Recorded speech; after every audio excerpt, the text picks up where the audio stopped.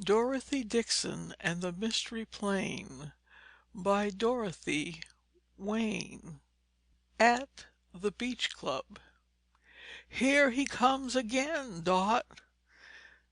Terry Walters balanced on the edge of the Beach Club float and pointed upward toward the approaching airplane. Dorothy Dixon bobbed up beside the raft, blew the water from her nose, and reached a long tanned arm for the young man's ankle. "Here you come into the drink, you mean," she gurgled. Terry yelped, lost balance, and recovered desperately, dived over her head. His departure rocked the float, so that Phil Stanton's lanky figure, poised on the diving board, lurched and fell awkwardly into the water. Betty Mayo, hugging her damp knees on the middle of the float, shrieked her approval of this double exploit. "Swell work, Dorothy!" she laughed, as the young lady pulled herself aboard. "You'll catch it in a minute, though." Dorothy stood up. Her scarlet bathing cap flamed against the ash blue sky, and her wet suit clung to her slender form like a sheath of black lacquer. "Maybe." Then, in quite a different tone, "Goodness, Betty, he's missing!" Betty sprang to her feet. "You're crazy!" she retorted as she caught sight of Phil and Terry knifing their way back to the float. "Why'd you try to scare me? Those boys are all right." But Dorothy was staring skyward. "Not the boys. I mean the plane, Betty. Over there beyond the clubhouse. His engine's missing. Bet you an ice cream cone he'll have to land." "No, you won't," Betty flashed back.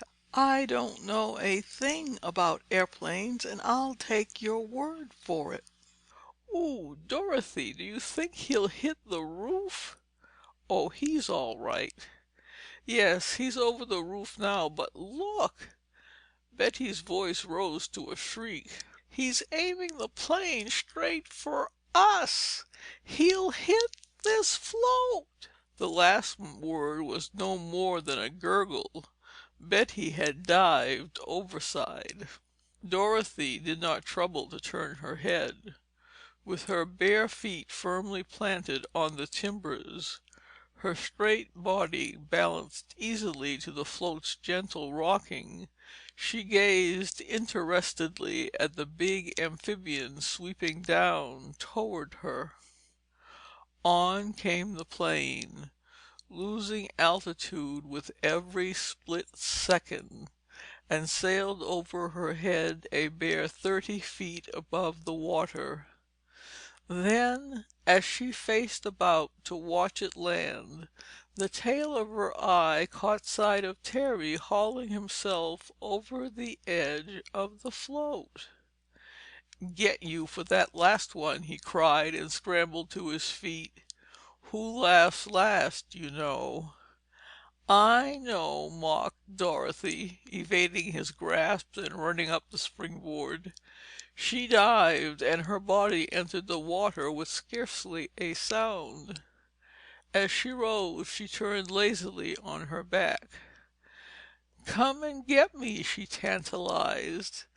Then, as she saw him start in pursuit, she rolled over and headed out toward the seaplane, which now floated 200 or 300 yards away, toward the mouth of the inlet and Long Island Sound.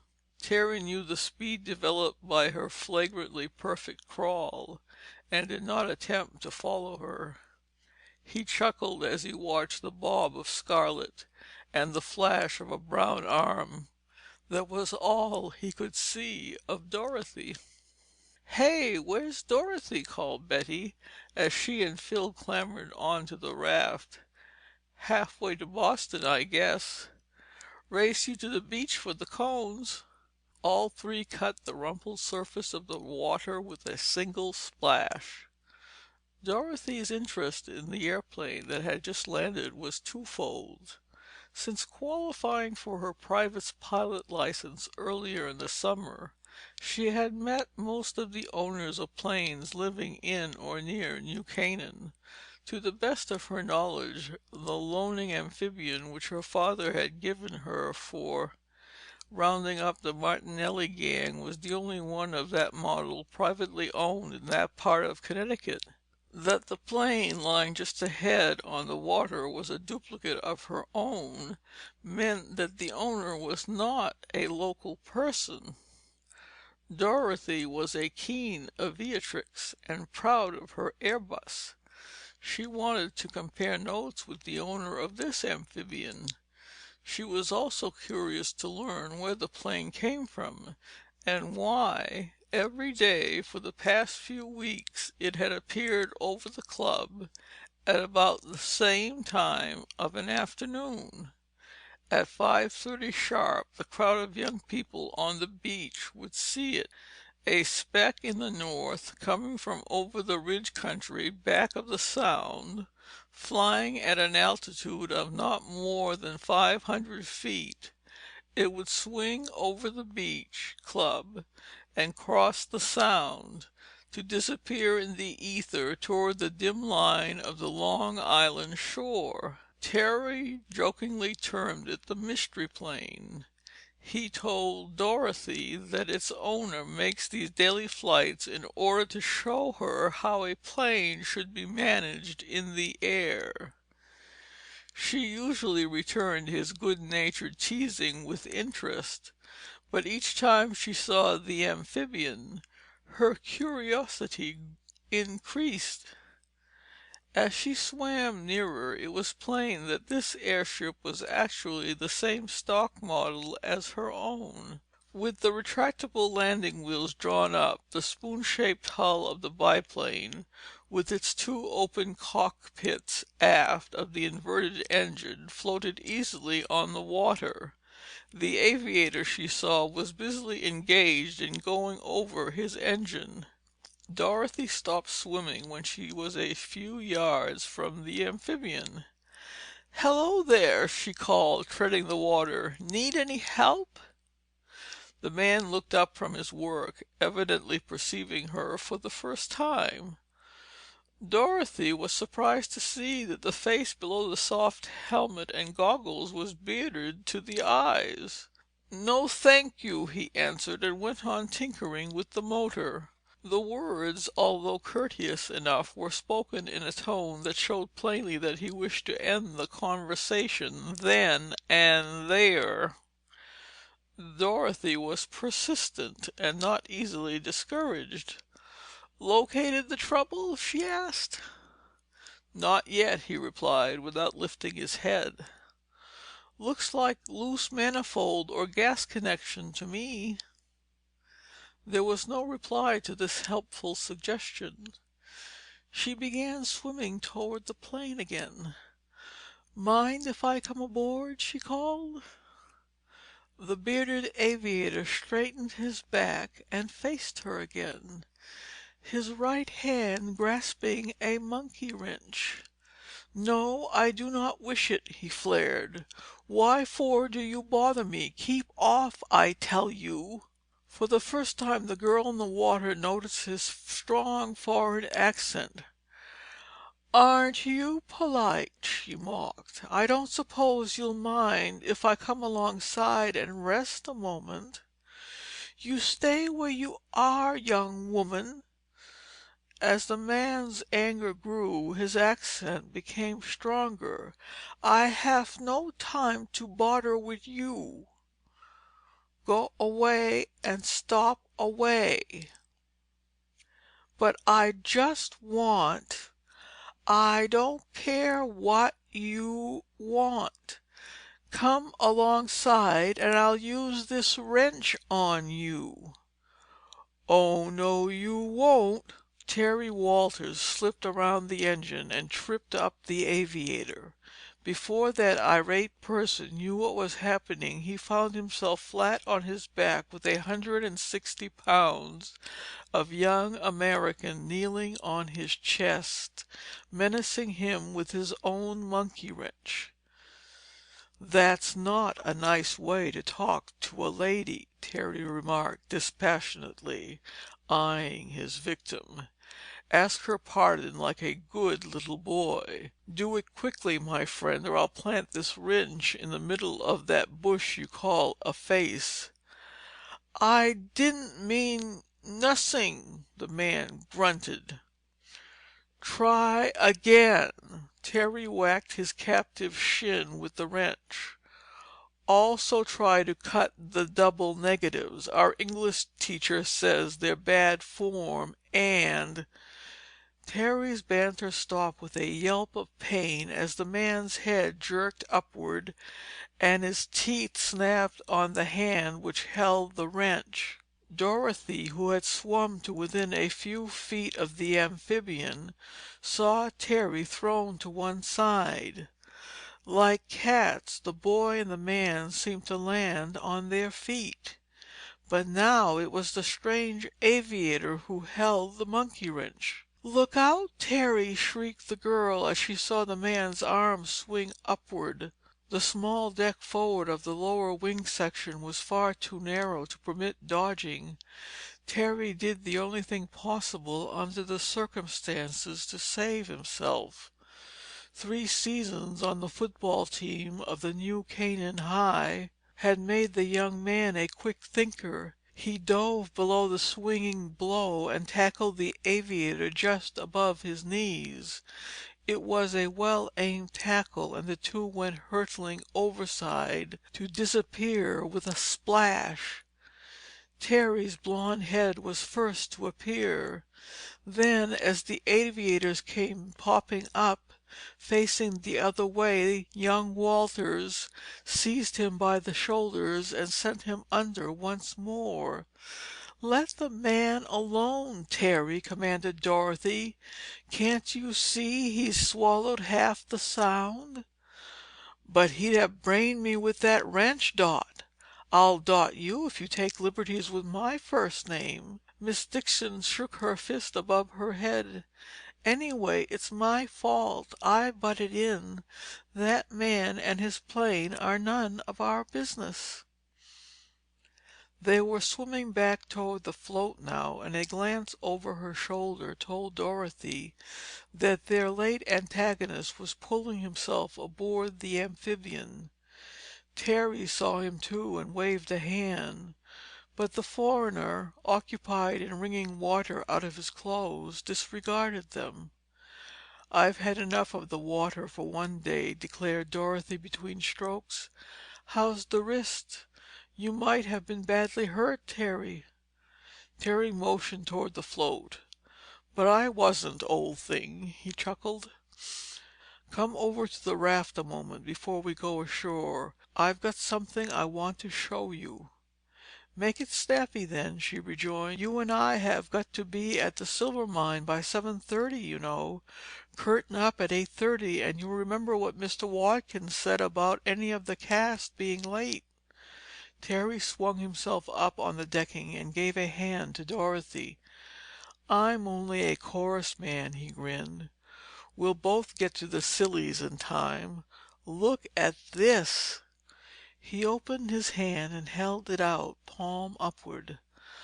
"I'm not interested in seaweed." Dorothy's tone was full of disgust. "Seaweed nothing!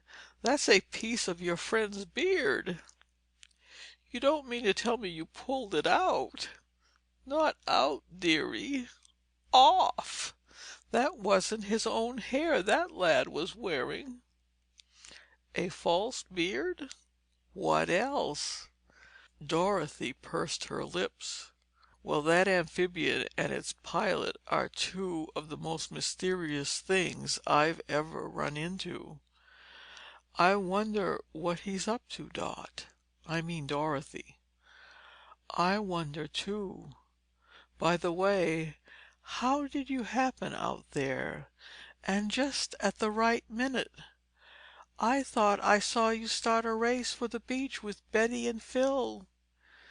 Terry nodded his wet head and laughed. "That was only a bluff to make you think I wasn't coming after you. As I saw you were having an argument with him, and I didn't like the way he was acting, I swum around the tail of his plane and got aboard on the farther deck, and well, you know the rest." "Why did you want to go aboard?" "Curiosity, pure and simple. Have you any idea why he flies over the club nearly every afternoon, and always at the same time?" "No, have you?" "Not the dimmest. But now that I know friend pilot wears false whiskers, I'm certainly intrigued." "Come again," frowned Terry. "I didn't get that last one. Did you say intrigued?" "Cut the clowning. This is serious, Terry. That fellow is up to some mischief, or he wouldn't disguise himself." Behind them, the amphibian's engine sputtered, then roared. "I've got an idea," said Terry, as the two watched the plane taxi out toward the take-off. "Why don't you get your bus and follow that bird some afternoon?" "I've already decided to do it tomorrow. Want to come?" "You bet! How do you expect to work it?" "Look here, if we're going to make that show on time, we'd better go right now. We'll make our plans later. Come along." Their bodies cut the water with hardly a splash as they raced for the beach. Out in the inlet, the amphibian rose gracefully into the air and headed into the mist which was creeping up Long Island Sound. End of Chapter 1.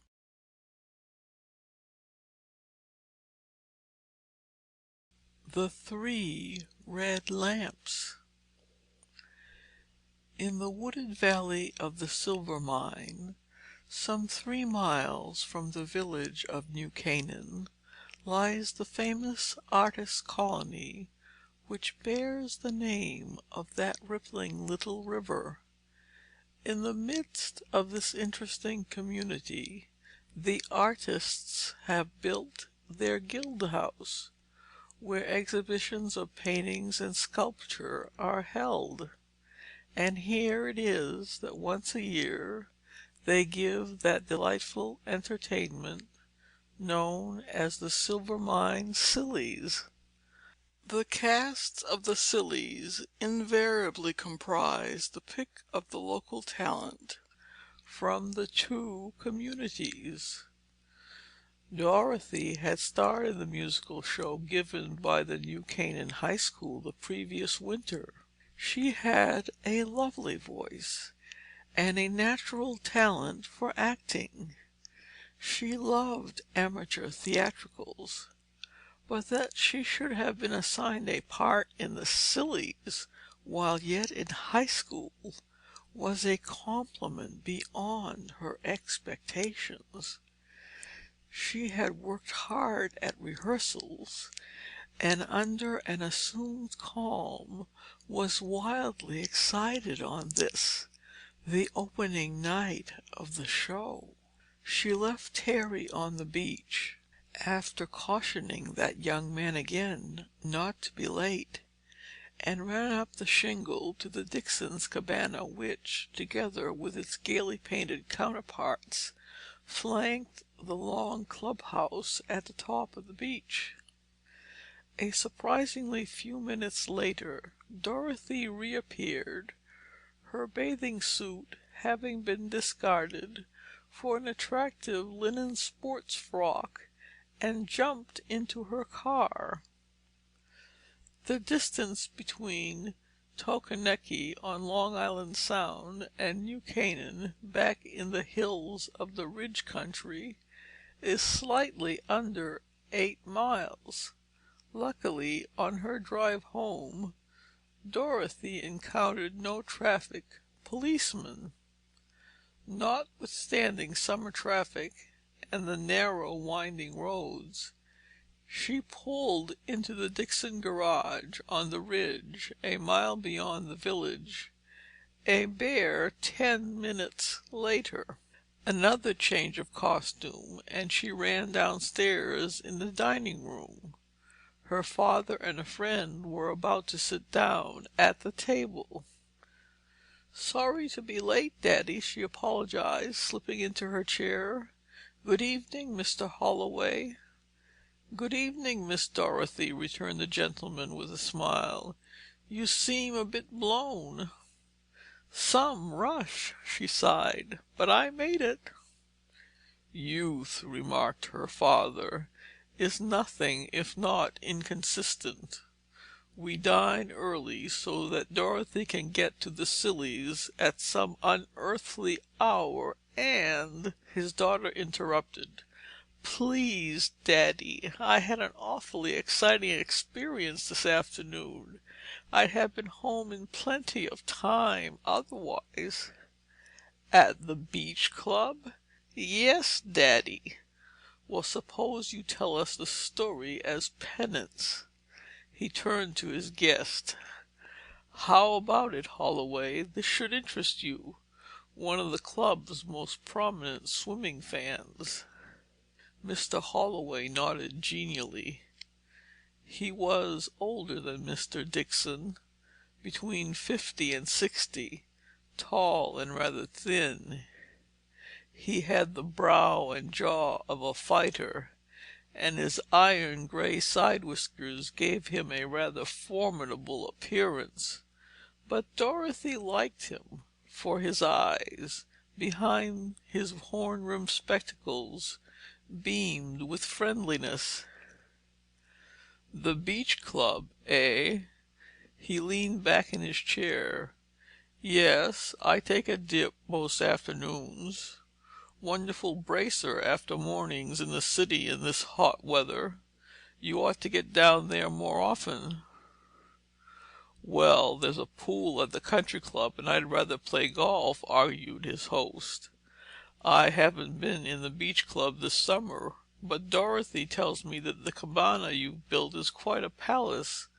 Much larger and more spiffy, I think was the word, than those we ordinary members rent." "I like to be comfortable and have some privacy when I entertain my friends down there," Mr. Holloway admitted. "But I'm interested in hearing Dorothy's story. I was there this afternoon, but I didn't notice anything unusual. Did you see the airplane that landed in the cove?" "Why, no. What time was that?" "A little after 5:15. I had already left for home. I'm rarely at the club after 5 o'clock. I like a bright sun when I'm in the water. What about the plane?" While Dorothy told of her experience with the bearded pilot, the two gentlemen continued their meal in silence. "A nasty customer, that," snapped her father when she had concluded. "But then, my dear, you shouldn't allow your keenness for aviation to overexcite your curiosity. Let it be a lesson to you not to interfere with other people's private business." "You say that he wore a false beard," interjected Mr. Holloway. "Now I wonder why the man wants to disguise himself, and why he was so standoffish about his plane." "He's probably in training for some test or endurance flight and wants to keep his identity secret for the time being," suggested Mr. Dixon. "There's often a lot of hush-hush stuff about such things. That is, until the stunt comes off, and then the secretive ones become the world's worst publicity hounds." Dorothy remarked that the change came to their guest's face. The eyes narrowed, the mouth grew harder, something of his levity disappeared. "Perhaps," he said slowly. "But whatever his reason for wishing privacy, we can't have club members insulted by strange aviators in our own cove. I shall take it up at the Board of Governors meeting tomorrow. In future, we will see to it that no more airplanes land on club waters. Do you think you would recognize the man without his beard, Dorothy?" "I don't think so, but Terry, who was nearer to him, swears he could spot him anywhere." "If he should do so, ask him to report the matter to me, and I'll see that the man at least offers apology." "Thank you, Mr. Holloway." Dorothy was pleased at this interest. "I'll tell him." "You three had better leave well enough alone," her father declared bluntly. "The plane is probably being flown over a set course which happens to take it over the club. That aviator seems to be a surly customer. My advice is to forget it." Dorothy pushed her chair back from the table. "You'll excuse me, won't you?" she smiled. "I've got to run now." She went to her father and kissed him. "Please don't be late, Daddy. I come on the first time, right after the curtain rises. It will spoil my evening if you two aren't there." Mr. Holloway's kindly eyes twinkled behind his glasses. "Nice of you to include me. I wouldn't miss the first number for anything. I'll see that we're both there on time." "Don't worry, sweetheart." Her father patted her hand. "We've got a small matter of business to go over, and then we'll be right along. Success to you, dearest." "Bye." A fine rain was falling when Dorothy stepped into her car. As yet, it was more a heavy mist than a downpour, but with the wind in the east, she realized that this part of the country was in for several days of wet weather. She drove carefully, for the winding wooded roads were slippery. Upon arriving at the Guild House, she changed at once into costume. The Silvermine Sillies, like Mr. Ziegfield's more elaborate follies, is invariably a revue, consisting of 18 or 20 separate acts. As Dorothy stood in the wings waiting for her cue, shortly after the first curtain rose, she was addressed by the stage manager. "Have you seen Terry?" "Not since this afternoon. Why?" "He's not here."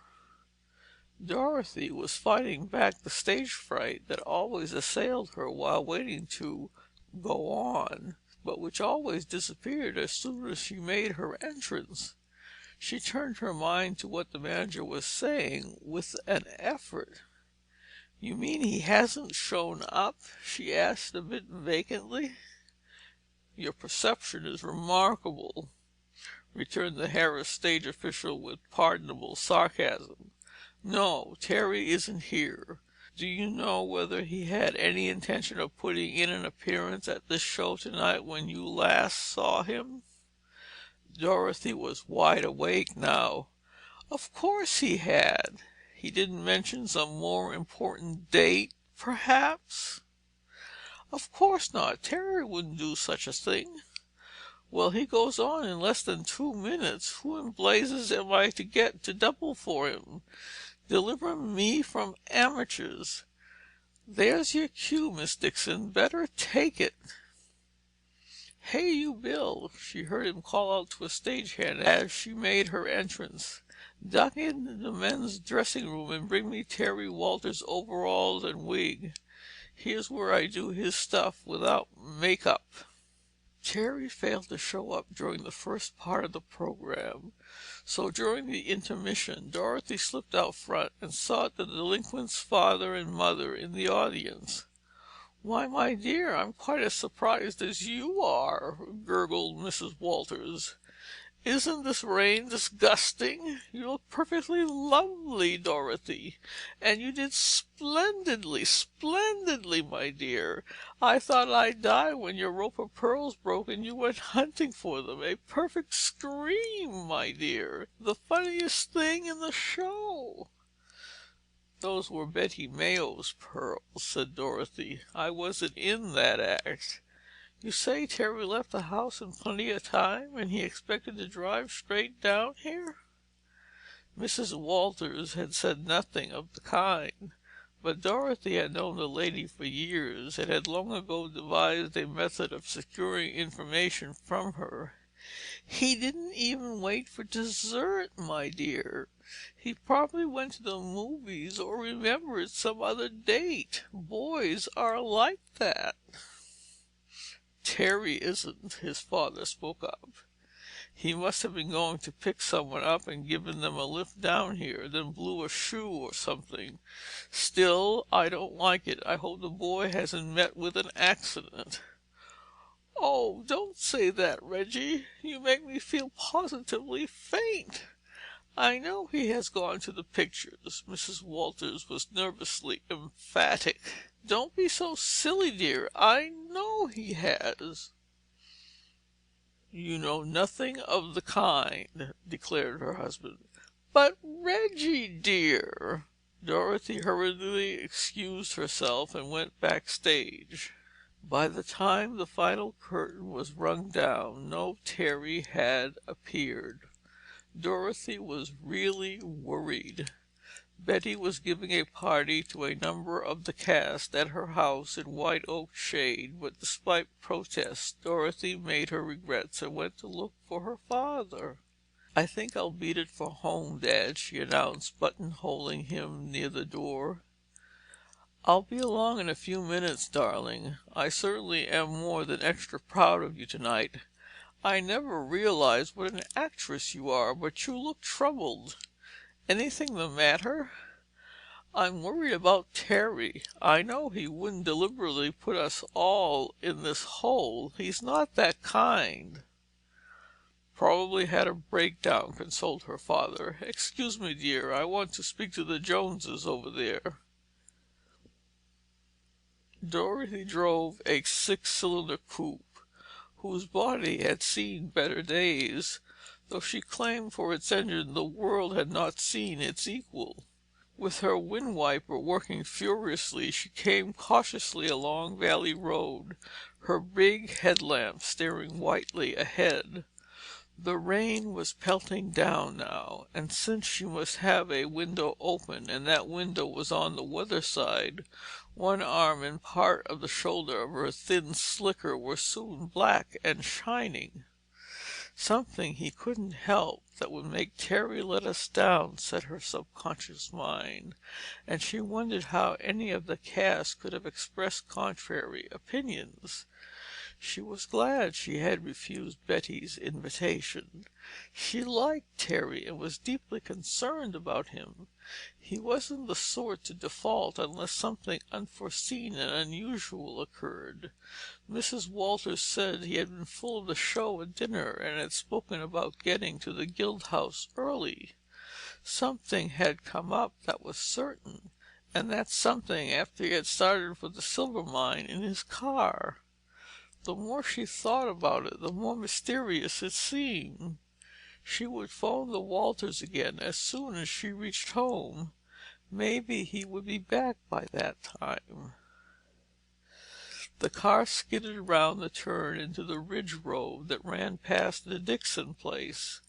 A mile farther on, Dorothy decided it would be well for her to keep her mind on the road ahead. A few minutes before, a lumbering truck had almost driven her into the ditch, and now, with a mile to go, she saw ahead of her 3 red lights. She slowed her engine until she came within a dozen yards of them.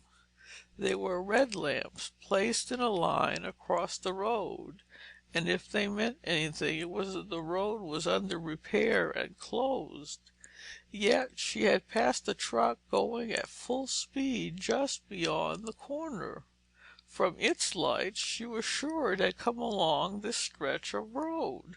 She peered through the open window and saw on her left a dilapidated stone fence, the top of which was hidden under a blanket of wild honeysuckle. She saw by her headlights a gap where once she knew a 5-barred gate had blocked the way to the open field. All this she took in at a glance, for Dorothy knew exactly where she was. Then she turned again to her scrutiny of the road and the three red lamps. "Well," said Dorothy to herself. She switched out all the lights of the car, and taking something from her pocket, she opened the door quietly and stepped into the rain. She stood there for a while, listening. There was no sound except the swish and patter of the storm. Keeping to the center of the road, she advanced slowly toward the red lights, picked up the middle one, and examined it. The lantern was old. The red had been painted on the glass. The second lantern was newer, but of entirely different pattern. Here also the glass pane had been covered by some red transparent paint, and this was the case with the third lamp. Dorothy threw the middle light into the ditch and found satisfaction in hearing the crash of glass. Then she came back to her car, got inside, slammed the door, and put her foot down on the starter.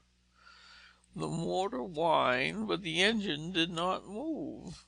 The car was hot, and never before had it failed. Again she tried, but without success. "This looks suspicious," she muttered to herself. She sprang out into the rain again and walked to the back to examine her gasoline tank. There was no need, for the indicator said empty. "I'll say suspicious," she muttered again angrily as she stared down at the cause of her plight. She had filled up just before dinner, but notwithstanding that fact, here was a trustworthy indicator pointing grimly to E, and when she tapped the tank, it gave forth a hollow sound in confirmation. Dorothy sniffed. The air reeked of fumes. Flashing her pocket light on the ground, she saw a metal cap and picked it up. Then she understood what had happened. The roadway under her light gleamed with opalescent streaks. Someone had taken out the cap and emptied her tank while she was examining the red lamps. She refastened the cap, which was airproof, waterproof, and foolproof, and which could only have been turned by the aid of a spanner. She had heard no chink of metal against metal. She did not carry reserve fuel. But home was not more than a mile down the road round the turn, and she knew there was a path from the gap in the stone wall across the field and through a belt of woods that would halve the distance. She sent her flashlight in the direction of the open gateway. One of the posts was broken, and the rotten structure leaned drunkenly against a lilac bush. In the shadow behind the bush, she was certain that a dark form moved.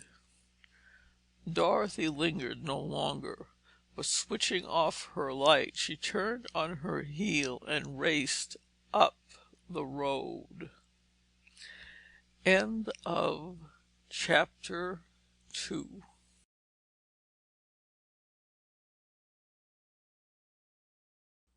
"Where's Terry?" Behind her, Dorothy heard a shout, and that shout lent wings to her feet.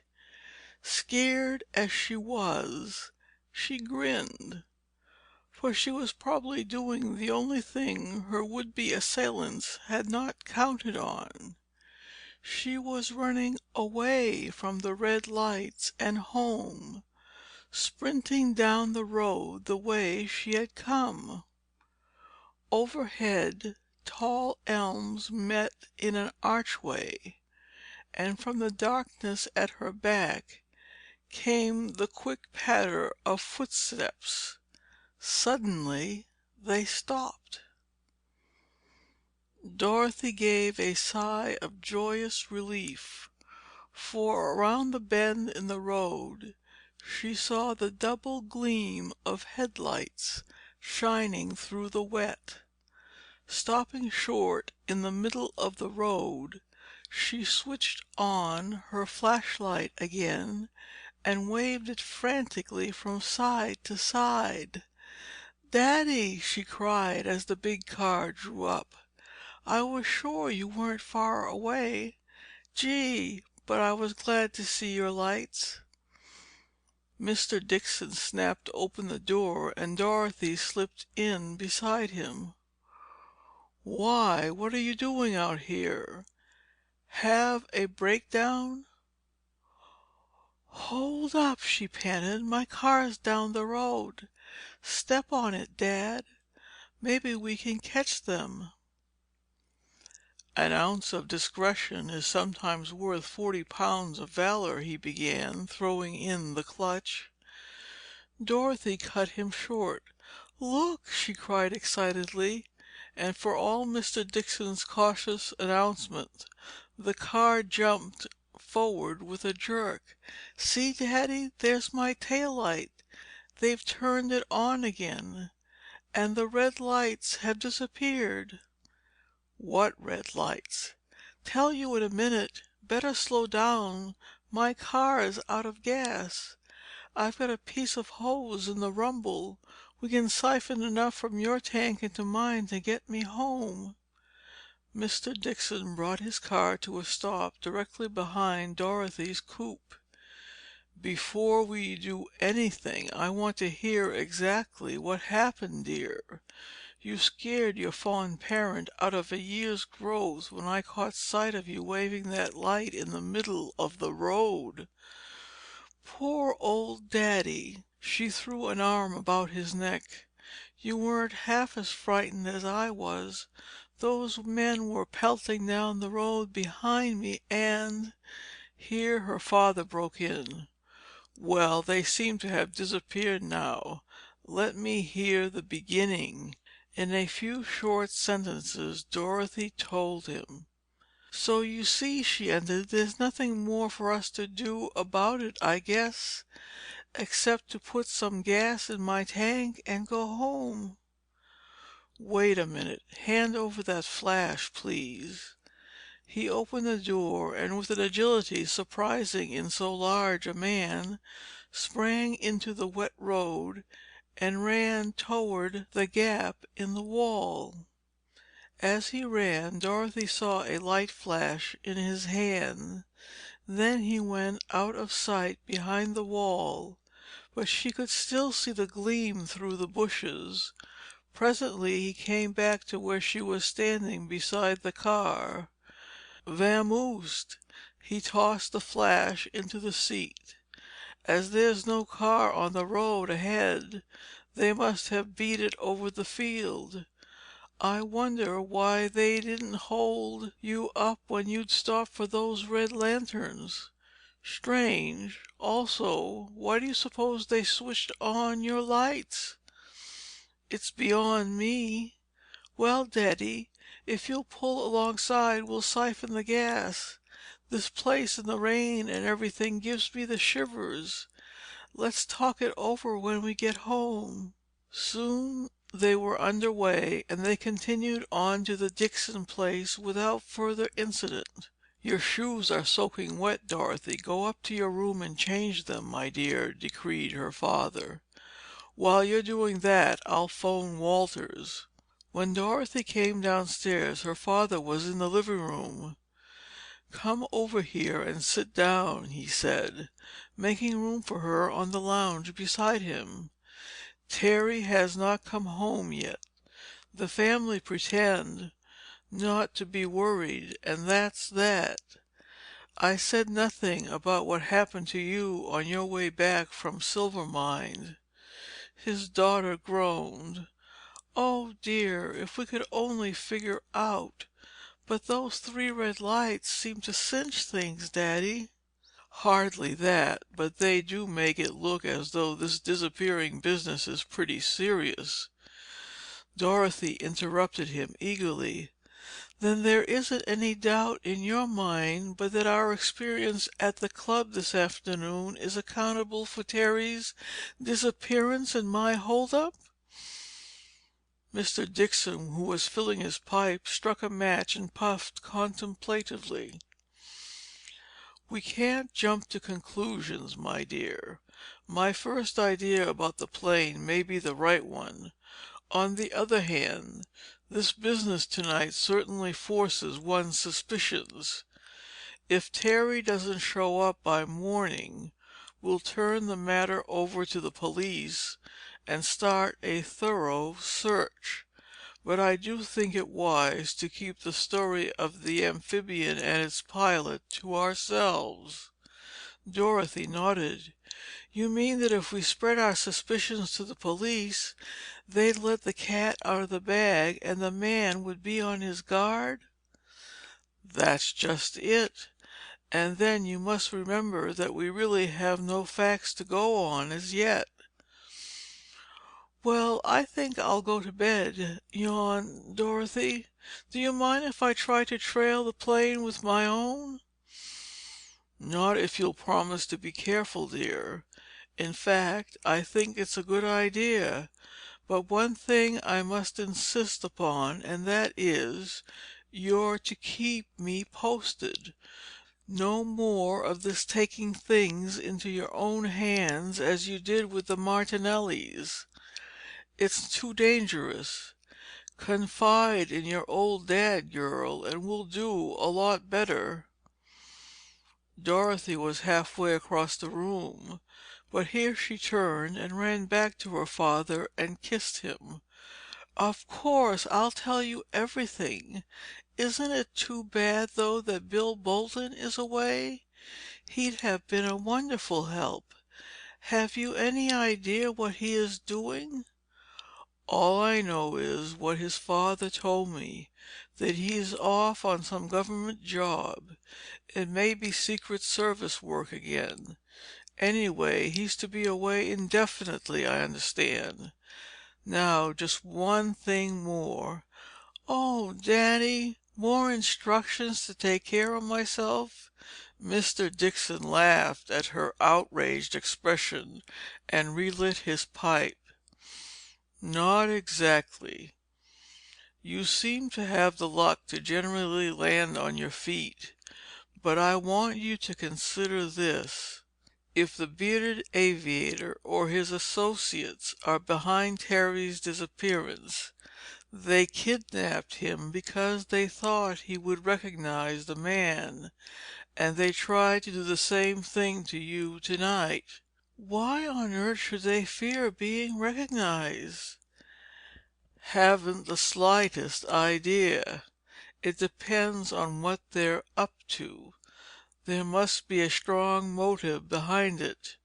You don't strike a match unless you want a light.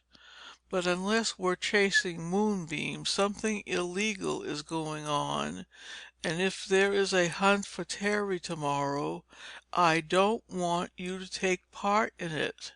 "You think they'll try to get me again?" "It's highly possible." Her father got to his feet and put his hands on her shoulders. "So promise me you won't go running about country byroads in your car, even during daylight hours. If you must go out at night, either I or Arthur must be in a car with you." Arthur was the Dixons' chauffeur-gardener. "There's no use trying to pretend I'm not worried about this mysterious business. Be a good girl and don't make it harder for me, please." "I'll be good, Daddy. If I find out anything tomorrow, I'll report at dinner." "That's my girl," he beamed, and kissed her good night. "I shall nose about myself a bit. I'm sure that you and Terry know that bearded aviator or some of his friends. Otherwise, he wouldn't be so perturbed about recognition. Unless we're all wet, Dorothy, this affair is made up of local people. Mind your step, and we'll see. Go to bed now and get a good rest. I'm coming upstairs as soon as I've locked up." End of Chapter 3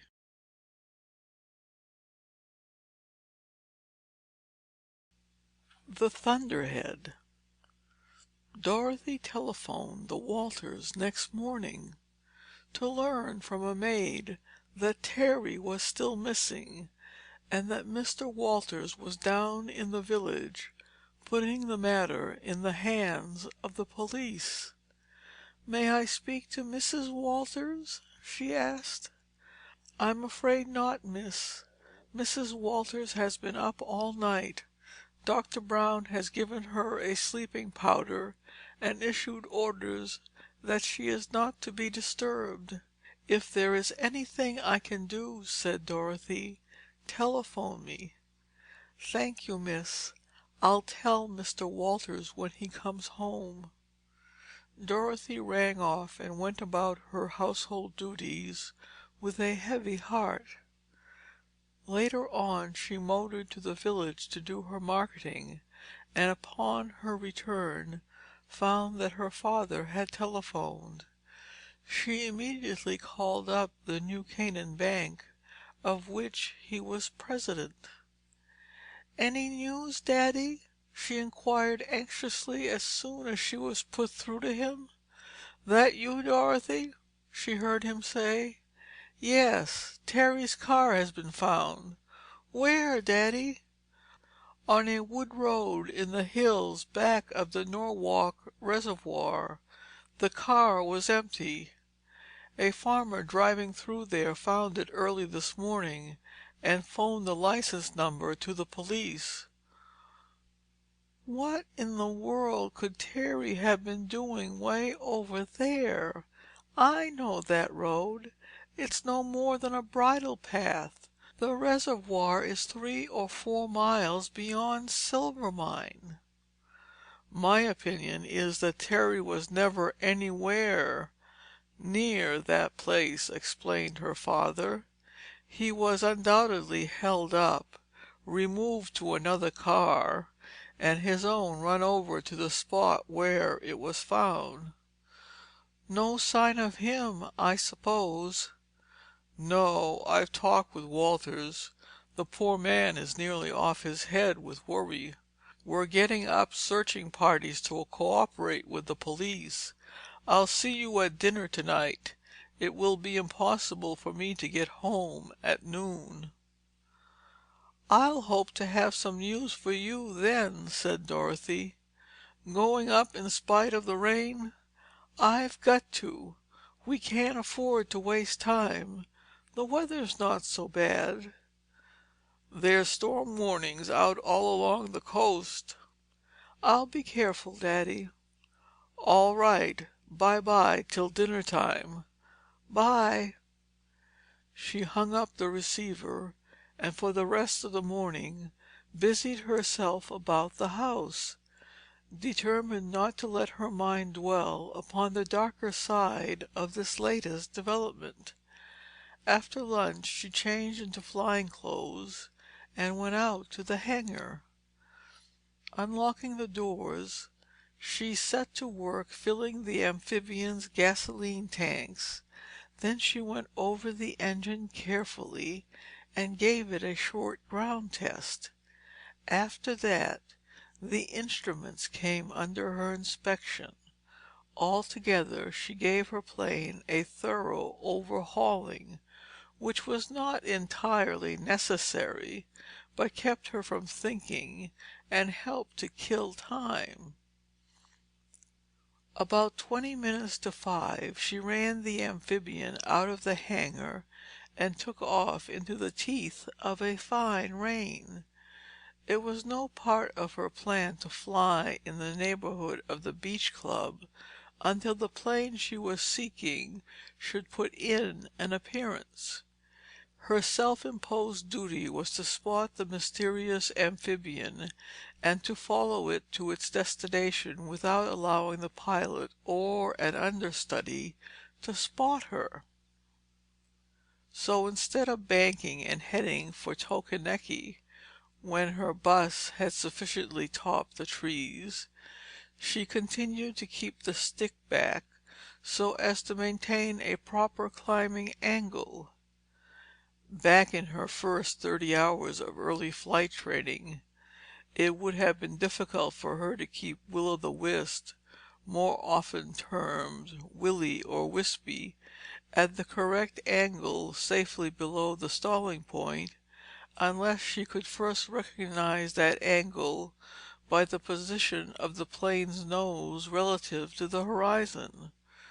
On a wet day like this, with an obscure horizon, it would have been well nigh impossible. At best, a series of bad stalls would have been the result. But now her snapping gray eyes sparkled with exhilaration. She no longer needed the horizon as a guide. Between leveling off every 1,000 feet or so to keep the engine from overheating, she shot Will-o'-the-Wisp up to 6,000, maintaining the proper angle of climb by the "feel" of the plane alone. With her altimeter indicating the height she wanted, she leveled off again. Then, executing a sharp reverse control or flipper turn to the left, she resumed straight flight again by the application of upper aileron and opposite rudder. The plane was now headed south, several points to the west of the Beach Club. The visibility was even poorer than at a lower level. But the young pilot knew this part of the country as she knew her own front lawn, either dropping or swerving her plane's nose at frequent intervals so as to get an unimpeded view ahead. She passed over the wooded ridges toward the shore, over the city of Stamford, and out over the slate gray waters of Long Island Sound. That body of water is some 6 or 8 miles wide at this point, and upon reaching the opposite shore, Dorothy commenced a patrol of the Long Island shore line from Lloyd's Neck, which lies just west of Oyster Bay, to the farther side of Smithtown Bay, a distance of 15 or 16 miles, and as she flew, she kept a sharp lookout for planes appearing out of the murk toward the Connecticut shore. Since she knew it was the bearded aviator's practice to fly at a comparatively low altitude, Dorothy chose to keep Will-o'-the-Wisp at this greater height for two reasons. An airplane flying far above another plane is much more unlikely to be noticed by the pilot of the lower plane than one flying at his own level or below. Then again, by keeping to the higher air, Dorothy, under normal weather conditions, was bound to increase her range of vision proportionally. Her plan was a good one, but weather is not a respecter of plans. The visibility, poor enough when she started, gradually grew worse and worse. Although what wind there was seemed to have died, long curling tongues of mist crept out of the east, while above her head she saw black thunderclouds sinking lower and lower. Now, one of the first things any aviator learns is that fog must be avoided at all costs. Any attempt to land in it is attended by considerable danger. Dorothy knew all too well that in case of a fog bank cutting the plane off from its destination, the flight must be discontinued by a landing, or by return to the point of departure. She glanced overside again. Long Island Sound was no longer visible. "He's late now, unless I've missed him," she said to herself. "I'll finish this leg of the patrol, and if he doesn't show up by the time I'm over Oyster Bay, Willie and I will head for home." Pushing her stick slightly forward to decrease her altitude, She continued along her course. 3 minutes later she realized her mistake. The wisps of fog seemed to gather together, and Will-o'-the-Wisp sank into an opaque bank that blinded her. "Gee, but I'm stupid!" she mumbled. "What was it that textbook I read only yesterday said? In the event of general formation of fog below, an immediate landing must be made before it becomes thick enough to interfere seriously with the approach. Heavens, what a fool I am! Now that we're in it, though, I might as well see if it thins out nearer the water." Her compass told her she was flying almost due west. Throttling down the engine, she pushed her stick still farther forward, at the same time applying right aileron and hard right rudder. At the proper gliding angle she reached, she neutralized her elevators and held the nose up as necessary. Next she checked her wing with the ailerons and eased her rudder pressure. Then, having made a quarter spiral with a change in course of 90 degrees, she applied left aileron and hard left rudder until the wings were level laterally, and with her stick still held forward, continued to descend in a straight glide until she was within 1,500 feet of the water. The plane was heading directly back across Long Island Sound toward the Connecticut shore. But each moment the fog seemed to grow more dense. To land blindly meant a certain nose in and was out of the question. And even if the mist did not hold to the water's level, to fly lower meant the chance of striking the mast or the spar of a ship, a lighthouse perhaps, or anything else that came her way. "We're up against it, Wispy," she murmured, opening the throttle and pulling back her stick. "If we can't go down, at least we can go above, as they say in the Navy. Beat it for the heavens, my dear. This beastly fog can't run all the way to Mars." Dorothy was not frightened, although she knew how serious was her predicament. No pilot likes flying blind in a fog, with the knowledge that what one sees one hits. It is a nerve-wracking experience.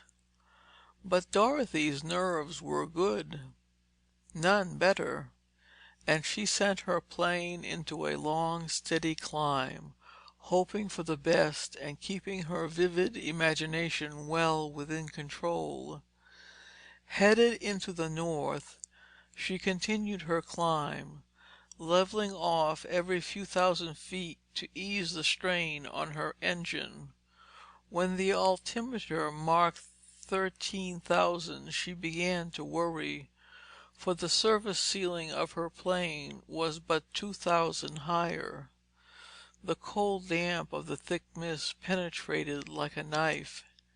Hemmed in by the dank gray walls, she could barely distinguish the nose of her ship. The active needles of the altimeter and rate of climb indicator were the only visible signs that the Will-o'-the-Wisp was moving at all. 14,000 feet, intense physical discomfort added to the nervous strain, were becoming intolerable. Dorothy clenched her chattering teeth in an effort to retain her control. Then, with a suddenness astonishing, the fog parted and she sailed into clear air. Below her the heavy mist swirled and rolled like a sluggish sea, gray-yellow streaked with dirty streamers, while directly ahead loomed a towering mass of cotton-like clouds, rising tier upon tier as far as she could see. A quick glance over her shoulder and to the sides brought forth the fact that this small pocket of free air was entirely surrounded by similar cloud formations. There was no time for thought. Automatically, her hand clasping the stick shot forward, bringing down the nose to the position of level flight, and she drove the amphibian straight at the Thunderhead. Immediately afterward, the plane passed into the cloud, and like a leaf caught in an inverted maelstrom, it was whipped out of her control. Gripped by tremendous air forces, the amphibian was shot up and sideways at a speed that burned Dorothy's lungs.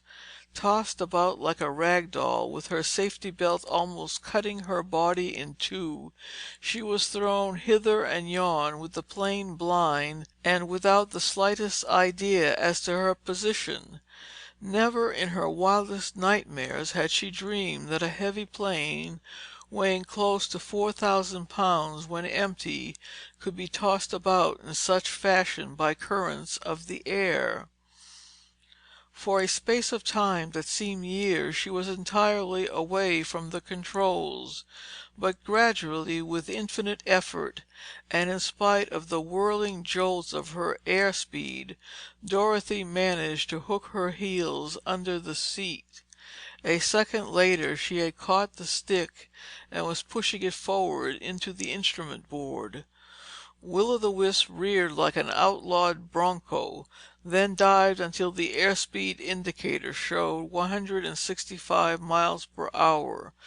Still her downward speed was less than the rate of the upward draft, for the rate of climb indicator told the frenzied girl that the plane was being lifted 1,400 feet per minute. Still diving at 45 degrees, the phenomenal force of the updraft carried the plane to the mushroom top of the cloud, where, with a jar like an elevator hitting the ceiling, it was flung forth into the outer air. End of chapter 4.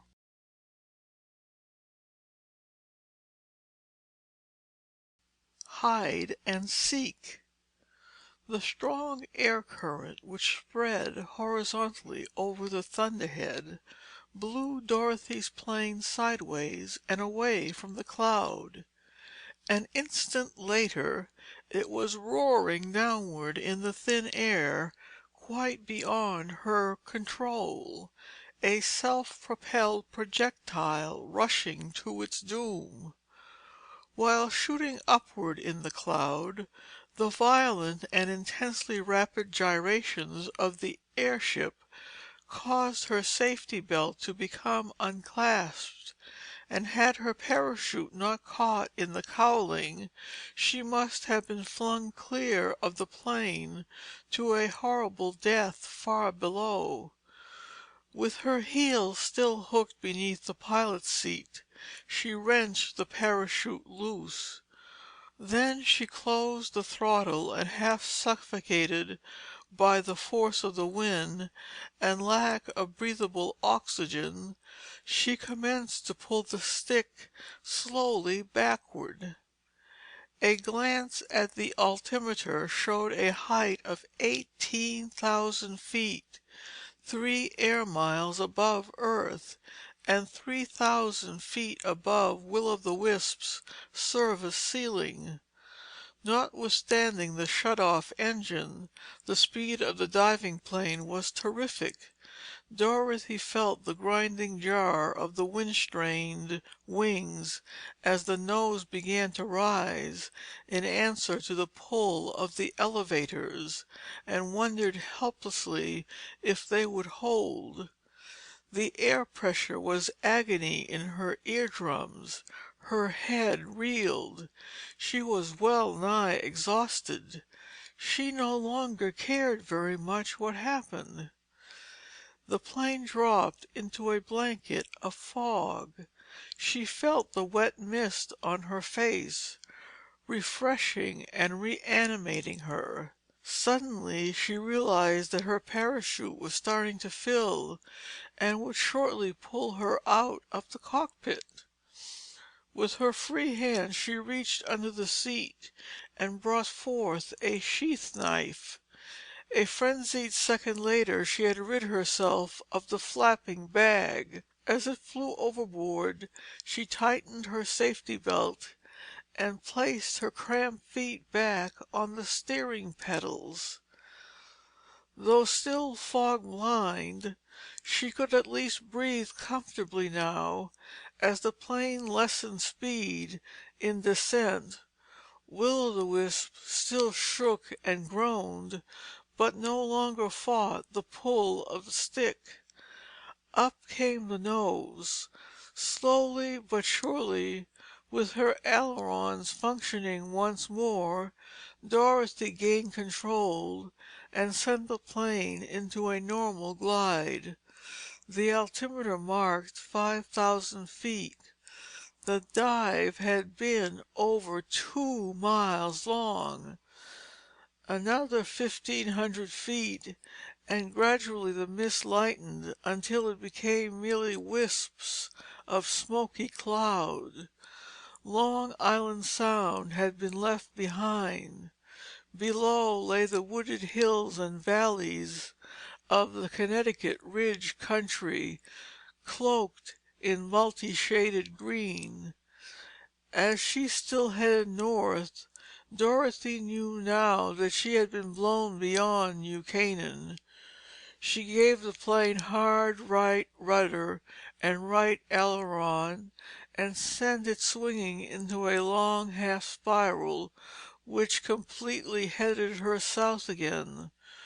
Almost directly below she recognized the Danbury Fairgrounds, with home just 20 miles away. Again her hand sought the throttle, and as Will-o'-the-Wisp snorted, then roared, Dorothy breathed a thankful sigh. 15 minutes later she had housed her plane in its hangar and was limping up the porch steps of her home. Lizzie, the Dixons' servant, met her in the hall. "Whatever is the matter, Miss Dorothy? You've had an accident. You're half killed, I know you are. There's blood all over your face." Her young mistress interrupted, smiling. "You're wrong again, Lizzie. No accident, though I know I look pretty awful. I feel that way too, if you ask me. But the blood, Miss Dorothy?" "It's from a nosebleed, Lizzie. I assure you I'm not badly hurt. If you'll help me out of these rags and start a warm bath running, I'll be ever so much obliged. A good soaking in hot water will fix me up." Then she added, "I think I'll be real luxurious and have my dinner in bed." When the solicitous Lizzie brought up the dinner tray 3/4 of an hour later, a tired but decidedly sprucer Dorothy in pink silk pajamas was leaning back against her pillows. "My word, I'm hungry." She seized a hot roll and began to butter it. "I'm off bucking thunderheads for life, Lizzie, but you can take it from me that kind of thing gives you a marvelous appetite." "Yes, miss, I'm glad," returned Lizzie, who had no idea what Dorothy was talking about. "You certainly look better. By the way, what's become of Daddy? Hasn't he got home yet?" "Oh, Miss Dorothy, I'm so sorry. Sure, and I forgot to tell you. Mr. Dixon won't be home for dinner." "Did he telephone?" "No, miss. He came home about 4:45 and packed his suitcase. He said to tell you he'd been called to Washington on business and he'd be gone a couple of days. Arthur drove him to Stamford to catch the New York express. He didn't have much time." Dorothy helped herself to a spoonful of jellied bouillon. "Any other message?" "Yes, miss. He said that Mr. Terry hadn't been found yet. I asked him because I thought you'd like to know. That was all he said. I'm sure sorry I forgot it when you came in, but that's all right, Lizzie, I understand. You come back for the tray in half an hour, will you? And if you find me asleep, don't wake me up. I'm tired to death. I need a long rest, and I'm going to take it." When Lizzie came back, she found Dorothy deep in the sleep of exhaustion. She lowered the window blinds against the early morning light, and picking up the tray from the end of the bed, tiptoed from the room. Morning broke bright and clear, with no sign of yesterday's mist and rain. Dorothy remained in bed for breakfast, and took but little persuasion on the part of Lizzie to keep her there till lunch time. She still felt stiff and bruised, and was only too content to rest and doze.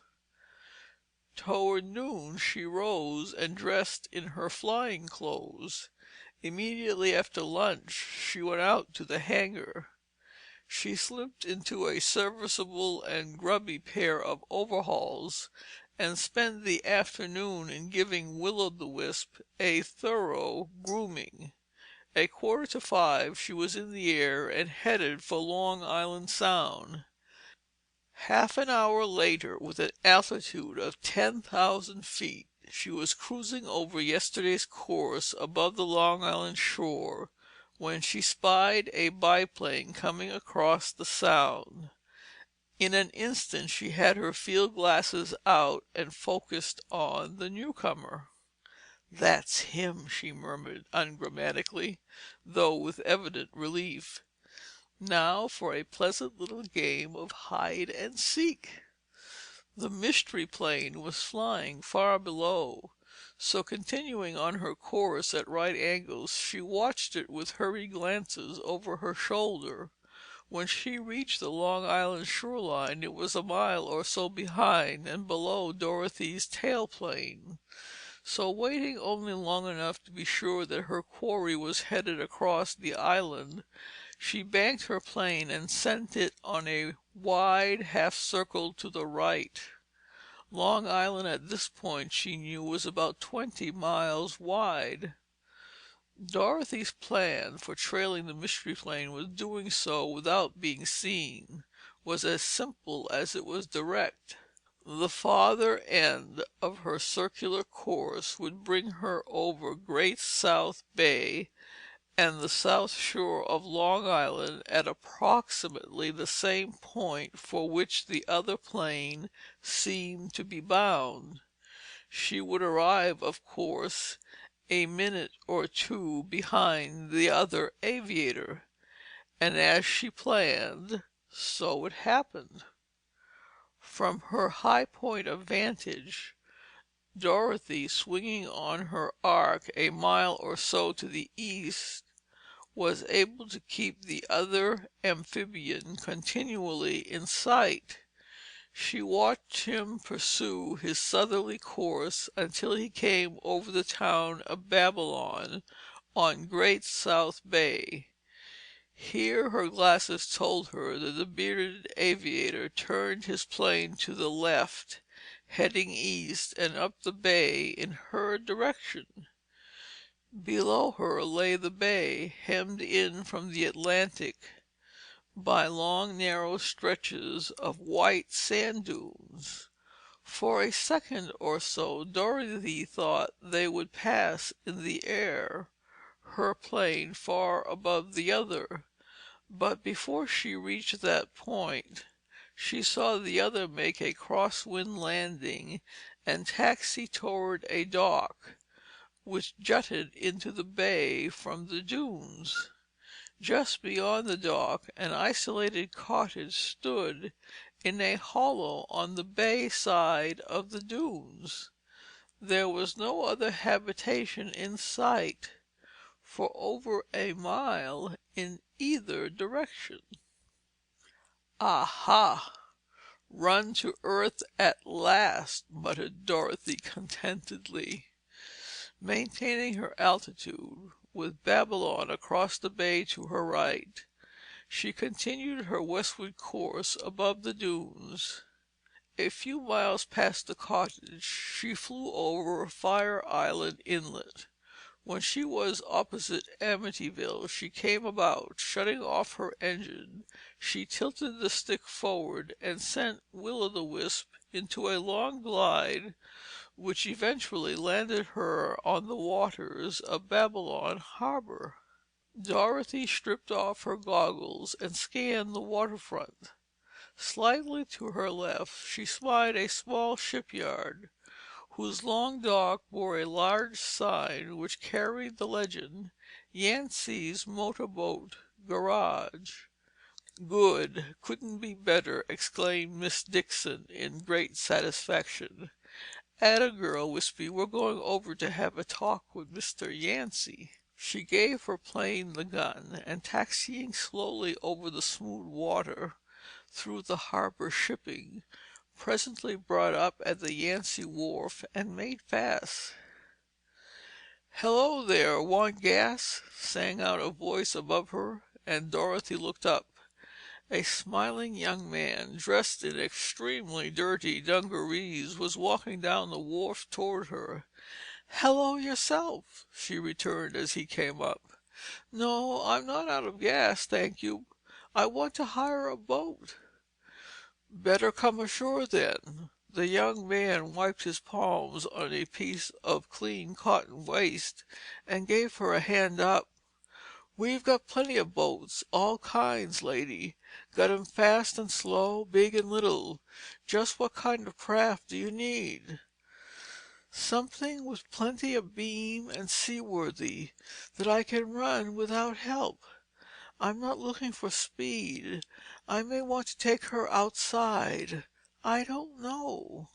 The young man pointed down the wharf to where a rather bulky motorboat, broad of beam and about 30 feet water line, was moored head out to a staging. "Mary Jane, that's your boat," announced Mr. Yancey. "She's old and she ain't got no looks, but she's seaworthy and she'll take you anywhere.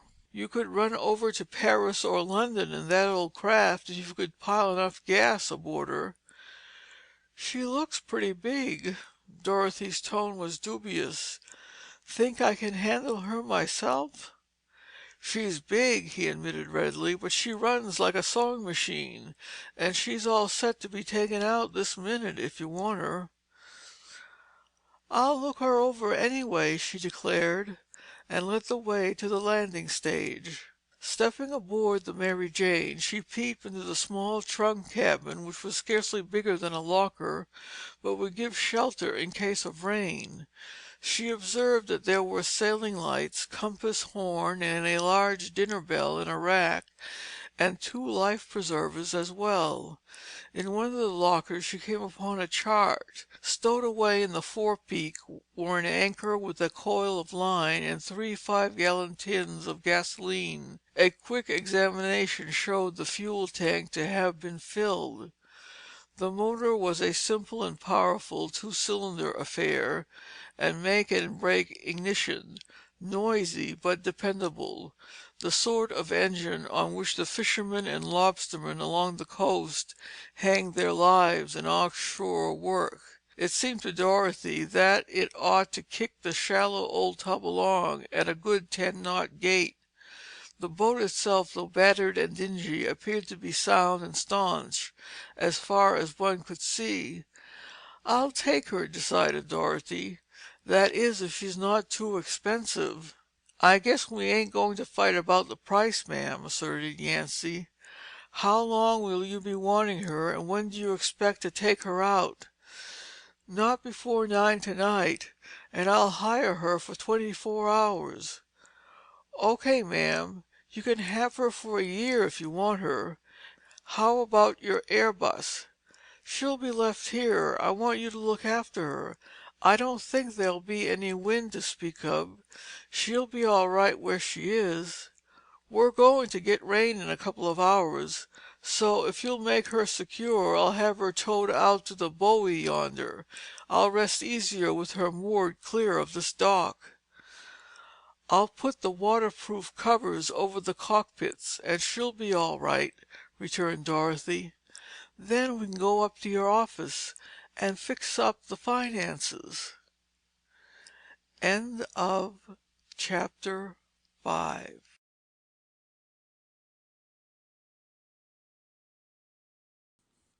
The House on the Dunes. Having come to agreeable terms with Mr. Yancey, and having secured the name and location of Babylon's best restaurant, Dorothy left the waterfront and walked uptown. A glance at her wrist watch told her it was not yet 7 o'clock. She was in no hurry, for she had more than 2 hours to wait before it would be dark enough to start. So she strolled along the bustling streets of the little city, feeling very much pleased with the way things were progressing. Arrived at the restaurant, she ordered a substantial meal, and while waiting for it to be served, sought a telephone booth. She asked for the toll operator and put in a call for New Canaan. A little while later she was summoned to the phone. "Is that you, Lizzie?" "Yes." No, I'm perfectly all right." She spoke soothingly into the transmitter. "No, don't worry about me, please. I've had to go out of town, and I wanted to let you know that I won't be back till morning. Never mind now, I'll see you tomorrow. Goodbye." She replaced the receiver and went back to her table, a little smile on her lips at the memory of Lizzie's distracted voice over the wire. "Poor Lizzie! She's all worked up again at what she calls my wild doings," she thought, and with a determined glint in her eyes, she proceeded to eat heartily. When she had finished, she asked at the desk for a sheet of paper and an envelope. She took these over to the table, ordered a second cup of coffee, and began to compose a letter. This took her some time, for in it she explained her maneuvers during the afternoon, and gave the exact location of the cottage on the dunes where she believed the Mystery Plane's pilot had been bound. She ended with a sketch of her plans for the evening, and addressed the envelope to Terry Walters' father. With her mind now easy in case of misadventure, she paid her bill and walked back to the waterfront. "Good evening, Miss Dixon," greeted Yancy as she stepped into his office. "I've done what you asked me to. You'll find a pair of clean blankets, some fresh water and eatables for 2 days, stowed away in the Mary Jane's cabin. I know you don't intend to be out that long, but it's always wise to be on the safe side with grub." "Thanks, you're a great help. Now just one thing more before I shove off. Although I've rented your boat for 24 hours, I really expect to be back here tomorrow morning at the latest. If I don't turn up by noon, will you please send this letter by special delivery to Mr. Walters in New Canaan?" "I sure will, Miss Dixon. But you're not looking for trouble, are you?" Dorothy shook her head and smiled. "Nothing like that, Mr. Yancey. I just want Mr. Walters to know where I am and what I'm doing." "Good enough, ma'am. Anything else I can do?" "Not a thing, thank you. Don't bother to come down to the wharf with me. I've got several things I want to do aboard before I set out."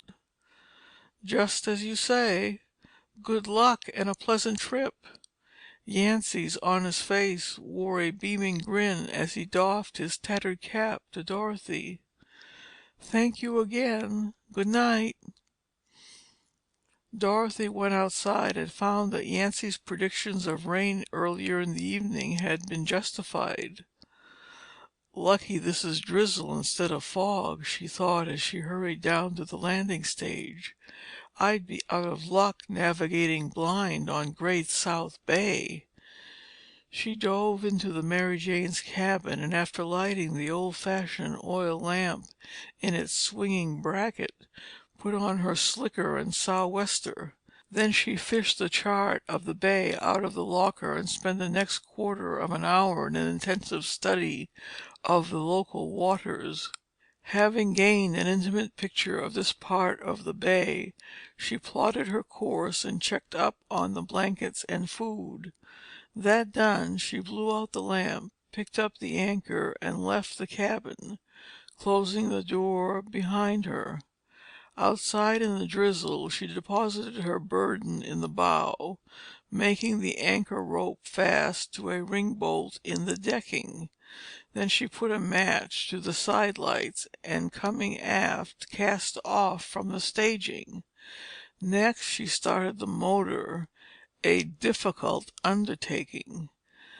At the third or fourth heave of the heavy flywheel, it got away with a series of barking coughs. She slid in behind the steering wheel, and they headed out across the bay. Night had fallen, but notwithstanding the light rain, visibility on the water was good. The tide, as Dorothy knew, was at the flood, so she cut straight across for the dull, intermittent glow of Fire Island light. The boat ran strongly and well, and Dorothy gave the engine full gas. She knew from experience that one of its primitive type was not apt to suffer from being driven, but on the contrary, was inclined to run more evenly. It had been at least 2 years since she had sailed on Great South Bay, but she remembered it to be a big, shallow puddle, where in most places a person capsized might stand on bottom and right the boat. No danger of capsizing with the Mary Jane, she reflected. She's built on the lines of a flounder. I'll bet she'd float in a heavy dew. 2½ feet of tide made it possible for her to hold a straight course, and presently she could see the dim outline of sand dunes. The faint easterly draught of air brought the roar of the Atlantic swell as it boomed upon the beach outside. It was time to change her course. A quarter turn of the wheel swung the Mary Jane to port, and straightening out, she headed across the inlet. 5 minutes later, she had picked up the dunes on the farther side.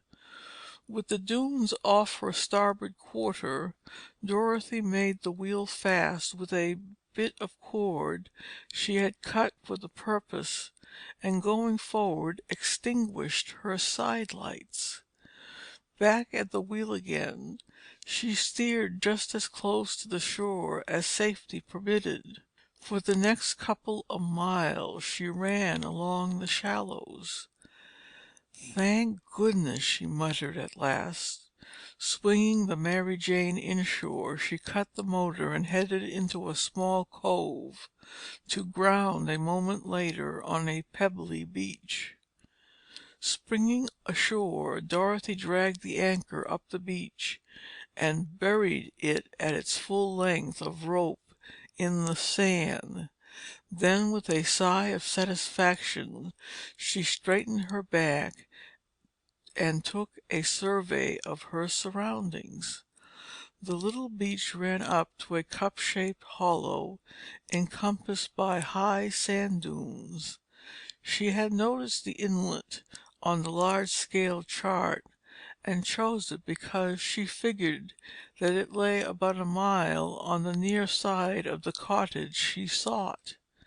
And since she had decided to use the motorboat instead of the plane because she wanted to cover her approach, this spot seemed made to order for her purpose. Her eyes scanned the skyline, and for a moment her heart almost stopped. Surely she had seen the head of a man move in that clump of long, coarse grasses at the top of the incline. Standing perfectly still, although her body tingled with excitement, she continued to stare at the suspicious clump. Then, with characteristic decision, she drew a revolver from her pocket and raced up the side of the dune. But although she exerted herself to the utmost, her progress was much too slow. Her feet sank deep in the shifting sand until she was literally wading, clawing with her free hand for holds on the waving sandgrass. Panting and floundering, she pulled herself to the top, only to find no one there, nor, so far as she could see, there any living thing in sight. The deep boom of the surf was louder here, and peering through the rain, she made out the long stretch of beach pounded by combers, not more than a couple of 100 yards away. Some distance to the right, facing the ocean, twinkled the lights of a row of summer cottages. To her left nothing could be seen but tier upon tier of grass-topped dunes, a narrow barrier of sand between Great South Bay and the Atlantic Ocean, bleak and desolate, extending farther than the eye could reach. Despite this evidence to the contrary, Dorothy still retained the impression that she was not alone. She had an uneasy conviction that she was being watched. She shivered. "My nerves must be going fuzzy," she thought disgustedly. "I can't risk using a flash, and if there were any tracks, this stiff breeze from the sea would have filled them in while I was climbing up here. Well, get going, Dorothy, my girl. This place is giving you the creeps, good and plenty." The colt was slipped back into her slicker, and she trudged through the loose sand to the black stretch of ocean beach. Here walking was better, and turning her back to the lighted cottages, she set out along the hard shingle by the surf. Several times during that walk, Dorothy stopped short and scanned the long line of dunes above her. Try as she might, it seemed impossible to rid herself of the idea that someone was following. When she judged the remaining distance to the cottage to be about a quarter of a mile, she left the beach and continued her way over the dunes. Although Dorothy had no tangible fact to connect the Mystery Plane with her hold-up in New Canaan and Terry's disappearance, she approached the lonely cottage with the stealth of a Red Indian, and even if this night reconnoiter should prove only that the bearded aviator had a sweetie living on the shore of Great South Bay, or that he was making daily trips to visit friends, she had no intention of being caught snooping. No matter what she should learn of the cottage's inmates, if anything, she proposed to return with the Mary Jane to Yancy's Wharf and spend the rest of the night aboard. She had no desire to tramp about Babylon after midnight looking for a hotel that would take her in. As she slowly neared the cottage, taking particular pains now not to appear on the skyline, she wished that this adventure was well over. She still felt the effects of her adventure with the Thunderhead. The tiny cabin of the motorboat seemed more and more inviting to the weary girl. Trudging through the rain over the sand dunes was especially trying when one was walking away from bed rather than toward it. Then she caught sight of the house roof over the top of the next dune, and her flagging interest in her undertaking immediately revived. Dorothy skirted the shoulder of the sandy hill, using the utmost precaution to make not the slightest sound. Then she squatted on her heels and held her breath. Directly ahead, not more than 30 or 40 feet at most, gleamed the light from an open window, and from where she crouched there was an unobstructed view of the room beyond. There were 3 men sitting about an unpainted kitchen table which held 3 glasses and as many bottles. All were smoking and deep in conversation. One man she knew immediately to be the bearded aviator with whom she had talked on the beach club shore. But although Dorothy strained her ear to the bursting point, the heavy pounding of the surf from the ocean side prevented her from catching more than a confused rumble of voices. For a moment or two she waited and watched. The other 2 men wore golf clothes, were young, and though they were not particularly prepossessing in appearance, she decided that they were American business men on a holiday. They certainly did not look like foreigners. Miss Dixon, crouching beside the sand dune, felt vaguely disappointed. She did not know exactly what she had expected to find in the cottage, but she had been counting on something rather more exciting than the tableau now framed in the open window. But since she had come this far, it would be senseless not to learn all that was possible.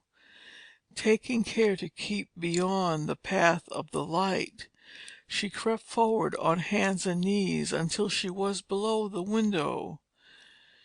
Here it was impossible to see into the room, but the voices now came to her with startling distinctness. "Why?" inquired a voice which Dorothy immediately recognized as belonging to the aviator, though oddly enough it was now without accent. "You surely haven't got cold feet, Donovan." "Cold feet, nothing! The man don't live that can give me chills below the knee," that gentleman returned savagely. "But I won't be made a goat of either, nor sit in a poker game with my eyes shut. Why should I? I've got as much to lose as you have." "Those are my sentiments exactly," drawled a third voice, not unpleasantly. "Listen to that surf. There's a rotten sea running out by the light. Raining too, and getting thicker out there by the minute. By 3 o'clock you'll be able to cut the fog with a knife. What's the sense in trying it? We're sure to miss her anyway." "Perhaps you chaps would prefer my job," sneered the aviator. "You make me sick. But you'll have to do what the old man expects of you. So why argue?" "How come the old man always picks days like this to run up his red flag?" Donovan was talking again. "There's just as much chance of our picking up that stuff tonight as finding a golf ball on a Scotsman's lawn," the third man finished for him. "I know there's no use grousing, but it's a dirty deal. And well, we've got to talk about something in this God-forsaken dump." "I don't blame you much," the aviator admitted. "But look at the profits, man. Well, I must be shoving off myself.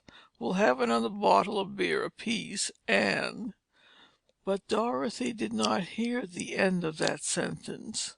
Her vigil was suddenly and rudely interrupted.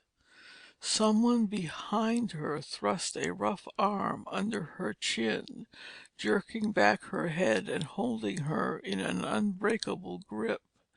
The sickly sweet odor of chloroform half suffocated her. For a moment more she struggled, then darkness closed in about her. End of chapter 6.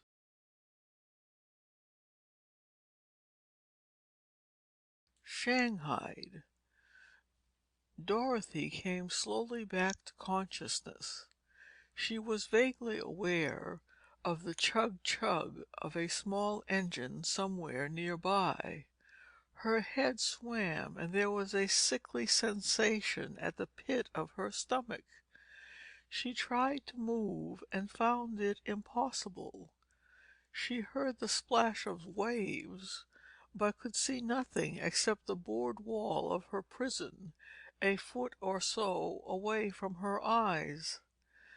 After a while she became accustomed to the gloom, and her sight was clearer. She decided that the round wall was the side of a boat. Turning her head slightly, she saw that she lay on the flooring of an open motor sailor, beneath a thwart. It had stopped raining. Now the sound of the engine and the gurgle of the water against the hull told her that the craft was moving. She hadn't the slightest idea where this cabinless craft was bound, or how she came to be aboard. Gradually there returned to her a confused memory of the cottage on the dunes, voices through the window, someone's arm about her neck forcing her head back. She remembered now and groaned. Her body was one stiffness and ache. Again she tried to heave herself into a sitting position, only to find that her ankles were bound with a turn or two of cord, and her wrists whipped together behind her back. She was trussed like a fowl, and by the feel of her bonds the trusser was a seaman. She wriggled and writhed, consumed by rage at her own helplessness. The only result was to restore her circulation and clear her faculties, allowing her to realize just what had happened. "Shanghaied," Dorothy muttered thickly. "Oh, if I'd only had a chance to let loose a little jiu-jitsu on that beast who scragged me!" Why had they brought her on board this boat and tied her hand and foot? Where was the motor sailor bound? What was going to happen to her next? Mr. Walters would probably get her letter during the afternoon. Yancy seemed a dependable sort of man. Without doubt a raid on the beach cottage would follow, but by the time the birds would have flown, and what good would the raid do her? Her thoughts ran on. Those men in the cottage were not fools. Their conversation, as they sat round the table, had meant little to Dorothy, but she no longer doubted that the gang was interested in an undertaking that was illegal and fraught with considerable danger to themselves. Could it be bootlegging? Possibly, but Dorothy did not fancy that idea. The Mystery Plane, she had got in the habit of calling it that now, had it enough storage capacity to carry any great quantity of liquor? Where did that amphibian come into this complicated scheme? This night's work had turned out a failure so far as she was concerned. She should never have undertaken the job of ferreting out the truth alone. If only Bill Bolton were not away, he would never have allowed her to get into this mess. Suddenly she heard the creak of a board and the sound of footsteps approaching. Dorothy realized that she lay huddled in the bow of the craft, with her head aft and her feet forward. That was why she had not been able to see anything of the crew. She shut her eyes again as someone flashed a torch in her face. "She's not much better," said a voice she recognized belonging to the man called Donovan. "Doesn't look to me as if she'd be out of it for a long time. I think you must have given her an overdose of the stuff, Peters." He stirred her none too gently with his foot. "I hope I did," answered a new voice. "That little wildcat got my thumb between her teeth while I was holding the rag to her face. She bit me something terrible, I tell yer." "Never mind your thumb. We've heard enough of that already. How long did you hold the chloroform to her nose?" "I dunno. I gave her plenty. If her light's out, I should worry." "You're right, you should. I'm not handling stiffs on the price of this job." Donovan's tone was biting. A hand pressed Dorothy's side. "No stiffer than you are," affirmed Peters matter-of-factly. "I can feel her breathe." "She looks pretty bad to me," Donovan insisted. "The old man will raise the roof if you don't get her over to Connecticut O.K. You know what he said over the phone." "Then why not ask Charlie? He used to be a doctor before he did that stretch up the river." He raised his voice. "Hey there, Charlie, let go that wheel and come here for a minute." "Can't be done," replied Charlie, and Dorothy knew that the third man on the beach cottage group was speaking. "What do you want me to do? Run this sailor aground in the shallows?" "Well, Donovan thinks the girl's going to croak." "That's your worry. You're the lad who administered the anesthetic. You probably gave her too much." "Say, Charlie, this is serious," Donovan broke in anxiously. "Quit high-hatting and give us your opinion." The steersman snorted contemptuously. "She'll come out all right. That is, unless her heart's wobbly. If it is, I couldn't do anything for her out here. You're supposed to be running the show, Don, and Peters did your dirty work. I'm only the hired man.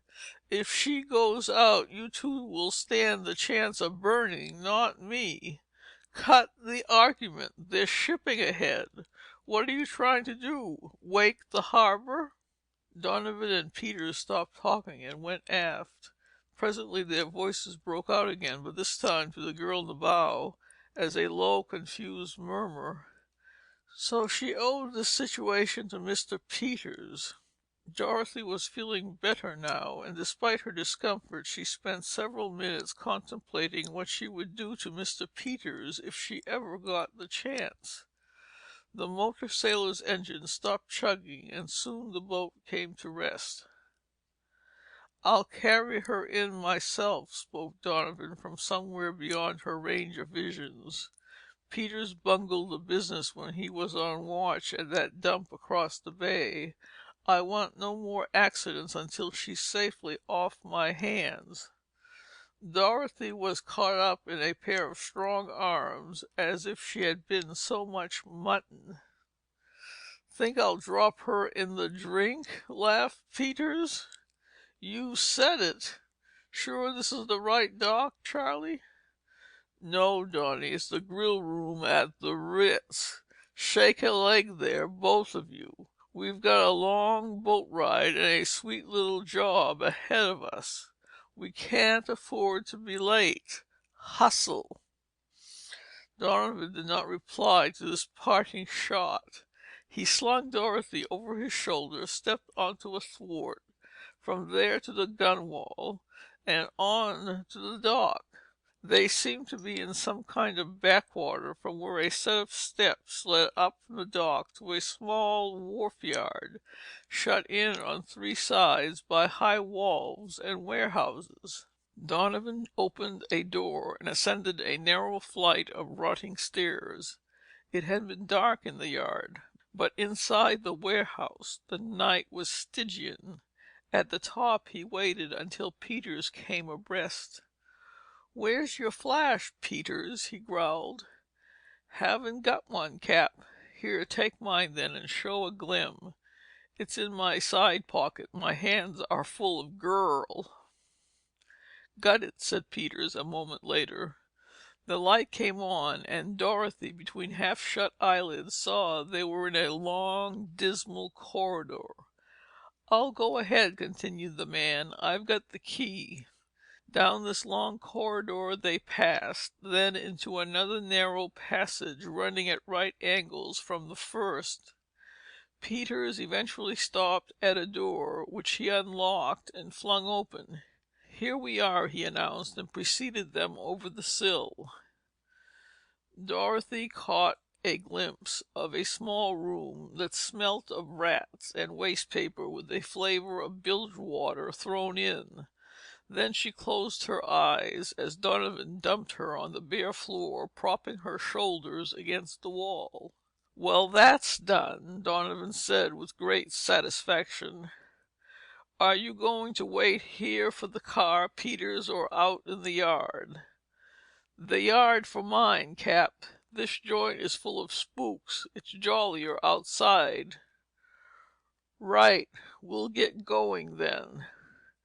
Peters paused and looked at the girl. "There might be some change, maybe a bill or two in the ladies' pockets, Cap." He winked at Donovan hopefully. "You leave the girl's money alone. The boss distinctly said not to search her. He wants her delivered just as she is."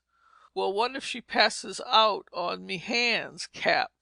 "Deliver her just the same. And mind, you obey orders or you'll bite off a heap more trouble than you can chew. Come along now." The two men left the room. The bolt in the door shot home, then the key turned in the lock. As the sound of their footsteps over the bare floor died away, Dorothy opened her eyes. Summoning all her strength, she wrenched at the bonds that held her. But she accomplished no more than lacerating her wrists. She was to be shifted to some safer place, presumably in Connecticut, where she was to be taken by car. Meanwhile, there was no escape from where she was, even if her limbs were free. Should she show signs of consciousness, the best she had to hope for was another dose of chloroform, or a gag when that enterprising thug, Mr. Peters, returned. He was not the kind to leave anything to chance. Almost before she got her wits to work, Dorothy heard steps in the passage and let herself go limp again, her knees drawn up, her head and neck against the wall. The bolt was drawn and Peters entered the room. He flashed the torch over his prisoner. "I don't think there'll be any harm in me taking $1 or two," he muttered. "What's the use of money to a stiff? And you sure do look good and dead, young woman," he chuckled as he bent down to begin the search. "Guess again." Dorothy's bound feet shot upward with the force of a mainspring uncoiling. Her neck was braced against the wall, and the whole strength of her thighs was behind the kick that drove her boot heel smashing under her captor's chin. The gangster sailed backward. His head hit the base of the opposite wall with a resounding crack, and he lay like a log. The electric torch trundled over the planks and came to a standstill, throwing its pencil of light across the floor. For a couple of seconds Dorothy peered and listened. Then, with intense exhilaration of spirit, she rolled and wriggled herself across the intervening space until she was underneath the window. Here, after a little straining and wobbling that nearly cracked her sinews, she got to her knees. Then she heaved herself upright so that she leaned sideways against the sash. With a thrust, she drove her elbow through the pane. There was a crash and a tinkle of falling glass. Two more thrusts shivered the pane until there remained only a fringe of broken glass at either side. Turning her back to it, she felt the broken edge with her fingers and brought her rope-lashed wrists across it. Splintered window glass has an edge like a razor. Dorothy fumbled the cord blindly to the cutting edge, saw it steadily, and felt one of the turns slacken and part. It was enough. In a few seconds her wrists were free, and she stooped and cast loose the lashings from her ankles. She staggered a little and collapsed on the floor. After chafing her arms and legs, she turned to attend to her companion. There was no need. Mr. Peters showed no further sign of animation than a ham. To ensure against interference or pursuit, Dorothy turned him over, untied a length of cord from her ankle bonds, and cast a double sheet bend about his wrists. Picking up the flashlight, she hurried out through the door which that uncanny seeker of pickings had left open. She hurried along the 2 passages and down the rickety stairs. The door at the bottom was closed, so snapping off her light, she pulled it open and stepped into the yard.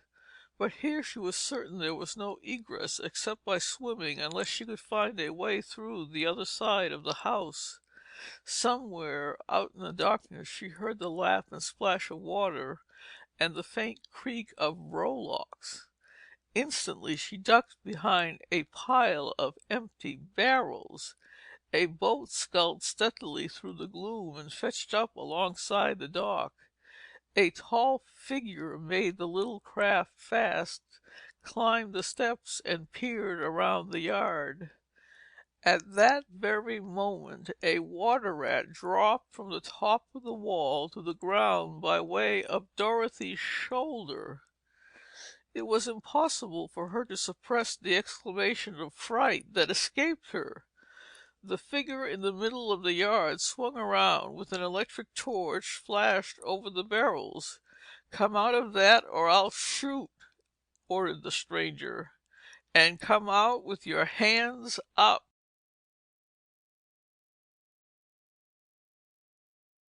End of chapter 7.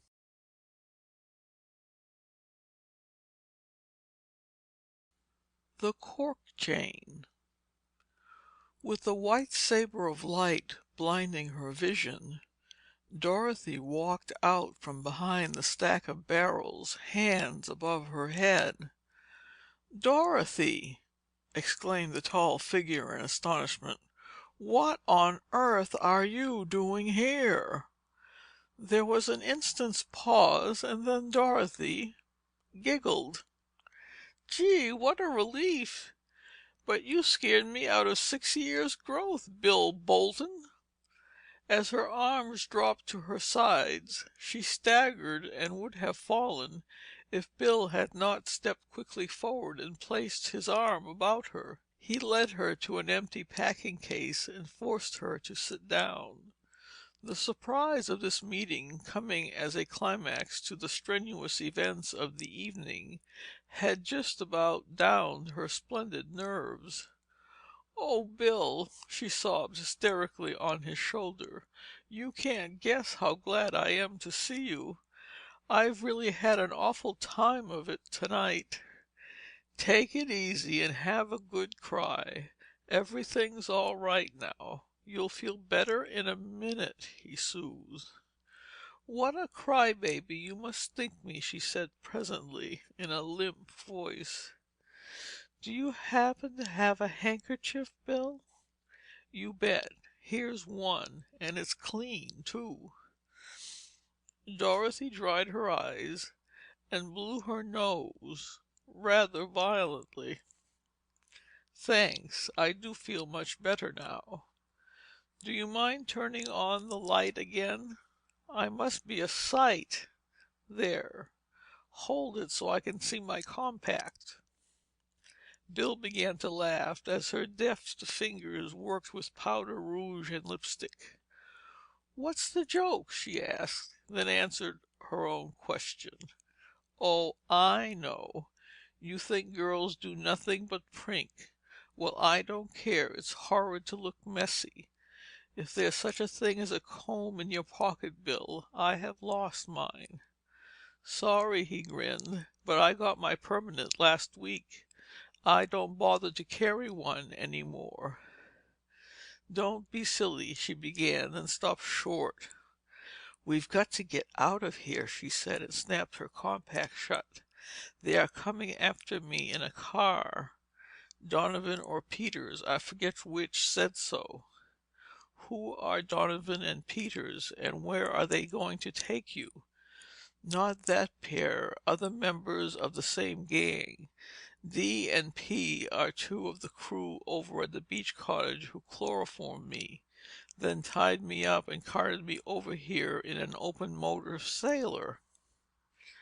"Well, I'll be tarred and feathered." Bill switched off his torch.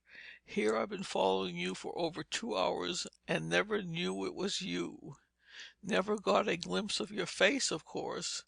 Took you for a man in that rig. Well, I'll be jiggered if that isn't a break. So you were the man I thought I saw in the grass clump?" "Sure. You led me to the house. I knew the gang had a cottage somewhere along the beach, but I didn't know which one it was. By the way, I've got your Mary Jane tied to a mooring out yonder. Couldn't take a chance on running in closer. That old tub's engine has a bark that would wake George Washington." Dorothy sprang to her feet. "That's great! We'll make for the Mary Jane, Bill, right now. If those men in the car catch us here, there'll be another fight. Dorothy has had all the rough stuff she wants for one night, thank you." Bill took her arm. "O.K. with me," he returned. "Think you're well enough to travel?" "I'm all right. Hanging around this place gives me the jim-jams. Let's go." Together they crossed the yard and hurried along the narrow planking of the dock to the dinghy. Bill took the oars, and a few minutes later they were safely aboard the motorboat. It began to rain again, and the dark, oily water took on a vibrant, pebbly look. "Come into the cabin," suggested Dorothy, watching Bill make the painter fast. "We'll be drier there, and I've got a million questions for you to answer." "Go below, then. I'll join you in a minute." Dorothy slid the cabin door open and dropped down on a locker. Presently Bill followed and took a seat opposite her. "Better not light the lamp," he advised. "It's too risky now. By the way, Dorothy, I'm darn glad to see you again." Dorothy smiled. "So'm I. I've missed you while you were away, and I sure do need your help now. Tell me, where in the wide world am I?" "This tub is tied up to somebody else's mooring off the Babylon waterfront, if that's any help to you." "It certainly is. I hate to lose my bearings. Here's another. I don't suppose you happen to know what this is all about?" Bill crossed his knees and leaned back comfortably. "There's not much doubt in my mind after tonight's doings. Those men in the beach cottage are diamond smugglers, and no pikers at the game, take it from me." "Ooh!" Dorothy's eyes widened. "Diamonds, eh? That's beyond my wildest dreams. How do they smuggle them, Bill?" "Well, these fellows have a new wrinkle to an old smuggling trick. Somebody aboard an ocean liner drops a string of little boxes, fastened together at long intervals. The accomplices follow the steamer in a boat and pick them up. And now, from what I've found out, there's every reason to believe that this gang are chucking their boxes overboard in the neighborhood of Fire Island Light." Dorothy sat bolt upright, her eyes snapping with excitement. "Listen, Bill, those men in the cottage, I heard them talking, you know. Couldn't make anything out of their conversation then, but now I'm beginning to understand part of it. Didn't you tell me they were arguing against going somewhere or meeting someone in the fog?" "That's right. It was the man they called Charlie, the one who'd been the physician. Let me see, he said there was a rotten sea running out by the light. That must mean the Fire Island Light. Then listen to this. He was sure that by 3 o'clock the fog off the light would be thick enough to cut with a knife, and that they would probably miss her anyway. Don't you see? Her means the liner they are to meet off the Fire Island light about 3 o'clock this morning." "Good work, Miss Dixon," Bill nodded approvingly. "And that is where Donovan and Charlie headed for when they parked you with Peters," he supplemented. "On a bet they're running their motor sailor out to the light right now." Dorothy glanced at the luminous dial of her wrist watch. "It is just midnight. Think we have time to make it?" "Gosh, that's an idea. But look here, Dorothy." Bill hesitated, then went on in a serious tone. "If we run out to the lightship and those two in the motorboat sailors spot us, there's likely to be a fight." Dorothy moved impatiently. "What of it?" "Oh, I know. But you'll stand a mighty good chance of getting shot. This thing is a deadly business. They're sure to be armed. Now listen to me. I'll row you ashore and meet you in Babylon after I've checked up on those guys." Dorothy stood up and, squeezing past Bill, opened the cabin door. "And my reply to you is, rats!" she flung back at him. "Of course I'm going with you. There'll be no argument, please. Get busy and turn over that flywheel while I go forward and slip our mooring." Bill made no answer, but with a resigned shrug followed her out to the cockpit. They had known each other only a few months, but their acquaintance had been long enough to demonstrate that when Miss Dixon spoke in that tone of voice, she meant exactly what she said. Bill knew that nothing short of physical force would turn the girl from her project, so making the best of things as he found them, he started the engine. Bill was heading the boat across the bay when Dorothy came aft again. She went inside the cabin and presently emerged with a thermos of hot coffee, some sandwiches, and hard-boiled eggs. "We may both get shot or drowned," she remarked philosophically, "but we needn't starve in the meantime." Happy thought! Bill bit into a sandwich with relish. "One drowns much more comfortably after having dined." It would be a cold, wet business, though. Doubly wet tonight." She looked at the black water, pockmarked with raindrops, and shook her head. "Hand me another sandwich, please. Then tell me how you came to be mixed up with this diamond smuggling gang, Bill." By this time they were well on their way across Great South Bay toward the inlet. From the bows came the steady gurgle and chug of short, choppy seas as the stiff old tub bucked them. Holding a straight course, the two by the wheel were able to make out the gray-white gleam of sand on Sexton Island. "Well, it was like this," began Bill. "You remember the winged cartwheels? Well, that was a Secret Service job for the government." "I know," nodded Dorothy. "Well, as I was saying, because of that and some other business, Uncle Sam knew that I could pilot a plane. 6 weeks ago I was called to Washington and told that an international gang of criminals was flooding this country with diamonds stolen in Europe. What the officials didn't know was the method being used to smuggle them into this country. However, they said they had every reason to believe that the diamonds were dropped overboard from transatlantic liners somewhere off the coast and picked up by the smugglers' planes at sea. My job was to go aboard on the return trip to keep my eyes peeled night and day for airplanes when we neared America." "Did you go alone?" "Yes, but I gathered that practically every liner coming over from Europe was being covered by a Secret Service operative. I made a trip over and back without spotting a thing. On the second trip back, something happened." "When was that?" "Night before last. The liner I was aboard had just passed Fire Island lightship. I stood leaning over the rail on the port side and saw a half dozen or more small boxes drop out of a porthole. They seemed to be fastened together. Once in the water, they must have stretched out for a considerable distance. Of course, there are notices posted forbidding anyone to throw anything overboard.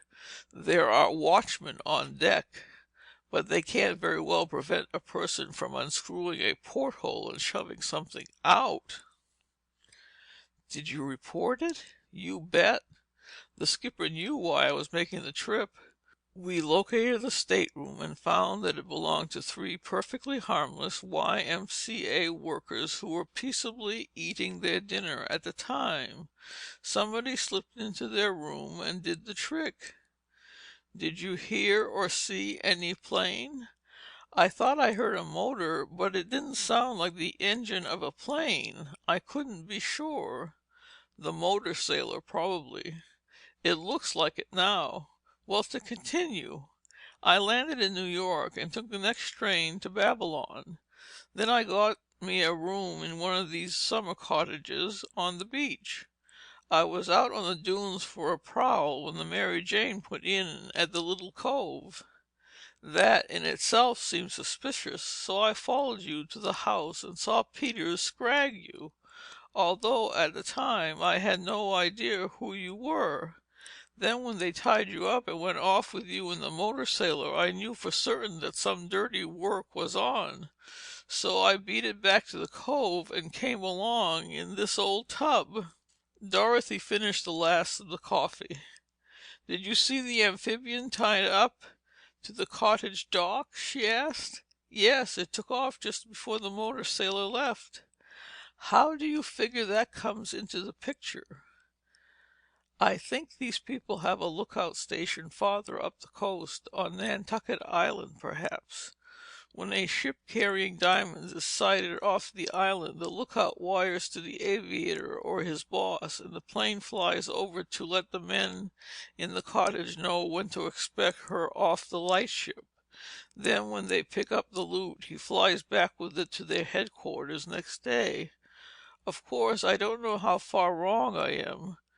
But he's been doing it every day for weeks, Bill, maybe longer. Surely they can't be smuggling diamonds every day in the week." "He probably carries over their provisions and keeps an eye on them generally. I don't know. What he is doing is only a guess on my part, anyway." Dorothy smothered a yawn. "Do you suppose the red flag those men spoke of is a signal of some kind?" "Guess so. But look here, you're dead tired. I can run this tub by myself.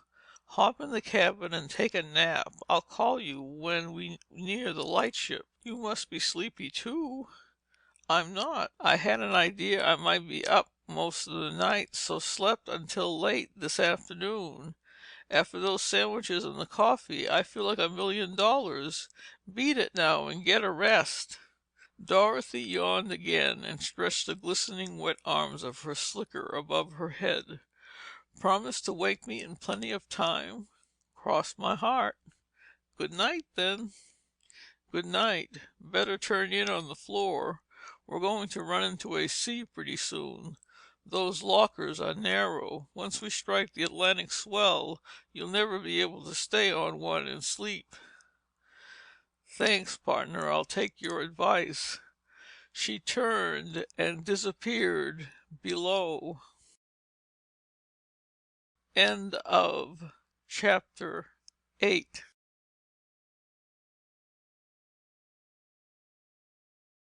Deep water. The ebb tide soon caught the Mary Jane in the suck of its swift current, and the boat rushed seaward. Presently she struck the breakers, and floundering through them like a wounded duck, commenced to rise and fall on the rhythmic groundswell. Dorothy came out of the cabin, rubbing the sleep from her eyes. "You didn't take much of a rest," said Bill, from his place at the wheel. She yawned and caught at the cabin roof to steady herself. "Mary Jane's gallop through the breakers woke me up. Sleeping on a hard floor isn't all it's cracked up to be. And the cabin was awfully stuffy." "Are you as good a sailor as you are a sport?" "I don't know much about this deep water stuff, but I've never been seasick. Though I might be if I stayed in there any longer, though." "Feel badly now?" "No, this fresh air is what I needed. Is that the lightship dead ahead? I just caught the glow." "Yep, that's Fire Island Light. I wish this confounded drizzle would stop. The swell is getting bigger and shorter. Must be a breeze of wind not far to the east of us." "D'you think we're in time, Bill?" "Yes, I think so. The weather is probably thick farther out and up the coast, and the ship will be running at reduced speed. It's likely she'll be an hour or so late. There is a ship out yonder, but it's a tanker or a freighter." "How do you know that?" "Why, a liner would be showing deck and cabin lights. Here comes the breeze out of the northeast. It's raining harder too. Ugh, what a filthy night!" Bill nodded grimly in the darkness. "You said a mouthful. It'll be good and sloppy out here in another hour or two. Jolly boating weather, I don't think. But we can't get back into the bay until daylight, I'm afraid." The big boat continued to pound steadily seaward, and before long the lightship was close abeam. Bill ran some distance outside it, then stopped the engine. "No use wasting gas," he said, and emptied one of the 5-gallon tins into the fuel tank. He went into the cabin again and reappeared with 2 life preservers. "It's lucky the law requires all sail and motorcraft to carry these things. Better slip into one. I'll put on the other." Dorothy lifted her eyebrows questioningly. "Think we're liable to get wrecked?" "Nothing like that. But a life preserver is great stuff when it comes to stopping bullets. Gee, Bill, do you really expect a scrape?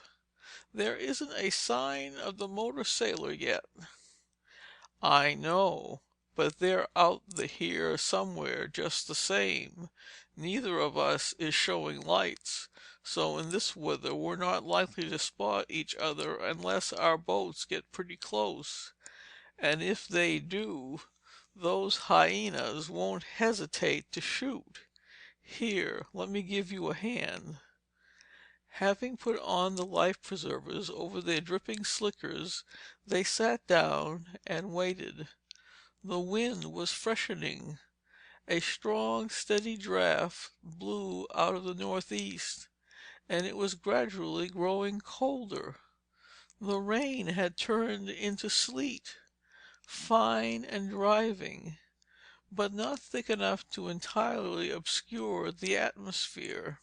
"Good gracious, Bill! Sleet! That's the limit, really. Do you suppose we'll ever sight the ship through this?" Dorothy's tone was thoroughly disgusted. "Oh, yes," he replied cheerfully. "This isn't so bad. Her masthead lights should have a visibility of 2 or 3 miles at least." Dorothy said nothing, but hands thrust deep into her pockets, with shoulders hunched, she stared moodily out to sea. For about an hour they drifted, the broad beam motor boat wallowing in the chop which crossed the groundswell. Twice Bill started the motor and worked back to their original position.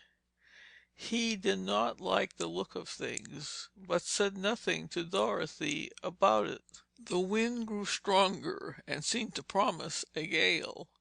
The low tide, with the line of breakers across the mouth of the inlet, would effectually bar their entrance to Great South Bay for the next 10 hours, and he doubted if they would have enough fuel for the run of nearly 50 miles to the shelter of Gravesend Bay.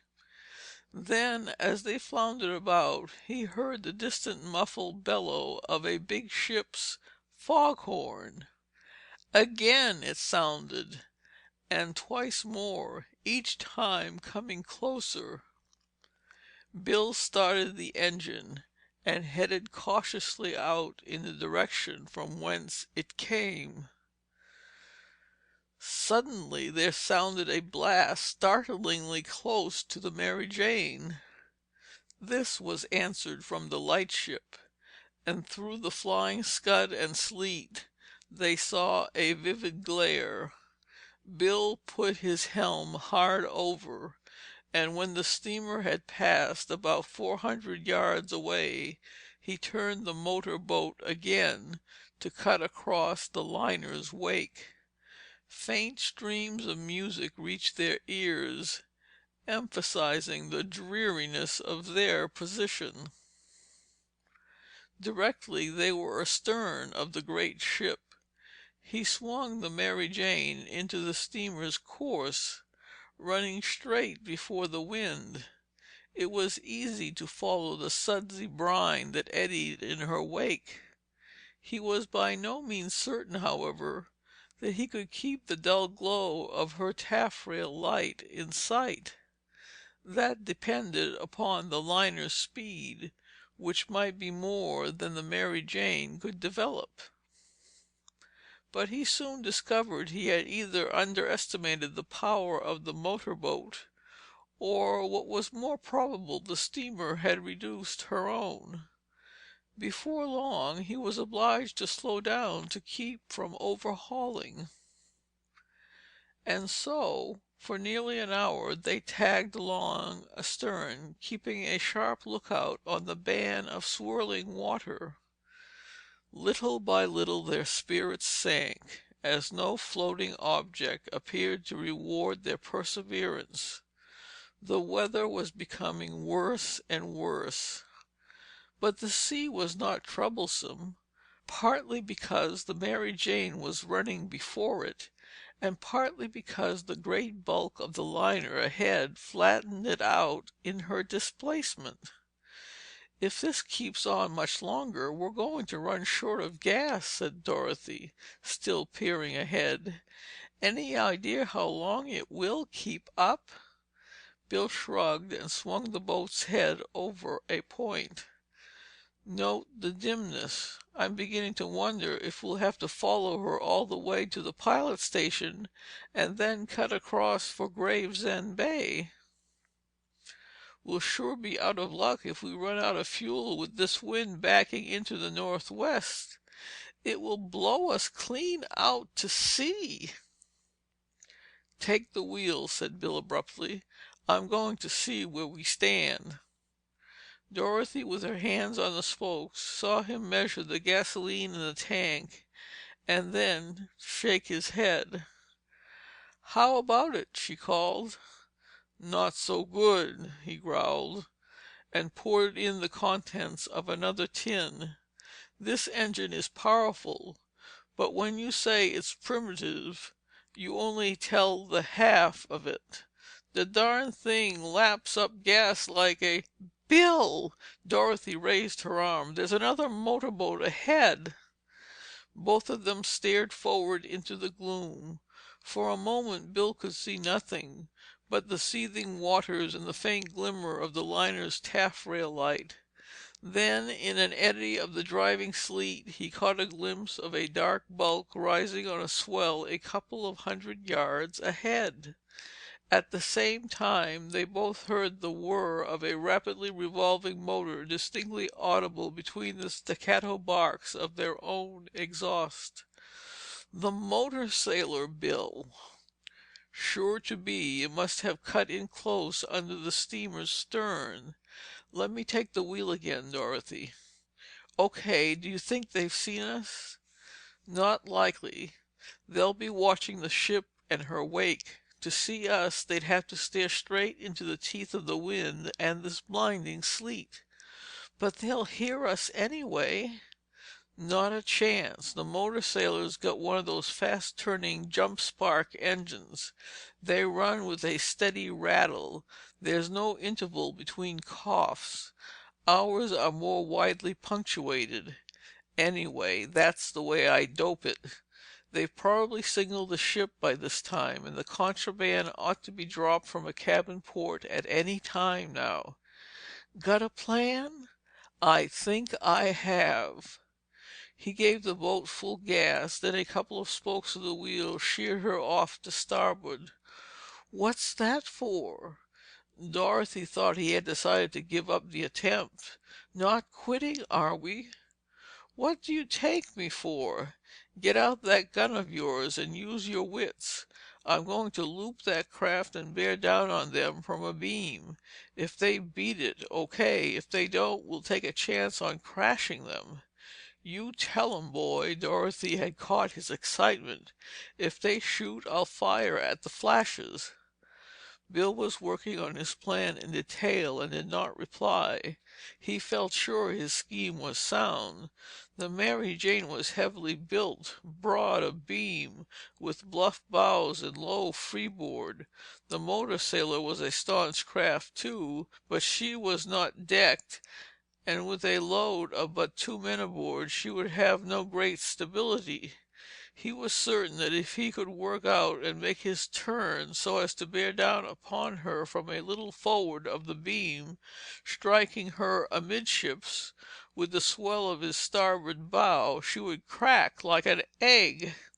Bill did not dare risk a head-on ram that might capsize them both. To cut into her broadside at the speed she was making would possibly tear off or open up his own bows. The Mary Jane must strike her a heavy but a glancing blow at an angle of about 45 degrees. Such a collision meant taking a big chance with their own boat. But the Mary Jane was half deck forward, and the flare of her run would take the shock on the level of her sheer strake. Quickly he explained his project. "I'm taking a chance, of course, if I don't hit her right," he finished. "Go ahead," she flung back. "I'm all for it." Bill grinned at her enthusiasm, and with the engine running full, he started to edge off and work ahead. But he could not help being impatient at the thought that the contraband might be dropped at any minute and hooked up by the others. He took too close a turn. As the Mary Jane hauled abreast about 200 yards ahead, the smugglers sighted them. Their motor sailor swerved sharply to port, and with a sudden acceleration, it dived into the gloom and was lost to sight. "Bluffed off!" he shouted triumphantly. He turned the wheel and was swinging back into the liner's wake when Dorothy gave a cry and pointed to the water off their port quarter. "Look! There! There!" she screamed. Staring in the same direction, Bill saw what at first he took to be a number of small puffs of spume. Then he saw that they were rectangular. The Mary Jane had already passed them, and a second later they disappeared from view. Bill nearly twisted off the wheel in an effort to put about immediately. The result was to slow down and nearly stop their heavy boat. Gradually the Mary Jane answered her helm, and presently they were headed back in the ship's path. And then, as the Mary Jane was gathering speed, the motor sailor came slipping out of the smother, headed straight for the contraband, her broadside presented toward her pursuers. "Stand by for a ram!" yelled Bill, and pulled out his automatic. Not 50 yards separated the two boats. Bows to the gale, the Mary Jane bore down on the motor sailor. If those aboard her realized their danger, they had no time to dodge, to shoot ahead, or avoid the ram by going hard astern. They swerved, and the Mary Jane struck full amidships with a fearful grinding crash. Bill caught a glimpse of two figures and saw the flames streak out of their barking guns. He felt a violent tug at his life-preserver. Then a yell rang out and the two boats ground together in the heave of the angry sea. Steadying himself with a hand on the wheel, he reversed and his boat hauled away. As she backed off, he heard the choking cough of the other craft, which had now been blotted out by the darkness and the driving sleet.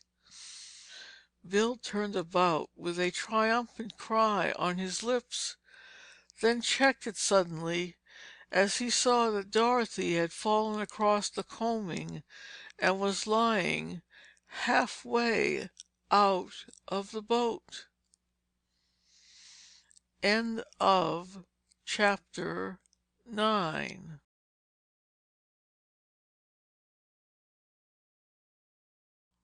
Wrecked. The engine gave a grunt and stopped, but Bill scarcely noticed it. Hauling desperately to get Dorothy inboard, he thought his heart would burst.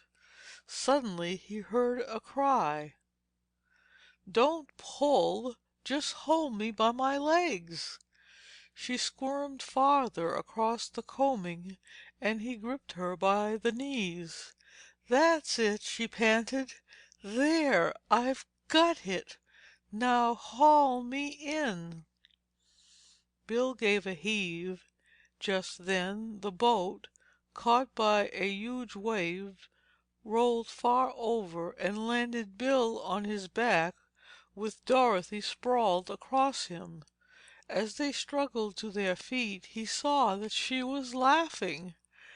"Aren't you hurt at all?" he asked, rubbing a bruised elbow. "Only out of breath," she gasped. "They are all fastened together. Haul them in." Glancing down, he saw she was holding one of the white boxes toward him. He made no motion to take it, but stared to windward, listening. Dorothy could hear nothing but the wind and the waves and the swirling sleet. "What is it?" she jerked out, striving to regain her breath. "Wait a minute." Suddenly Bill snatched up his electric torch and dove into the cabin. Dorothy dropped down on a thwart with the box in her hand.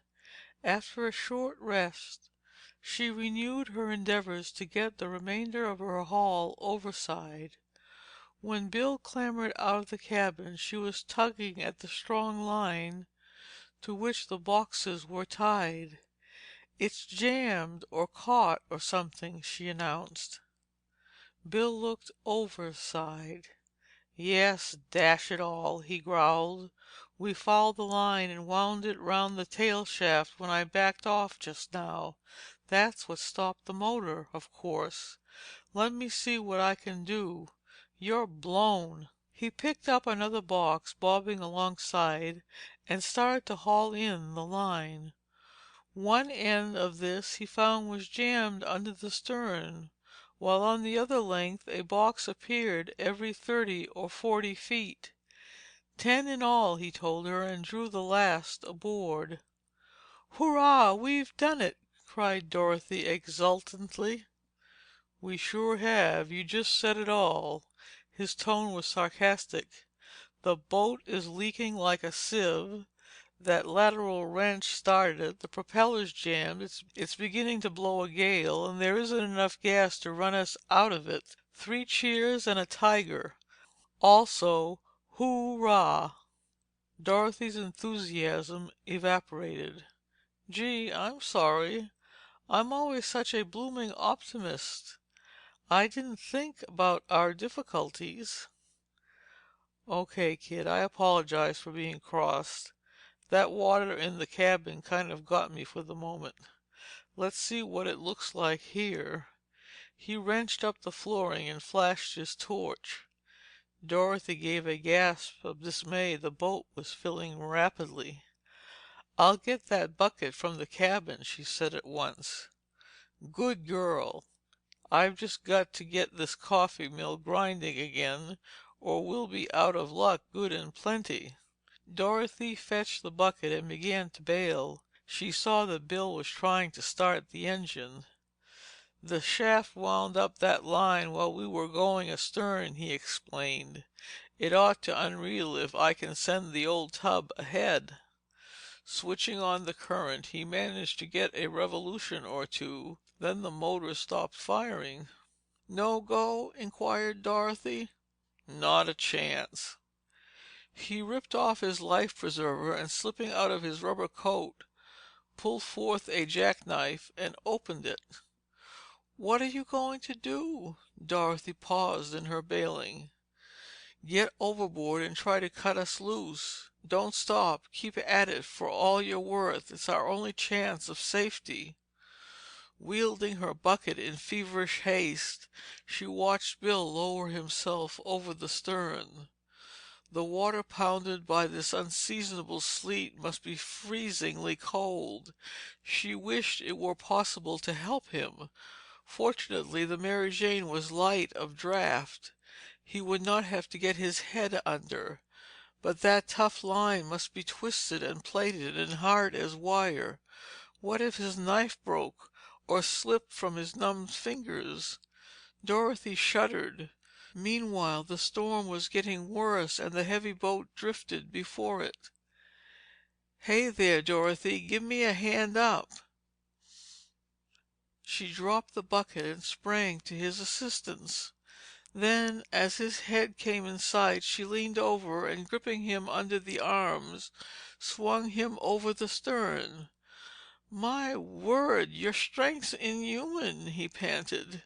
"Don't talk nonsense. Get busy and start the engine. The water's gaining fast." "Confound!" he explained. "I'd no idea the cockpit flooring was awash. Another 6 inches and it will reach the carburetor." While Bill talked, he was priming the cylinder. A heave of the crank and the motor started with a roar. Then he flashed his light on the compass and, after noting the bearing of the wind, laid the Mary Jane abeam it. "Take the wheel," he said to Dorothy, "and steer just as we're heading now." "What about the bailing, Bill?" "My job. You've had enough of it." "But I'm not tired." "Don't argue with the skipper." "But you're soaked to the skin." "Of course I am. What I need is exercise. I'm freezing." "Oh, I'm so sorry. Here, turn over the wheel, skipper." Dorothy grabbed the spokes and Bill hastily slipped into his rubber coat and adjusted the life belt over it. "How are we headed?" she inquired. "I can't see the compass without a light." "Straight for shore. And we'll be lucky if the old tub stays afloat that long. The whole Atlantic Ocean's pouring in through her seams." "Maybe the pump would be better." "No, sir, not that pump. I've seen it." That's why I chose the bucket. Say, I hope you won't get a chill." "I hope with you," returned Bill, and kept his remaining breath for his labors. A heavy wave broke against the Mary Jane's bow and swept them both with a deluge of water. Dorothy paid off the boat's head half a point. "Lucky that didn't stall the motor for good and all," she observed grimly. "One more like it and we'll be swimming." "Tide's on the ebb," grunted Bill. "Wind's barking around. It'll be blowing off the land in half an hour, I guess." "Do you think the old tub will last that long? She's getting terribly sluggish. Steers like a truck in a swamp." "Listen!" he cried. "There's your answer." And somewhere ahead came the unmistakable booming roar of breakers. As they topped the next wave, Dorothy saw a white band on the sea. She steadied the wheel with her knee and tightened her life preserver. She knew they could not hope to reach the beach in the Mary Jane. Low and open as she was, the first line of breakers would fill her. The motor was still pounding away when she leaned forward and raised her voice to a shout. "Stop bailing, Bill! Stand by to swim for it!" "Okay, kid." Bill dropped the bucket and dove for the cabin. A second later he was back in the cockpit with a 3-fathom length which he had cut from the anchor line. He fastened one end about Dorothy's waist and took a turn about his own body with the other. Then, catching up a bight of the line which secured the boxes, he made it fast to his belt with a slip hitch. The Mary Jane was forging strongly ahead, her actual weight of water being about that of her customary load of passengers. The swells began to mount, to topple. Searching the shore, Dorothy could see no sign of any light or habitation. "If I'd known we were so nearly in, we might have raised the Coast Guard with the flashlight," Bill groaned in self-contempt. "I ought to have kept an eye out. The Navy said I was a seaman." "Don't be silly. It's my fault if anyone's. You were busy bailing. Chances are the light couldn't have been seen from shore anyway. Gosh, what weather! Who ever heard of sleet in August?" "Look out behind you!" yelled Bill. A moment later she felt herself snatched from the wheel and was crouching below the bulwark with Bill's arm around her waist. Then, as a brimming swell lifted them sluggishly, its combing crest washed into the boat. The next wave flung them forward and crumpled over the gunwale. The Mary Jane's motor gave a strangled cough and stopped. The boat yawed off and came broadside on her stern upon a line with the beach. "This is what I hoped for," he shouted in her ear. "Gives us a chance to get clear." She saw him gather up the boxes and fling them overboard. "Keep close to me. We'll need each other in the undertow," she yelled back at him as he pulled her to her feet. Then, as the next big comber mounted and curled, they dove into the driving water and the wave crashed down upon the sinking boat. Dorothy felt her body being swirled over and over, sucked back a little and driven ahead again. The water was paralyzingly cold, but she struck out strongly and with bursting lungs reached the surface. A second later, Bill's head bobbed up a couple yards away. Blowing the water from her nose, she saw they were being washed shoreward. Her life preserver, new and buoyant, floated her well, almost too well. She found it difficult to dive beneath the curling wave crests to prevent another rolling. Bill was swimming beside her now, and as a great wave caught them up and carried them forward, he grasped her under the arm. There came a last crumbling surge, and the mighty swirl of water swept them up the beach, and their feet struck bottom. Fortunately, the beach was not steep. The tide was nearly at the last of the ebb, and there was but little undertow. Together they waded out and staggered up the shingle to sink down on the beach, breathing heavily. The boxes were washing back and forth at the water's edge, and Bill's first act was to haul them in. "Well, the government's precious loot is safe," he said grimly. "Are you able to walk?" "I guess so." "Then let's get going. We'll freeze if we don't." He gathered up the boxes and looped them from his shoulders, rose to his feet, and held out a hand. Dorothy took it, scrambled up, and stood for a moment swaying unsteadily. "The end of a perfect day," she tried to grin, her teeth chattering with cold. "I don't think so," replied Bill unenthusiastically. and help her to get rid of the heavy life belt. "Know where we are?" she inquired when he dropped the belt on the sand. "Not precisely, but if we keep going we ought to strike a life station or something. Come on." Dorothy groaned. "I suppose I must, but gee whiz, I sure want to rest." Bill, who knew that physical exertion was absolutely necessary now, got his arm about her and they started unsteadily down the beach, assisted by the gale at their backs. They had walked about a half-mile when he felt her weight begin to increase and her steps to lag. He stopped and peered into her face. As he did so, she sank to the sand at his feet. Bending over her, he was surprised to see that she was asleep, utterly exhausted. The outlook was anything but pleasant. They had apparently struck upon a wild and desolate strip of sand. An island, he thought, cut off by inlets at either end and flanked by the maze of marshes in the lower reaches of Great South Bay. Without doubt they were marooned, and to make matters worse, Bill knew he had just about reached the limit of his own strength. End of chapter 10.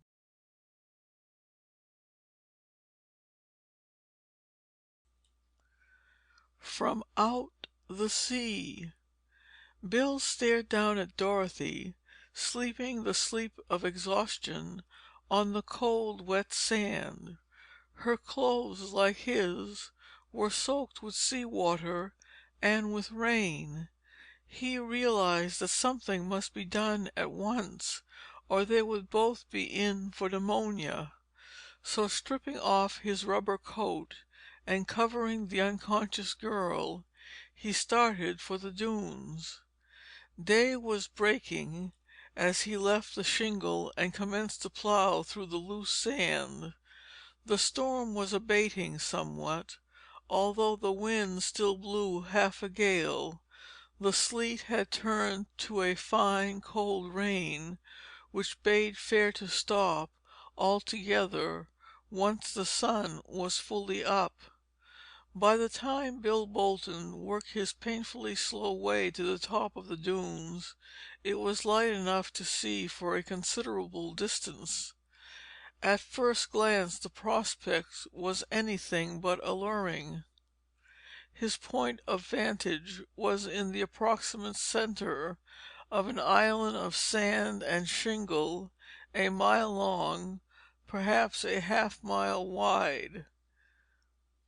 Inlets from the white-capped Atlantic effectually cut off escape at either end of the outer beach, on which a fearsome surf was pounding. Along the inner shore of this desolate, wind-swept islet, a complicated network of channels intertwined about still other islands as far as the eye would reach. Nor could Bill make out any sign of human habitation. "Water, water everywhere, and not a gol darn drop to drink," he misquoted thoughtfully, and wondered if by chewing the eel grass he would be able to get rid of the parched feeling of his mouth and throat. He pulled a broad blade and chewed it meditatively, then spat it out in disgust. The grass was as salty as the sea. It made him thirstier than ever. Turning seaward, he swept the pale horizon with a despondent gaze. Not a sign of a craft of any description could be seen. Wait a minute, though. Bill caught his breath. What was that, bobbing in the chop of the waves, just outside the bar of the eastern inlet. Could it be a boat? In this gray light, a proper focus was difficult. It was a boat, open, a lifeboat by the look of it. Waiting no longer for speculation, he hurried down the low hill toward the sea. Once he struck hard sand, Bill raced into the teeth of the wind, with the boom of the surf on his right, and dire necessity lending wings to his tired feet.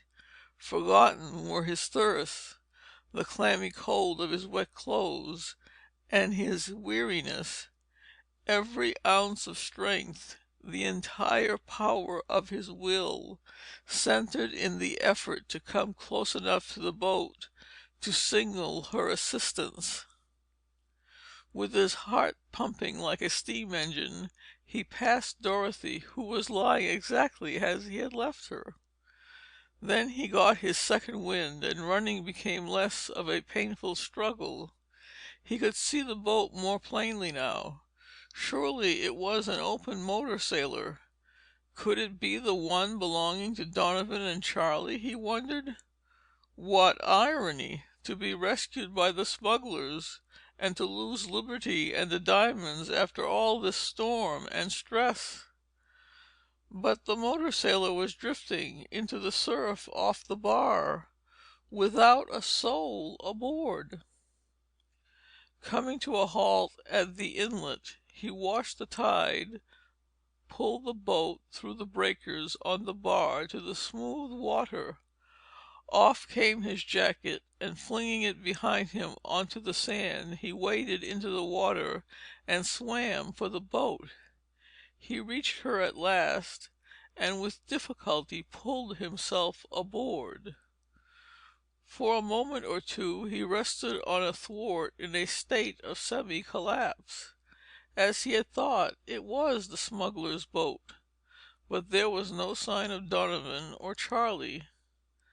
However, except for 6 inches or so of water that sloshed about his feet, the motor sailor seemed to be in good condition. When he felt better, he started the engine and ran her ashore on the island. Then, after inspecting the boat's lockers, he buried the anchor in the sand and trudged back along the beach to Dorothy.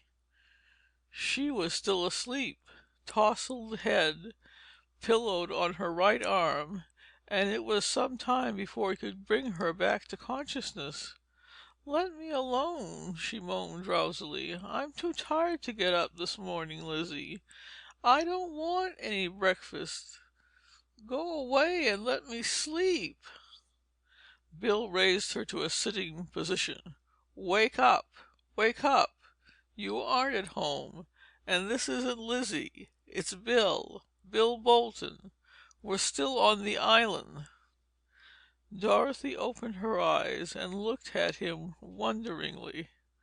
"The island," he reiterated. "We were wrecked and had to swim for it. Don't you remember?" Suddenly she gained full control of her waking sentence. I know now, Bill. Guess I've been asleep, huh? I'm soaking. What did you wake me for? At least I was comfortable." "Come to breakfast and to dry clothes. You'll get pneumonia if you stay here. Do you think you can walk? You're a pretty husky armful, but I guess I can carry you to the boat if I must." He grinned at her. Dorothy was stiff and weary, but she fairly jumped to her feet. "What boat? Where is it?" Bill told her. "But you said dry clothes and breakfast." They were hurrying along the beach. "That's right. She's got plenty of food aboard, and one of the lockers is packed with clothes. There are even dry towels. Think of that! Those guys had her provisioned and equipped for a long trip." "What happened to them, do you think?" "I can't make it out. The boat has shipped some water, but nothing to be worried about. The motor's okay, and there's plenty of gas. They may have got into the surf, thought she was going to flounder perhaps, and swam ashore like we did." "But they're not on the island." "No, if they made the beach, it was somewhere else along the coast." "We should worry," said Dorothy. "If they don't want her, we do. And she certainly looks good to me." They walked down the shingle and Bill got aboard the boat. "You wait on the beach," he directed. "It's pretty wet underfoot. I'll pass the things overside. I think the best plan is for you to go up in the dunes and change there. Meanwhile, I'll start in with the hand pump and get rid of the water. I'll have her good and dry by the time you get back, and then you can rustle a meal while I put on dry things. Catch!" Dorothy found herself possessed of a bundle knotted in a large bath towel. Upon inspection, it proved to contain dungaree trousers, a jumper, a dark blue sweater, woolen socks, and a pair of rubber-soled shoes. "They may be a trifle large," said Bill, "but at least they're dry and the clothes seem to be clean." "Nothing could be sweeter," was Dorothy's comment. "See you in 10 minutes. So long." "O.K.," replied Bill, and turned to the hand pump. Quarter of an hour later he was completing his labors with the aid of a large sponge, when he heard footsteps on the shingle and looked up to see a young fellow in blue dungarees and sweater coming toward the boat, carrying a bundle of clothes. "Dorothy? Gee, what a change! For a minute I thought you were a stranger." "Somebody's younger brother, I suppose," she laughed. "These things are miles too big for me, but they're darn comfortable and warm. You go ahead and change your own clothes. I'll finish bailing." Bill stepped overside and onto the sand, carrying his dry rig and a towel. Dorothy was spreading her sodden clothing on the sand. "Bailing's over for today," he told her. "Don't forget about breakfast, though. I could eat a raw whale." "Don't worry, young feller," she retorted. "Your breakfast will be ready before you are. Just let me get these things dry in the nice warm sun that's coming up now, and you'll see." With a wave of his hand, he disappeared over the brow of the sand hills, and Dorothy clambered aboard the beached motor sailor. Much to her delight, she found a small two-burner oil stove, already lighted, standing on a thwart. Nearby had been placed a coffee pot and a large frying pan. The lid of the food locker lay open, as did the one containing the water keg. "Bright boy," she murmured approvingly. "You're a real help to Mother. Now let's see what smugglers live on." She had set a collapsible table that hinged to the side of the boat, and was busy at the stove when she heard Bill's halloo. "Breakfast ready?" he called from the beach. "We'll be in a jiffy," she answered without looking up. "How do you like your eggs?" "Sunny side up, if it's all the same to you." "O.K. Spread your wet clothes on the sand and come aboard." She was serving his eggs on a hot plate when Bill's head appeared over the side. "My, but that coffee smells good!" he cried, and swung himself aboard. "How did you manage to cook all that food? Come to the table and see what we've got." He sat down and inspected the various edibles, ticking them off on his fingers. Coffee, condensed milk, bread and butter, and ham whatam, fried eggs, marmalade, and maple syrup. "Say, Dorothy, those guys certainly lived high. Some meal, this." Dorothy turned about from the stove, smiling. "And here's what goes with the maple syrup." "A stack of wheats?" he shouted as she uncovered the dish. "You're a wonder, a magician, Dorothy. How in the world did you manage it?" Dorothy looked pleased by his enthusiasm. "Found a package of pancake flour in the locker. They're simple enough to make. Now dig in before things get cold. Help yourself to butter. It's rather soft, but this lugger doesn't seem to run to ice." Bill set to work as she poured the coffee. "Like it that way," he replied, his mouth full of ham and eggs, while he plastered his pancakes with butter.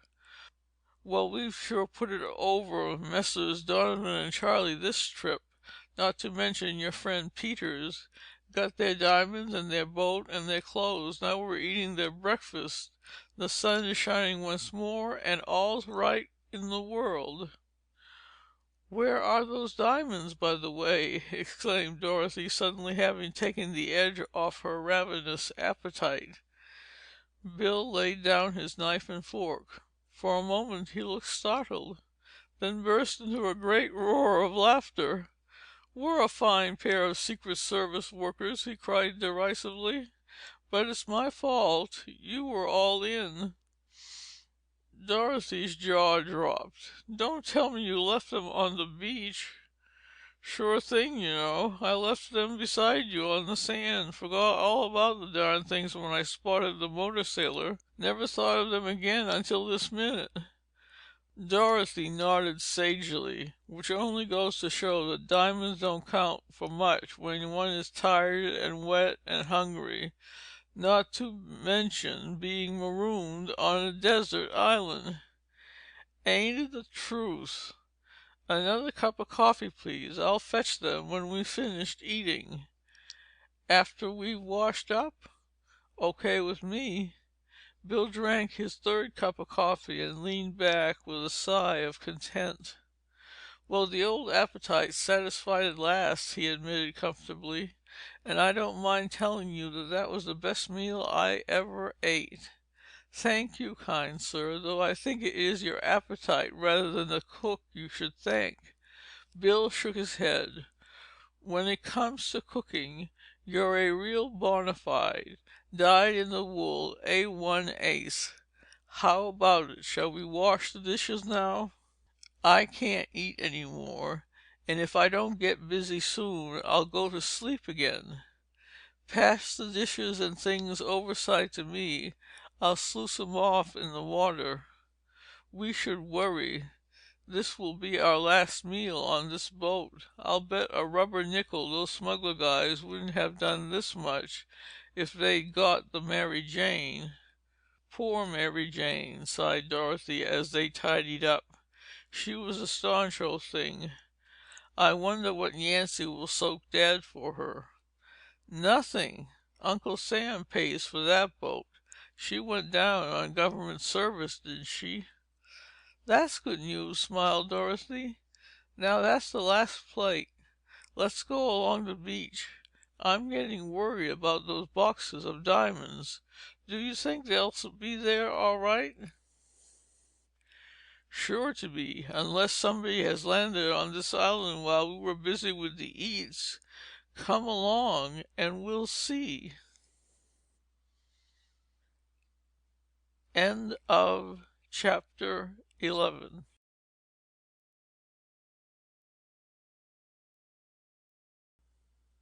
The Notebook. "Do you really think they'll be where we left them, Bill?" "Why, sure. You're not worrying, are you?" The two were hurrying along the beach toward the spot where Dorothy had dropped to the sand and fallen asleep. "Yes, I am." "Well, it's Uncle Sam's loot, not ours, and I reckon he cares more about knowing how the smuggling was done than the contraband itself, anyway." "I know, but that's only half of it. The gang has to be rounded up. We don't know where they have their headquarters or who is in back of this business. So I'd hate to have to admit I'd lost the diamonds after all." Then, as Bill began to reply, she went on, "And don't forget that Terry Walters is still missing, or was, when I flew over from New Canaan yesterday." "You're right, pal. I just didn't want you to take it too soberly. But that bearded aviator has got to be checked up. No easy matter, either, after what happened last night." He broke off sharply. "There are the old boxes, just where I dropped them. So you see you had your worry for nothing.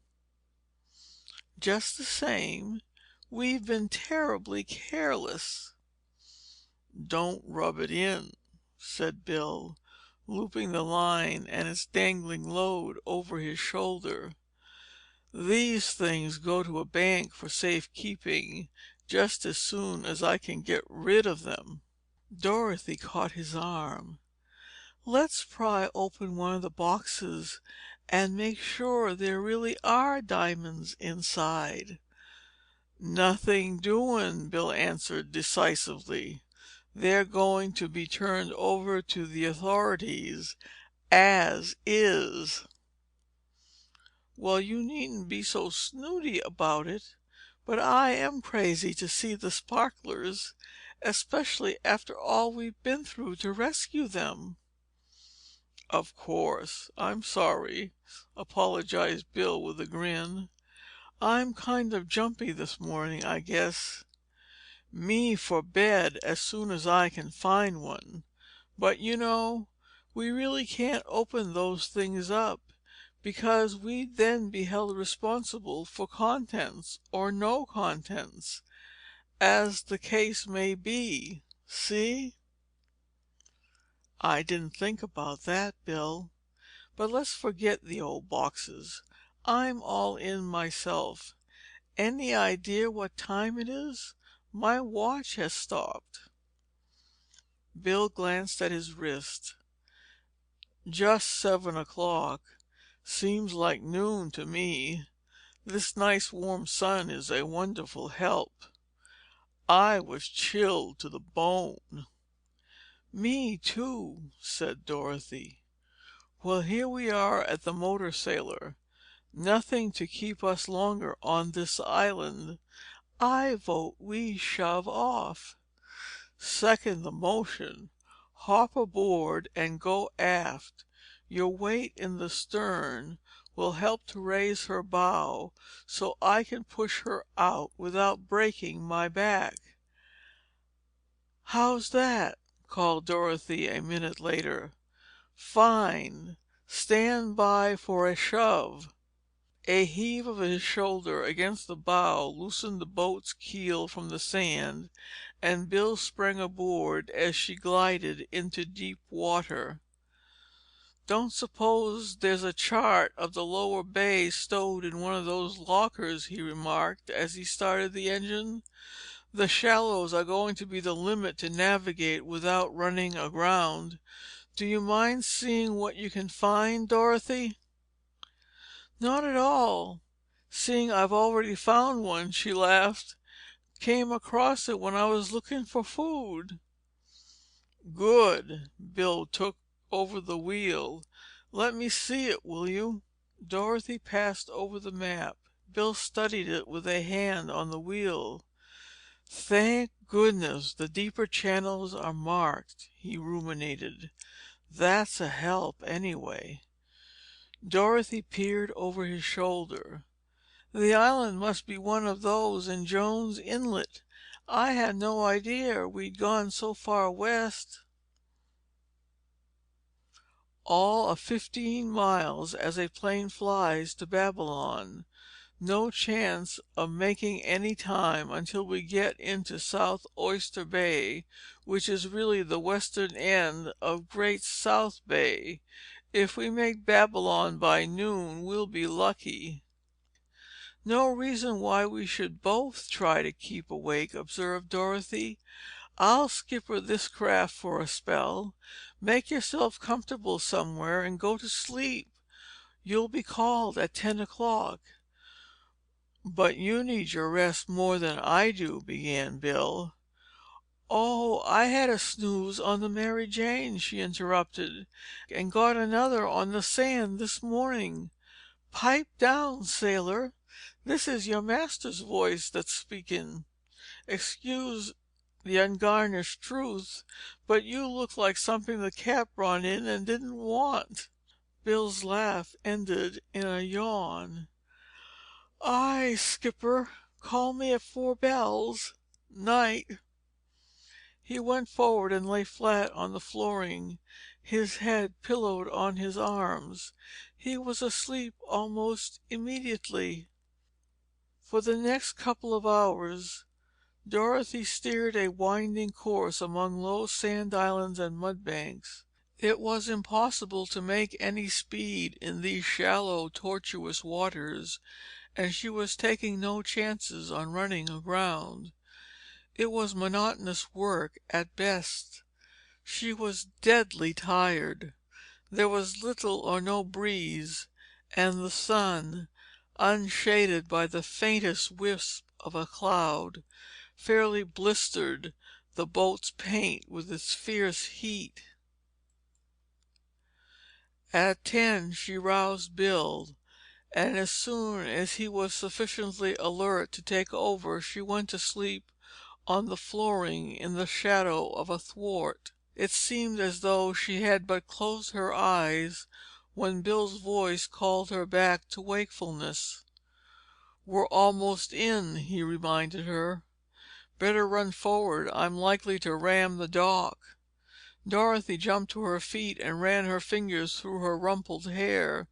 She was astonished to see that the motor sailor was closing in on the dock of Yancy's motor boat garage.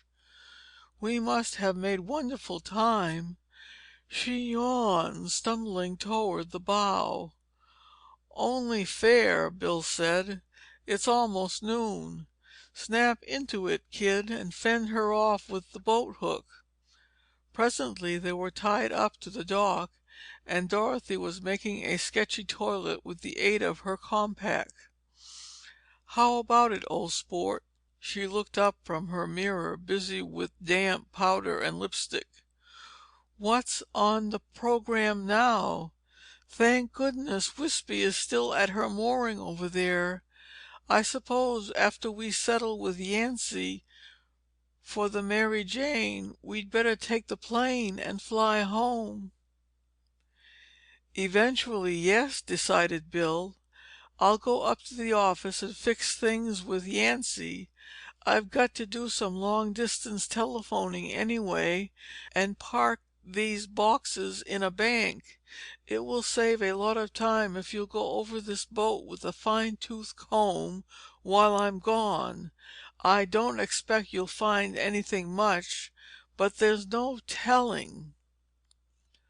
"All right," she nodded. "And while you're about it, get hold of that letter I wrote Mr. Walters, and phone Lizzie we'll be home for a late lunch. The sooner we can get back to New Canaan, and little Dorothy can crawl between clean sheets, the better she'll be pleased." "Yep, I'll work as fast as I can." Bill clambered on the dock and made off in the direction of the boatyard. For the next hour, Dorothy worked manfully, overhauling the motor sailor.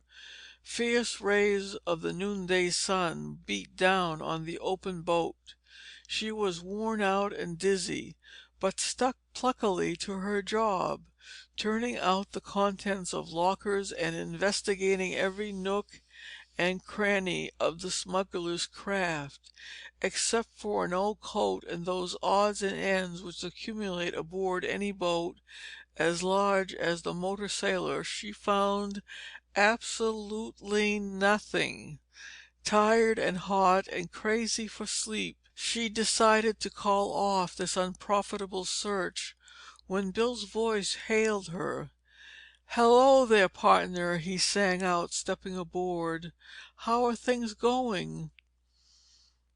Dorothy straightened her back and wiped the perspiration from her forehead with a sodden handkerchief.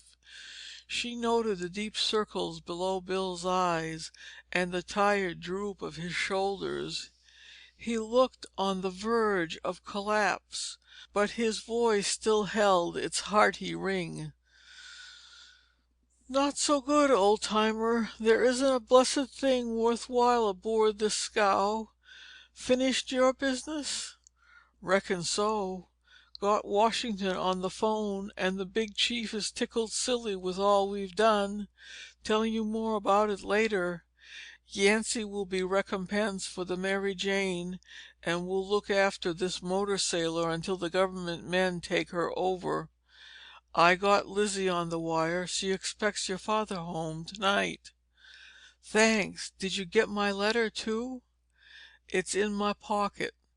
I put the diamonds in a safe deposit box at a bank downtown. And I guess that's pretty much everything." "You look done up, Bill." "I've felt sprucer, but you look pretty rocky yourself." "Feel like a wet smack, thank you. The heat is terrible." "Wait till I collect my duds and yours," he suggested, "and we'll beat it for New Canaan and home sweet home." "They're rolled up in a sea bag," she told him. "Here it is." She started toward him with the bag in her arms, stumbled, and would have fallen had not Bill's steadying hand prevented. "Kind of wobbly, eh?" "Not as bad as all that, Bill. Caught my toe in that floorboard. It's loose." "Have you had them up?" "Why, no, I never thought of that." Bill took the sea bag from her and tossed it on the dock. "Hop on a thwart," he prompted. "I don't suppose there's anything but bilge water under the boards, but we might as well have a look." "Need a hand?" asked Dorothy, looking down at him. "No, I guess not. These sections aren't heavy."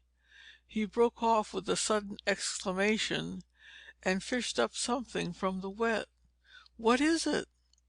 "Seems to be a notebook. Probably dropped out of either Donovan's or Charlie's pockets and got kicked under that loose flooring in the gale last night. But it's soaking wet and its pages are stuck together. Wonder if we'll be able to get anything out of it." Dorothy held out her hand. "Give it to me. I'll dry it out on the dock while you look some more." For the next few minutes Bill continued his search, while Dorothy, after placing the notebook on the decking of the dock, watched it carefully, lest the light breeze blow it into the water. At last he joined her and lifted the sea bag over his shoulder. "How's it coming?" "Not so good. It's going to take a long time to dry the book all the way through, even in this sun." "Then let's take it along to New Canaan. I'll get Dad to put it in our oven as soon as we get home. That'll do the trick. Get aboard that dinghy and I'll row you over to the plane." Dorothy picked up the notebook and slipped it into her pocket. "That's the best thing you've said today," she beamed. "I'll be home and asleep in 20 minutes. Come along." End of chapter 12.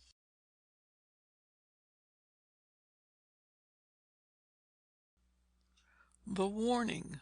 Dorothy and Mr. Dixon were finishing breakfast next morning when the Boltons, father and son, dropped in. "Good morning, stranger," was Mr. Dixon's greeting to Bill. "I understand you've been to Europe and back a couple of times since we saw you last. We've missed you, boy." "Thanks," returned Bill. "I'm glad to be home again." "Which home?" asked his father with an amused smile. "When in New Canaan you seem to spend most of your time across the way here." "And why not?" protested Mr. Dixon. "Dorothy and I return the compliment often enough. Since you people moved here, two lonely widowers have acquired another child apiece. It's fine. Both Dorothy and I are the happier for it." "And that goes two ways," asserted Bill. "How about it, Dad?" "Yes, of course," Mr. Bolton assented heartily. "The intimacy is one I enjoy immensely. But I'm afraid that Bill has begun the habit of leading Dorothy into all kinds of dangerous adventures. This diamond smuggling business, for instance." Mr. Dixon chuckled. "If you ask me, I don't think Dorothy needs any leading." "Well, I should say not!" exclaimed his daughter. "If it weren't for Bill, I'd never be able to get out of half the messes we drift into together." Mr. Dixon pushed his chair back from the breakfast table. "This meeting of the Mutual Admiration Society is all very nice," he announced, with a twinkle in his eye. "But it's high time the Ways and Means Committee got together on this Bolton-Dixon hair-raiser. I vote we adjourn to the porch and learn what the subcommittee on the Smuggler's Notebook has to report." "Second the motion," chirped Dorothy. "I'm just crazy to hear what you've found out, Daddy Bolton. I suppose Bill has been hitting the hay like me." "He put in nearly 16 hours of uninterrupted slumber," Mr. Bolton answered, as they found chairs for themselves on the shaded porch, where the air was sweet with the scent of honeysuckle. "Well, I guess it was a dead heat," she laughed. "I woke up less than an hour ago myself." Mr. Dixon passed his case to Mr. Bolton, and when their after-breakfast cigars were well alight, Bill produced the notebook. "While you're busy with that stogie, Dad, I'll start the ball rolling." "Huh! That 'ar stogie happens to be a 50-cent Corona," snorted Mr. Dixon, who was touchy about his smokes. "Means nothing to me," replied Bill blandly. "Don't use 'em myself, and—" "Say, will you please pipe down on cigars," broke in Dorothy, "and get to the notebook?" "Oh, what a pun!" groaned Bill. "You certainly—" "Be still!" ordered his father. "She's right. Get down to business. Now here's the book," he went on, opening the little volume. "I dried it in our oven, and although the writing is blurred, it is still quite legible. As you see, only a few pages have been used, and they show a simple set of flag signals. The red flag means meet steamship. The yellow flag stands for AM, the white PM. Then there are 24 flags to designate the hours and half hours from 1 to 12. "Is that all?" asked Dorothy disappointedly. "Absolutely. The rest of the pages are blank." "I remember hearing the men speak of the boss's red flag when I was listening outside the cottage," she said slowly. "And that meant, of course, that Donovan and Charlie were to meet the steamer." "Quite. But until we are able to locate the spot where these signals are displayed, we won't accomplish much." Bill nodded. "And now that they know we have discovered their method of smuggling, they'll probably shift their operations from Fire Island Lightship to some other point along the coast." "Very likely," his father acquiesced. "Although it's my opinion they will discontinue temporarily and lay low for a while." "Still, there must be other shipments in transit right now," suggested Mr. Dixon. "But I suppose they could manage that by sending radios in code." Mr. Bolton carefully knocked the ash from his cigar. "I think that's beyond the point," he argued. "We can only surmise what they may or may not do. The government men will watch the ships and the coast. Both Bill and I talked to Washington over the phone just before we came over here, and the officials there believe that the bearded aviator's plane is the most important factor in the operations of the smugglers, and the chief wants Bill to find that plane." Dorothy snorted derisively. "Well, he doesn't want much.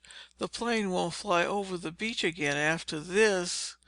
Mr. Bolton smiled at Dorothy's vehemence. "But you see, my dear, the Washington gentleman thinks that if Bill is able to follow the mysterious amphibian, it will eventually lead him to the headquarters of the gang." Bill burst out laughing. "It's just like telling me to take a handful of salt, and if I can put it on the birdie's tail, I will eventually catch the birdie. But it isn't really the chief's order. He knows what we're up against. It's that assistant of his who wants to cover himself with glory. I asked him if I hadn't better disguise my plane like a string of white boxes, so they'd take me for a diamond necklace." "What'd he say?" giggled Dorothy. "Oh, he spread on the soft soap until I got even more disgusted and turned him over to Dad." Mr. Dixon chuckled. "It's a pretty large order. I don't suppose your Secret Service friend gave you any valuable suggestions?" "He did not," sneered Bill. "That, as he explained, was entirely up to me." For several minutes no one spoke. "We sure are up against it," sighed Dorothy at last. "You mean I am," was Bill's reply. "The only thing I can do is start a series of patrols." "We will start a series of patrols," she corrected. "Two planes will be better than one." "Just as you say." Bill showed no enthusiasm. "My idea of something uninteresting to do is to fly around all day hunting another plane that's probably safely housed in its hangar all the time." "Oh, don't be such a wet blanket. If none of us have brains enough to think of a plan to trap that fellow, there's no use grouching over it." "That's all very well, but where are we going to patrol? You told me, I think, that those lads plan to take you from the warehouse to their headquarters in Connecticut. This state's not so big when you compare it with Texas or California, but when it comes to locating a single plane—" "Listen!" cried Dorothy, and ran to the porch steps. "Come here, all of you, quick!" The deep drone of an airplane increased to a giant roar as a smart two-seater swept down toward the house. "It's the Mystery Plane!" she shrieked. "The nerve of him!" On came the amphibian with throttle wide open, just topping the trees at the edge of the lawn. Then the four on the steps saw the pilot drop something over the side and zoom upward, missing the roof of the house by inches. "I should say he has nerve!" Mr. Dixon pointed out on the lawn. "Run out and get that parcel he dropped on the grass, Bill. This business is getting more interesting by the minute." Bill brought the package back to the porch.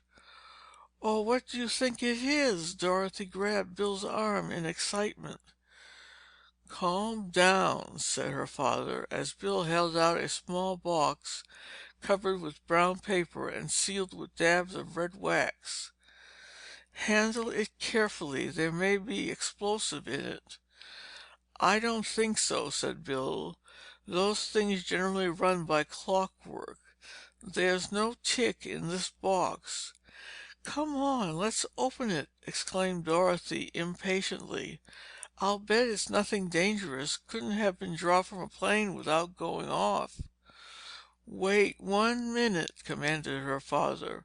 "We'll be on the safe side, anyway. Don't touch the thing till I get back." He ran into the house. "Any address on it?" inquired Dorothy. "Not the slightest bit of writing. If there is any, it's underneath this outside wrapping."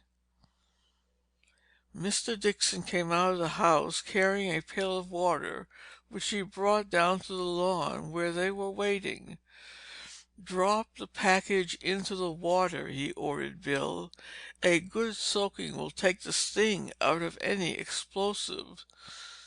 Dorothy burst out laughing. "Maybe, but not in this case, Dad. Look, the thing floats." She snatched up the package and ripped off the outside paper, disclosing a white cork box, similar to those used for carrying the contraband. Bill took a knife from his pocket and opened a blade that proved to be a small screwdriver. He took the box from Dorothy and removed the screws from the lid.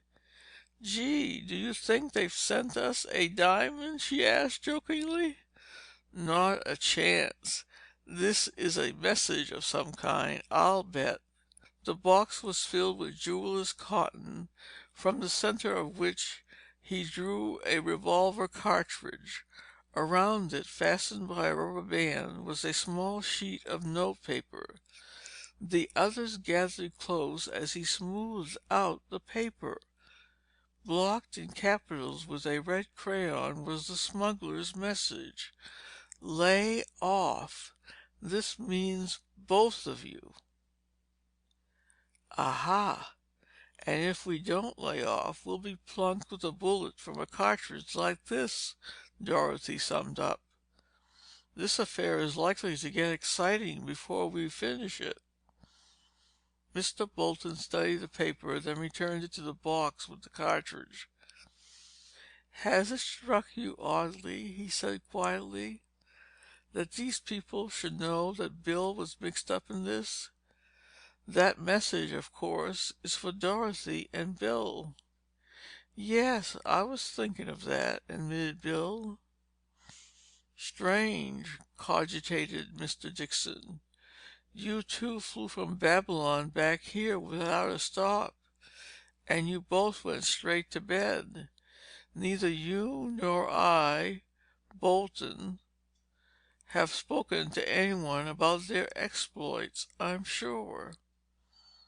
"Somebody must have found out from the servants that our offspring flew back together," his friend decided. "It could not have happened any other way. Then that fact, added to the glimpse they must have caught of a young man in the Mary Jane with Dorothy when they rammed the smuggler's motor sail off the lightship, gave them a simple line of reasoning. And the joke of the matter is that their warning has done just the reverse from what they figured it would do." Mr. Dixon looked puzzled. "I don't quite see what you mean." "Why, it has given us the only real clue we have to the gang's whereabouts," smiled Bolton Sr. "Dad's one up on me too," grinned Bill. "How about you, Dot?" Miss Dixon stamped her foot. "You'll dot and carry one you'll remember for the rest of your life, if you murder my perfectly decent name that way, Bill. You ought to know by now that I won't stand for it." "So sorry, Dorothy," he apologized with mock politeness. "Well, Miss Sherlock Holmes, the famous lady sleuth-hound who solved the New Canaan Bank mystery, deign to say whether or not she spots a clue in the villain's message." "Aren't you the bunk? Yes, I think I know what Daddy Bolton is talking about." "Well, Miss Cleverness, what is it then?" "Oh, you make me tired. But just to prove that I'm not as dumb as you act, the clue is this." "Give me a chance," begged Mr. Dixon, entering into the spirit of the game. "Your idea, Bolton, is to find out from the servants who they've been talking to and trace the smugglers from—" "Cold as an iceberg," broke in Mr. Bolton. "I'm sorry to admit it, but you and Bill don't seem very quick on the uptake this morning. What do I mean, Dorothy?" Dorothy made a face at Bill. "We know that these men have headquarters somewhere in the state," she began airily. "Why, because Donovan said they must get me over to Connecticut. And later, in the warehouse, he told Peters not to rob me because the boss wanted me delivered just as I was. Daddy Bolton believes that because these men have spotted so quickly that you are mixed up in it, Bill, their headquarters are much nearer this house than we figured. That the chances are it is only a few miles from here that they're to be found. Or their system of spying on us couldn't be so perfect." "That's right," concurred Mr. Bolton. "This smuggler boss, or his accomplices over here, must live in the neighborhood. Some of his servants know ours, have known them for some time, or they would not have been able to ask questions without causing suspicion."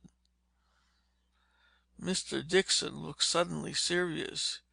"You can't mean that our neighbors along this ridge are mixed up in it?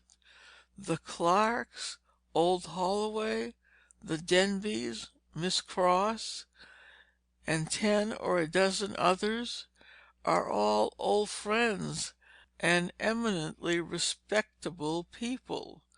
Why, it's preposterous to think—" "I'm not trying to pin it on anybody yet," countered Bill's father. "But mark my words, when this business is cleared up, you'll find that some eminently respectable New Canaan household is mixed up in it." End of chapter 13.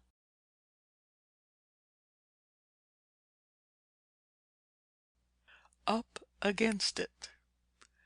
It was finally decided that Dorothy and Bill should make a series of circular patrols centering above New Canaan. "We'll each take a plane," said Bill, "and keep each other in sight." "What's the use of doing that?" Dorothy asked. "Why not make the patrols separately? When I come down, you go up. In that way we can stay in the air twice as long on the same amount of gas, and take a rest once in a while." "Too risky. These smugglers are desperate. We've already thrown a good-sized monkey wrench into the works of their organization. That mystery plane is quite likely to pack along a machine gun and use it if the pilot finds out we're trying to follow him." "Are we going up unarmed?" "You are, but I'm not." Dorothy raised her eyebrows in surprise. "Well, that's nice of you." "Look here, young lady," cut in her father. "I don't know what Bill's plans are, but if you're going on these patrols, just remember that he is the captain of the outfit and must have obedience. Otherwise, I'll not consent to your going at all." "Oh, I'll be good, Daddy, but I do think—" "But you mustn't. Your job is to do what you're told, and let your captain do the thinking." "You see, Dorothy," explained Bill, "in order to use a gun in the air, a pilot must have training and practice. Otherwise, all you do is to draw the enemy's fire. If we meet up with this bird, you'll have plenty to keep you busy, a very important part to play. But if there's any gunning to be done, I'll do it. Before we go up, I'll outline exactly what we're to do in the event we sight the gang's airplane." Dorothy got out of her chair. "How about getting busy then?" she suggested. "The longer we're up, the more we are likely to accomplish." "Hold your horses!" Bill laughed. "Don't you think for a minute we're going to patrol all day long." "Why not?" "Waste of time." Dorothy plumped herself down in her chair again. "Oh, all right, have it your way. Personally, I can't see doing a thing at all unless one does it properly. You and your plans make me tired." "Don't get peeved," he bantered. "These won't be endurance flights." "They won't be anything at all unless we find that plane, and you can't expect it to take to the air just when you want it to." "Stop quarreling, children," admonished her father. "Bill knows what he's talking about." "Well, maybe he does. He can catch the old plane by himself. I'm through." "What you need is another nap, young lady. You're tired and cross." "I'm not. Men always club together." "And what can a poor girl do?" supplemented Bill with a grin. "Stop teasing, Bill," commanded Mr. Bolton. "Apologize to Dorothy and tell her why you mean to take short hops. I can't see the sense in such procedure myself any more than she can. And just remember that an overdose of excitement puts anybody's nerves on edge. She's been through a lot more than you have during the last few days." At his father's words, Bill's face wore such a look of honest contrition that Dorothy's conscience smote her. They both began to speak at once. "Gee, I'm sorry, Dorothy. I'm an idiot, Bill." They burst into laughter simultaneously. "Now we can get on with our discussions," smiled Dorothy. "Go ahead, Bill." "Well, the smuggler's pilot has been taking most of his flights, or I ought to say the flights we know about, during the late afternoon. I haven't the slightest glimmer why he chooses to fly at that time. But as I see it, if he has done it day after day in the past, the chances are he'll continue to leave his hangar at about the same time. My plan is for us to take off at about 4 each afternoon. We can remain in the air until 6. If he comes from around here, we catch him shortly after he takes the air.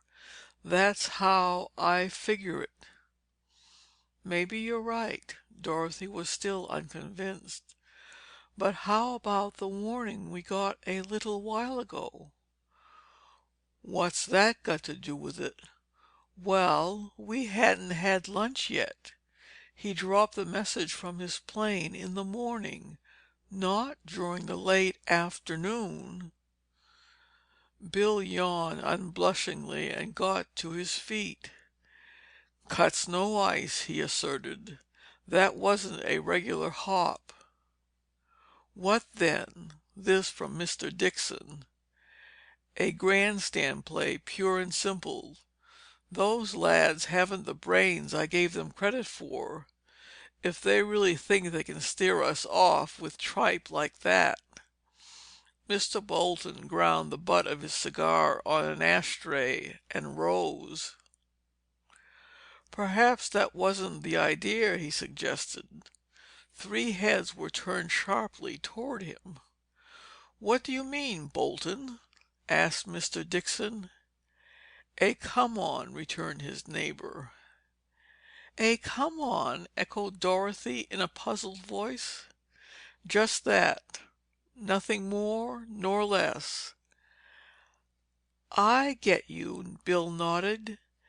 "Get us in the air by that teaser. Rely on us to go after the Mystery Plane as a matter of pride, and then fill us full of machine gun bullets. If they start anything like that, well, two can play the game, and if that lad with the beard can't shoot any better than he can handle his plane when he zoomed the house just now, it is, as the French say, to laugh." "That's all very well," argued Mr. Dixon. "I don't mind Dorothy flying, but I do draw the line at machine guns. That's no game for girls. You keep your 2 feet on solid earth until this business is over, my dear." "Oh, Daddy!" Dorothy's voice was full of disgust. "Sorry, daughter, but I simply can't let you take the risk." Mr. Bolton placed his hand on his friend's arm. "You know, I don't think that Bill would have countenanced Dorothy's going on patrols with him unless he felt assured she would run no danger. How about it, son?" "If she does get into trouble, it won't be with my consent," he smiled. "But seriously, sir," he turned to Mr. Dixon, "there will be a minimum of danger if Dorothy does as I tell her. In the first place, machine gun fire in the air is not nearly so potent as it is on terra firma. Try and hit a small object flashing by when you're traveling like a bat out of, Harlem. Try it and see how many planes you don't hit. And in the second place, that bearded guy won't get a chance to turn his gun in her direction." "Well, I'm no flyer, and I haven't the slightest idea of the technicalities that must arise in aerial combat work." Mr. Dixon made his statement slowly and thoughtfully. "But still—" "Daddy, don't be ridic!" Dorothy's tone was tolerantly amused. "Do you really think I'm foolish, my dear child?" "Oh, pig-headed is a better word at times, if you insist on the truth." All four burst into roars of mirth. "That's one from the shoulder, Mr. Dixon," choked Bill. "You'd better go the whole hog, now she's a licensed pilot."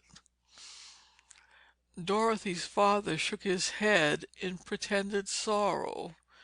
"You're all against me, that's obvious. And there's much too much pig in this conversation to suit a conservative parent." He threw an affectionate glance at Dorothy.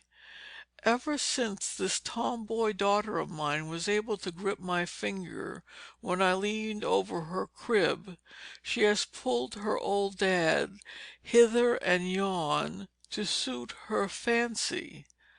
So I suppose I'll have to give in again, acknowledge I'm wrong, and so forth.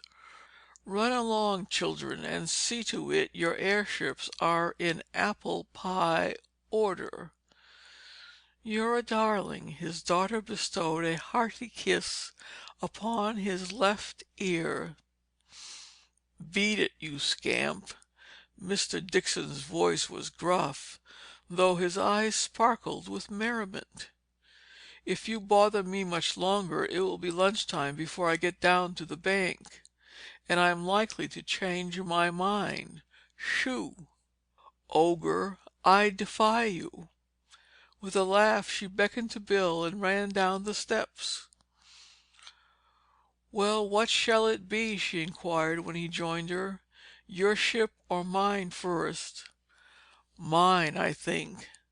None of the three have been off the apron at the hangar since I left for Europe. Frank has been looking after them. He's a great old feller, you know. When we brought him back from New York, he didn't know a fork from a gadget. Now he's chauffeur, general factotum around the house, and practical mechanic for me. He knows his job all right, but my boats will need more overhauling than yours." Which plane shall you use for this work?" "The Ryan M1 that the bank gave me after the Martinelli business. She certainly is a smart little bus. Can fly rings around anything in this neck of the woods." "Hello!" He broke off as they came down the drive. "Somebody's had a breakdown." Drawn up at the side of the ridge road stood a green coupe of the type motor car manufacturers advertise as "deluxe model." As they came in sight, a young man crawled out from beneath the body. "Why, that's Mr. Tracey," said Dorothy. "Do you know him?" "Yes, I met him at Mr. Holloway's house one night. Isn't he the old boy's secretary?" "Yes, he is. He's quite nice. Dad sees a lot of Mr. Holloway, you know." The secretary, tall and sleekly blond, was looking ruefully down at his gray flannel trousers, now streaked with the dirt of the roadway. "Good morning, Miss Dorothy," he greeted, clipping his words in a precise manner. "Afraid I'm not exactly presentable." Then, for the first time, he appeared to notice Bill. "Hello, Bolton," he said affably. "You're quite a stranger around here." "Got back a couple of days ago," returned Bill casually. "Need any help?" "Thanks, no. Loose nut, that's all." He patted his monkey wrench with a grimy hand. "This fixed her. Doing much flying, Miss Dorothy?" "Yes, I go up quite often. Bill taught me, you know." "Yes, I remember. I'd like to take lessons myself. How about giving me instruction? That is, if you're not too expensive." "I'm really not in the business," parried Bill. "You'd do much better at one of the schools. Glad to give you a hop, though, if you'd like to go up." "Thanks so much.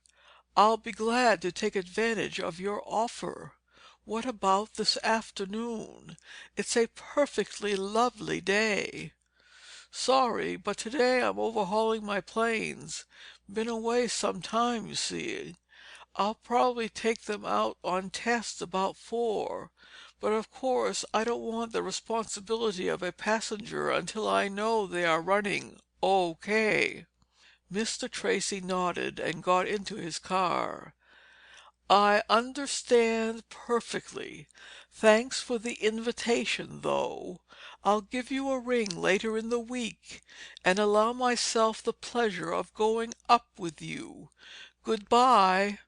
"Good-bye, Miss Dorothy." With a wave of his hand, the car moved off and Dorothy turned to Bill. "Why did you tell him you were going to take to the air about 4?" she asked.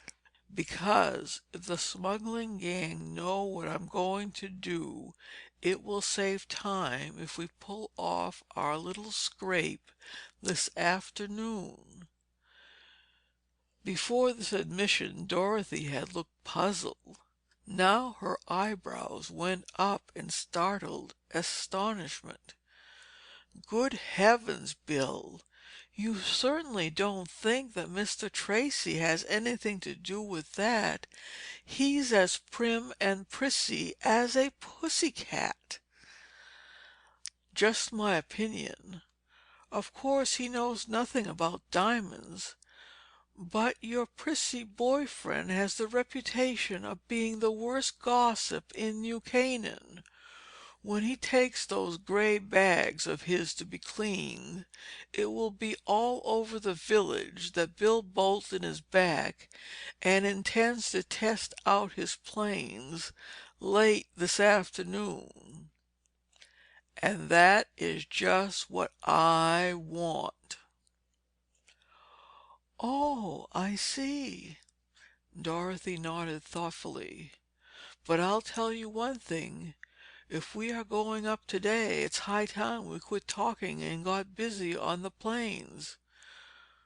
With 4 airplanes to groom, the next few hours proved busy ones for both Dorothy and Bill, but by 4 o'clock everything was ready for their flight. "Got your instructions down pat?" he inquired as Dorothy got aboard the Will-o'-the-Wisp. The airplane was resting on the concrete apron of the Dixon hangar preparatory to the takeoff. "Know them backwards," she flashed with a smile. "Good luck, then. Good luck to you, Bill." He stepped swiftly to one side as she switched on the ignition. For a moment or two he stood there watching her amphibian taxi away from the hangar, gathering speed as it went.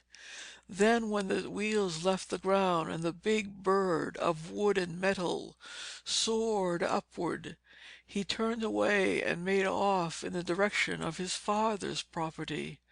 As Will-o'-the-Wisp climbed in great widening circles, Dorothy at the controls knew she had plenty of time to gain the position agreed upon before Bill could get under way. The air was smooth and still, without the slightest breath of disturbing wind. Perfect flying weather and wonderful visibility, with a clear blue horizon, unmarred by the smallest shred of cloud. The Boltons had turned the 10-acre pasture behind their house into a level flying field. The old hay barn had been enlarged, partitions removed, and a concrete floor laid. It now made a large roomy hangar for their 3 planes.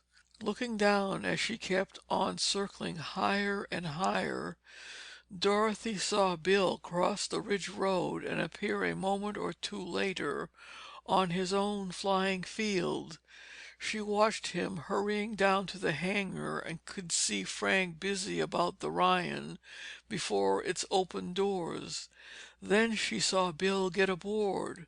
When she looked again, his small monoplane was already in the air. By this time the indicator on Will-o'-the-Wisp's altimeter marked a height of between 8,000 and 9,000 feet. According to instructions, Dorothy leveled off and bringing right rudder and right aileron simultaneously into play, she sent the plane into a wide circular turn. Far below, the Ryan was pursuing the same tactics, so that both planes were cruising over the township of New Canaan. Dorothy and Bill continued to maintain the same relative positions for the next 15 or 20 minutes. Then, as Will-o'-the-Wisp swung round toward the west, Dorothy spied a third plane, streaking toward New Canaan at an altitude of some 3,000 feet. The fact that Bill had also spotted the intruder was evident, for he began to climb. "Bill's advertising plan worked," muttered Dorothy with satisfaction. "If that amphibian over there isn't the Mystery Plane, I'll eat my ailerons." End of chapter 14.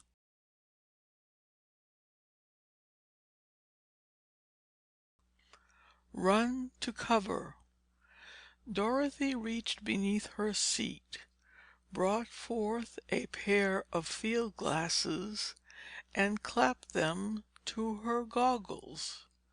Focused through the powerful lenses, there was no mistaking the Mystery Plane, and although at this distance it was impossible to see the pilot's face, she could plainly distinguish the barrel of a machine gun that poked its wicked muzzle over the cockpit's cowling.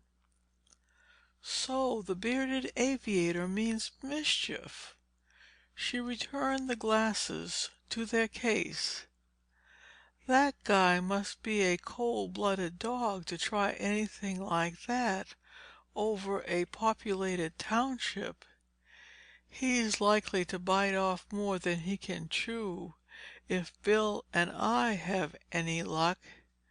If he cracks up, I shan't weep." At first sight of the smuggler's plane, she brought Will-o'-the-Wisp back on an even keel. But now, in order to get an unimpeded view directly below, she sent the plane into a steep bank. Bill, in the Ryan, with an altitude of some 2,500 feet, and its nose slightly raised, was streaking toward the smuggler. Most air battles are fought in the higher ether, because combat flying often necessitates acrobatics, and the ordinary pilot wants plenty of air below for such work. The smuggler, being the aggressor in this case, naturally started to climb when he spotted the Ryan. He hoped, no doubt, not only to increase his altitude, but to gain greater ascendancy over Bill before diving at the monoplane with his machine gun going full blast. It was time for Dorothy to act. As the smuggler's plane began to ascend, she sent her amphibian diving toward him at a tremendous burst of speed. The Mystery Plane nosed over and dove in turn at the Ryan, some 500 feet below. "Ha ha!" Dorothy shut off her motor and brought Will-o'-the-Wisp's nose gradually back to the horizontal. "Our scheme worked. That bird either doesn't know his business or he's lost his nerve." A fighting plane, attacking, has as its objective a position directly behind the hostile plane at close range. A position either above or below the tail is equally good. From these positions, the enemy is directly in the line of fire, and in sighting no deflection is necessary. The smuggler's maneuver showed Dorothy that he was a novice, for instead of going into a climbing spiral, which would have eluded her dive and made it possible for him to attain a superior position over both planes, he dove at the Ryan. This might have been a proper fighting maneuver if Bill's plane had not been nosing upward toward him, and had the Ryan not been the faster of the two. By this blunder he put himself in the direct line of fire from Bill's machine gun, and had the young man been minded to use it, the battle would have been over almost before it started. Seeing his mistake almost immediately, the bearded aviator broke his dive by zooming upward. Again Dorothy's plane dove for his tail, and right there he made his second error.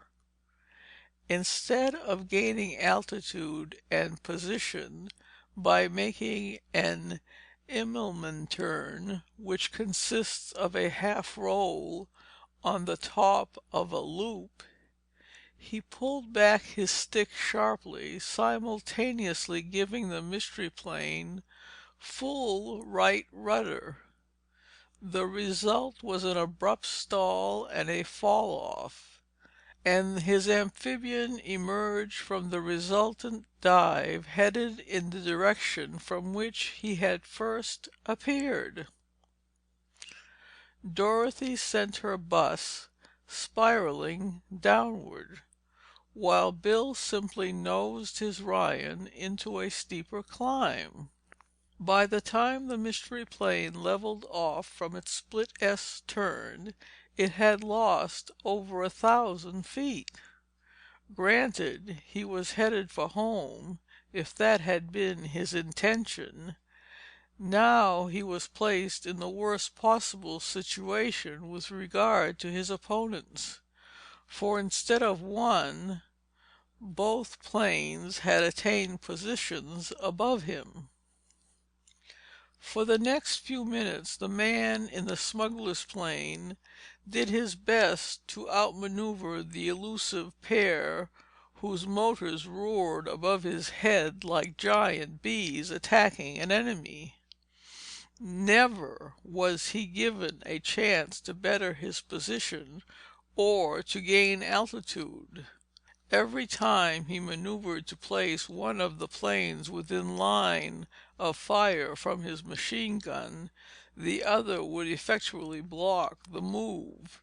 The menacing plane would sheer off at a tangent, and its partner, crowding down upon his tail, would hurl forth a smoke bomb. By the time he floundered through the cloud, his antagonists would be back in their relative position again, the one directly above his tail plane, the other slightly behind him to the right. The bearded aviator knew that he was being outclassed at every move, that gradually they were forcing him down to a point where he must land or crash. Both Dorothy and Bill knew exactly when the man in the plane below guessed their purpose, for with a sudden burst of speed he shot ahead, streaking in the direction of North Stamford like a ghost in torment. "We've got every advantage but one," mused Dorothy, widening her throttle in pursuit. "He knows where he's going, and we don't. He's up to some trick, I'll bet." That her thoughts were prophetic was made apparent almost immediately. By shutting off his engine, and by kicking his rudder alternately right and left with comparatively slow and heavy movements, the smuggler pilot sent his plane's nose swinging from side to side. This evolution, known as fishtailing, he executed without banking or dropping the nose to a steeper angle. Its purpose is to cut down speed, and to do so as rapidly as possible. The Mystery Plane slowed down as though a brake had been applied, side-slipped to the left over a line of trees, and leveled off above a field enclosed by a dilapidated stone fence. "Confound!" exclaimed Dorothy with a glance behind. "He's going to land, and both Bill and I have overshot the field." Nose depressed below level, a lively flipper turn to the left brought Will-o'-the-Wisp sharply round, facing the field again, with its wings almost vertical. Immediate application of up aileron and opposite rudder quickly brought the amphibian to an even keel once more. Then Dorothy nosed over, went into a forward slip, recovered, and leveled off for a landing. As the wheels of her plane touched the ground, she saw the Ryan come to a stop on the grass some yards to the right. Just ahead and between them was the Mystery Plane. It lay drunkenly over on one side, resting on its twisted landing gear and a crumpled lower wing section. Dorothy stood up in her cockpit when Will-o'-the-Wisp stopped rolling and saw the smuggler pilot vault the wall at the far corner of the field and disappear into a small wood. Bill was walking toward the disabled amphibian. She got out of her plane and hurried toward him. "Pancaked!" she cried, pointing toward the wreck as she came within speaking distance. "You said it," concurred Bill. "That guy was in such a hurry he leveled off too soon. Usually I don't wish anybody hard luck, but that bird is a great exception. Too bad he didn't break a leg along with his plane. Now he's beat it and—" "We are just about where we were before," she broke in. "Not quite, Dorothy. The Mystery Plane is out of commission. I wonder where we are." "Somewhere in the North Stamford Hills." "I know, but whose property are we on?" "Haven't the least idea." "I can't see any houses around here. Did you notice any as we came down?" Dorothy shook her head and laughed. "My eyes were glued on this field," she admitted. "I was too busy trying to make a landing myself to take too much notice of the landscape. Wait a minute, though. Seems to me I caught a glimpse of the castle just before I put Wispy into that reverse control turn. Yes, I'm sure of it." "The castle?" Bill frowned. "What in the cockeyed world is that?" "A castle, silly." "Make sense out of that, please." "Sorry. You're usually trying to mystify me. I just thought I'd turn the tables for a change." "Oh, I know. I'll say I'm sorry or anything else you want, only please tell me what you're talking about." "Well, it seems that about 15 or 16 years ago, somebody built a castle about 2 or 3 miles from North Stamford village. It's less than 5 miles from where we live. Not being up on medieval architecture, I can't describe it properly, but Dad says it's the kind that German robber barons put up in the 14th century. Anyway, the castle is built of stone and a steep slate roof which spouts pointed turrets all over the place. I wouldn't be surprised if it had been built by a German. It certainly looks as heiny as sauerkraut."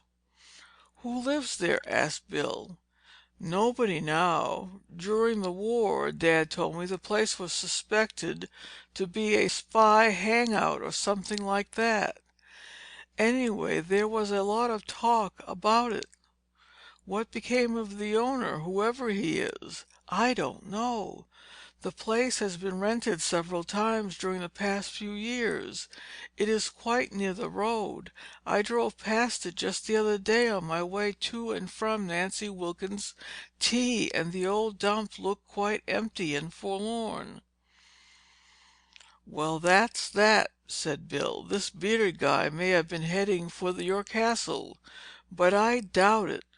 Fact is, he probably decided to land at the first convenient place when he found we were too much for him, and decided to trust to his legs for a getaway." Dorothy had been swinging her helmet by its chin strap in an absent-minded manner. Now she raised her eyes to his. "What are we going to do about it?" she inquired. "We can't try to break into the castle in broad daylight."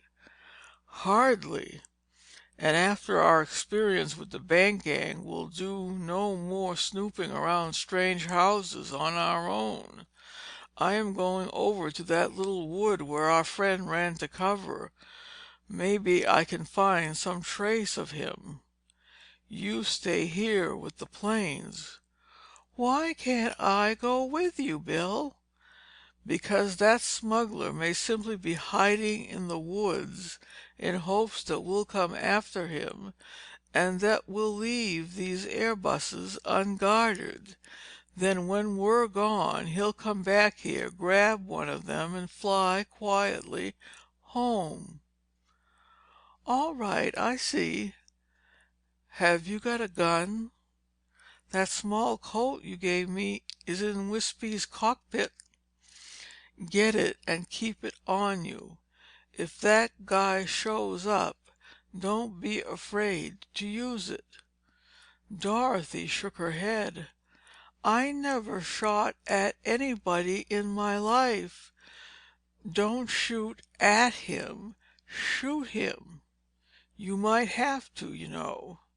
"But surely, Bill—" "Oh, I don't mean for you to kill the guy. Plunk him in the leg, disable him. If you have any qualms about it, just remember that machine gun in his bus here.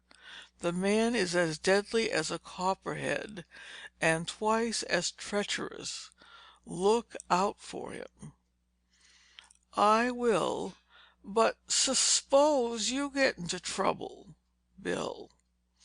How long do you want me to wait here before I come after you?" "My dear girl," Bill was becoming impatient, "I'm just going to try to find out where the lad is headed. I won't be gone more than 10 or 15 minutes."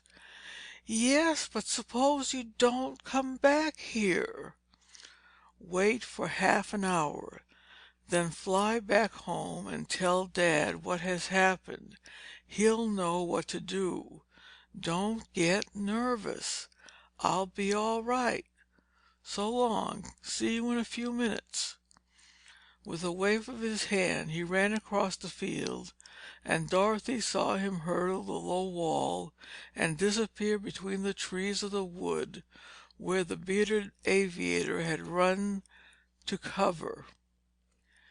End of chapter 15.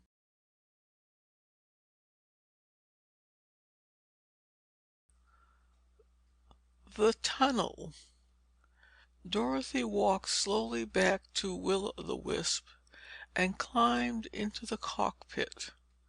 From the pilot's seat she had an unobstructed view of the field and the two other airplanes. Overhead, fluffy wind clouds began to appear from out of the northwest. Near the stone wall, 3 small rabbits sported in the sunshine, and presently a groundhog waddled across the field. She glanced at her watch. The hands marked 5 past 5. Bill had been gone 20 minutes. "And he told me not to get nervous," she thought indignantly. "This waiting around is enough to set anybody off. I'll give him just 10 minutes more." Dorothy counted those 10 minutes, quite the longest she had ever experienced. 15 minutes past 5, and still no Bill. He had told her to wait half an hour, then to fly home for help. But she was not the sort of girl who permits herself to be quietly wiped off the picture by an order from a boy friend. She just wasn't made that way. Bill might be worried about the safety of the planes. It was his safety that worried her. Determinedly, she transferred the small revolver from its holster to a pocket of the jodhpurs she was wearing. Should she pack a flashlight, too? No need of that, she decided. Figuring on daylight saving time, it wouldn't be dark until after 8 o'clock. Without more ado, she got out of the plane and crossed the field toward the wood. After she had climbed the wall at the spot where she had seen Bill disappear on the trail of the bearded aviator, she came upon a path. Narrow it was and overgrown, yet certainly a path. leading through the trees at a diagonal from the stone fence. Without hesitation, Dorothy followed it. She was soon certain that her idea of the wood from the air was correct, and that it covered no great acreage. Hurrying along the winding path, she began to catch glimpses of blue sky between the tree trunks, and less than 300 yards from the wall, she came into the open. The trees ended at the edge of a broad gully, apparently the bed of a shallow stream in the spring or after a shower, but now, except for a puddle or two, it was dry. On the farther side, cows were grazing in a meadow. "Nice pastoral landscape," she said aloud. "Doesn't look like much of a spot for mischief." In spite of her bravado, Dorothy felt a lump in her throat. If Bill were missing too, and she could not find him. The pasture sloped gently upward over a hill, perhaps a quarter of a mile away, and on the horizon, above the hilltop, the castle reared its pointed turrets skyward. For a little while she watched the huge gray pile of stone, whose narrow leaded windows, reflecting the late afternoon sun, winked at her with many mocking eyes. What a dreary-looking place it was, she thought. Ugly and forbidding, it was entirely out of place in this New England countryside. The castle seemed utterly deserted. It probably was. At least the path ended at the gully. There was no sign of it across the meadow. Where was the bearded aviator? And above all, where was Bill? Bill distinctly said he would not snoop around the castle, she thought. I wonder if he really came this far? So eager had she been to reach the edge of the wood that she had paid very little attention to the ground she was covering.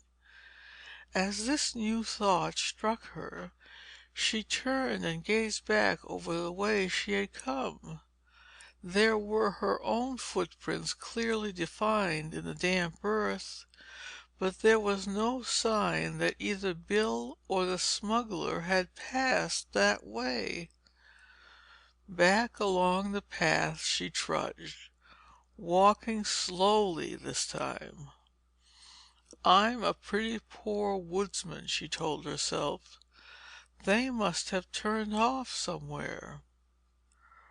Her eyes searched the soft earth of the narrow trail and the thick bushes through which it wandered. But it was not until she had gone halfway back to the stone wall that she discovered traces of footprints, and where the prints left the path, a ragged remnant of a handkerchief swung from a twig near the ground. There! She pounced upon it joyfully. How could I have been so stupid as to miss it? I might have known. The initials W.B. embroidered in one corner of the dirty fragment of linen banished any thought she may have had as to its ownership. Leaving it tied to the bush, she struck into the wood. Now that she was intent upon her stalking, there was no mistaking the trail left by the other two. A broken twig, heel marks on the soft mold, a trampled patch of moss, all these signs bespoke a hasty passage through the brush. She had not gone far when suddenly in a clearing she came upon the end of the trail. The earth there was bare of undergrowth, and sloped sharply down into a marshy ravine. In the center of the little clearing a pile of brush was heaped with dead grass and rubbish, tin cans, old shoes, automobile fenders, rusty bed springs, boxes, and weathered newspapers. For a moment Dorothy stared at the rubbish dump. Then she noticed footprints circling the heap, and followed them down to the ravine. Here, as if to bulwark the miscellaneous junk, and to keep it from sliding, was a buttress of boxes and barrels. Dorothy got down on her knees and examined these carefully. At the very bottom, almost on a level with the tussocky surface of the marsh, a barrel lay on its side, its depth leading inward. A sudden inspiration made her pull a long stick from the pile and run it into the barrel. She gave a little gurgle of astonishment. The barrel had no bottom. Still on her knees, she peered inside. Just beyond the rim lay a scrap of paper. She picked it up, and scrawled upon it were the words, "This way." "Another message!" she whispered jubilantly. She tried to move the barrel, but found that it was securely nailed to the bulwark of packing cases. The soft earth about its mouth was heavily marked with footprints. "Well, there's no doubt about it now. This way," she murmured, and without further waste of time wormed her way into the barrel. As she crawled through the other end, she found herself in a narrow tunnel. The daylight appearing through its ingenious entrance was strong enough to show her that the rubbish had been built over a frame of 2x4s and chicken wire, which formed the roof and sides of the tunnel under the dump. Dorothy got to her feet. A short distance ahead, the tunnel led straight into the high ground over which she had come from the wood path. Here the sides were timbered with stout posts, and sealed with cross beams to prevent the earthen roof from falling. "Gee, if this isn't like Alice in Wonderland! Why, I might meet the White Rabbit any minute now!" She giggled, then shivered as she remembered why she was there. For a moment she considered returning to the plane for her flashlight, but decided it would take too much precious time, and passed on cautiously, stopping now and then to listen. She could hear nothing but the squashy sound of her footsteps on the marshy floor of the tunnel. After proceeding about 15 feet, the dark passage turned slightly in its course. Just beyond the turn, as Dorothy was groping to find which way it led, her hands touched a wooden surface. This proved to be a heavy door, standing partly open. As she shoved it back with her shoulder, she tripped over a heavy object which lay across the sill. Dorothy reached down in the darkness and picked up a crowbar. She advanced, dragging the crowbar after her. The floor of the passage at this point began to slope uphill, but after a few paces ahead, she found it went abruptly downward at a considerable angle, took a sharp turn to the right, and began to slope gently upward again. By this time she had lost all sense of direction. She progressed slowly, feeling along the wall with her left hand, resting it on one timber until she had advanced halfway to where she supposed the next would be. In this manner she crept on for nearly a quarter of a mile without meeting any obstruction. The air, though cold and lifeless, was breathable, but the darkness and the horrid feeling of being shut in began to get on her nerves. Once more she stopped to listen. Absolute stillness. Dorothy could hear nothing but the beating of her heart as she strained her eyes to pierce the black passage. She seemed completely shut off from everything on earth.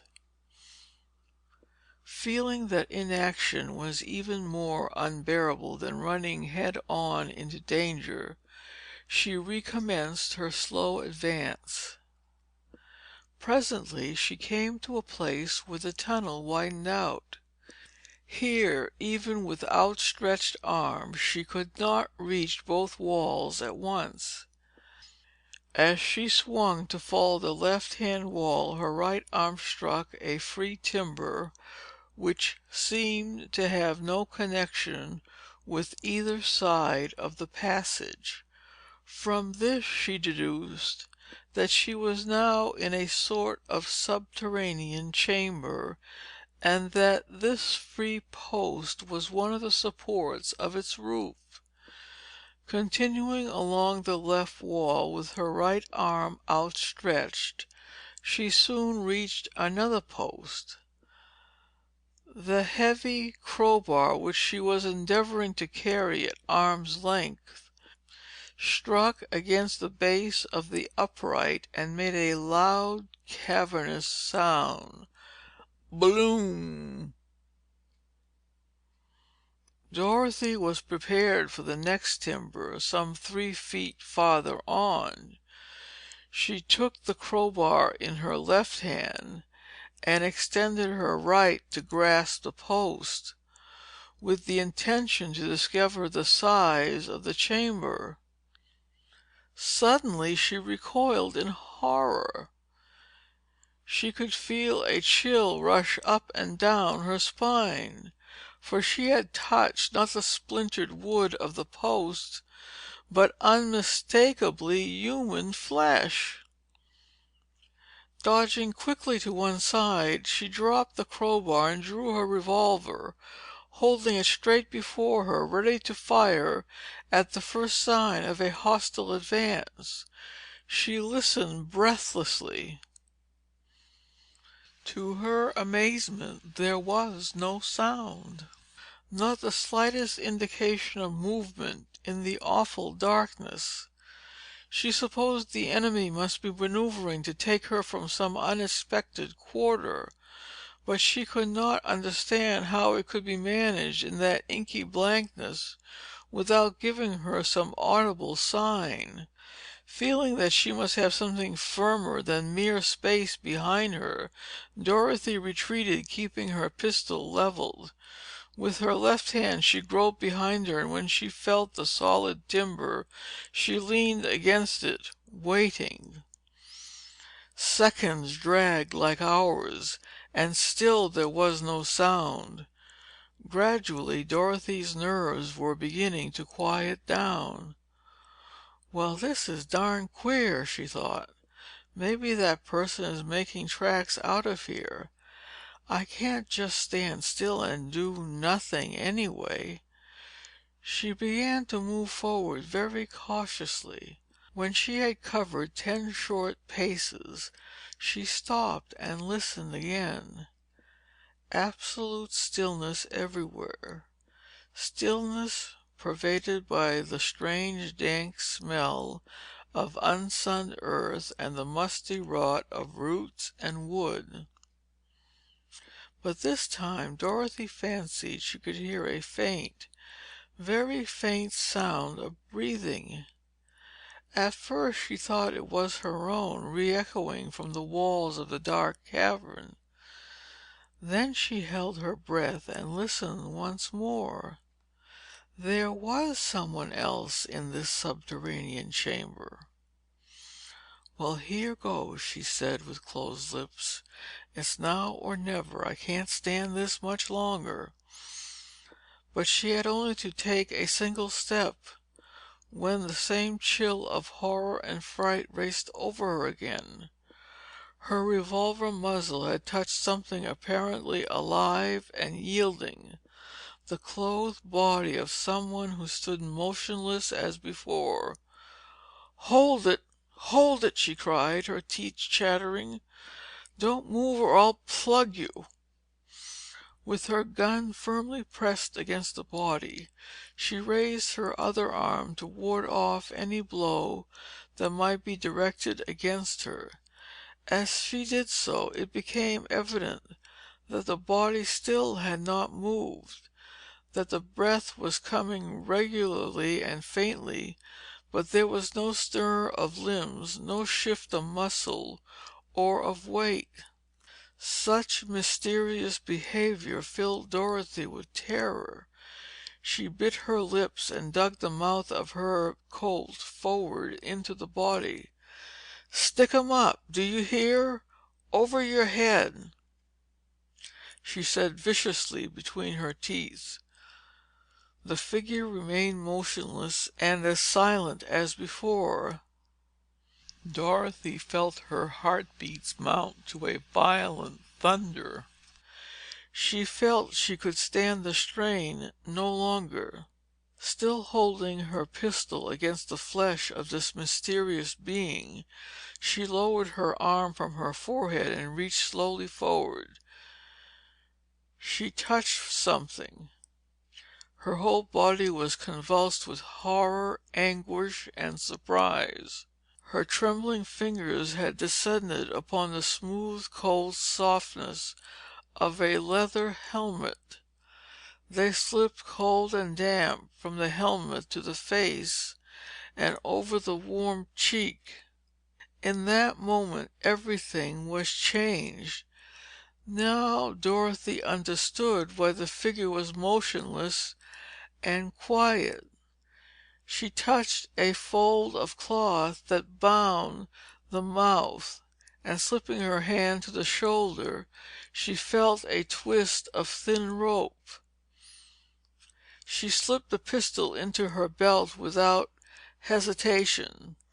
Bill always carried several packets of matches in his pockets. She found one and struck a light. When the little puff of smoke and the obscuring haze of the first flash settled down to a fitful flame, Dorothy caught a glimpse of her friend. He was gagged and bound to one of the upright supports. His eyes were closed and his head drooped to one side. In less than a second, Dorothy had flung away the match and was cutting the young fellow's bonds with her knife, groping for them in the dark and supporting his released body against her own as she worked. At last she was able to lift him out of the loosened loop that had held his feet, and stepping back, laid him on the earthen floor. Then she knelt beside him, rubbing his wrists and cheeks with her grimy palms. For some minutes her ministrations seemed to no avail, but presently, under her fingers, she felt his head move. At first she could catch only groans and sighs. Then, as consciousness began to assert itself, Bill raised his head a little and said faintly, "Who's that?" "It's me, Dorothy." She lifted his head into her lap. As she did so, Bill gave a start and struggled feebly. "Let me go," he muttered. "Let me alone." "Just keep quiet, Bill," she soothed. "You'll be better soon." Bill lay back in her arms and was still. "Who are you?" he asked again, and this time in a firmer voice. "It's Dorothy, your partner." "Dorothy? Thank heaven for that." He caught at her hand and squeezed it. "We're in the tunnel, aren't we?" "Yes, where it widens out into a kind of room."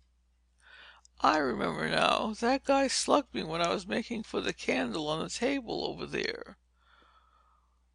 "Who slugged you? The bearded aviator?" "That's right. I was coming along, lighting matches to see by, when he stepped from behind one of the uprights, and that's all I remember. Knocked me out, I guess." "He certainly did. You've a bump on your head like an egg. The helmet probably saved your life. Feel pretty rotten, don't you?"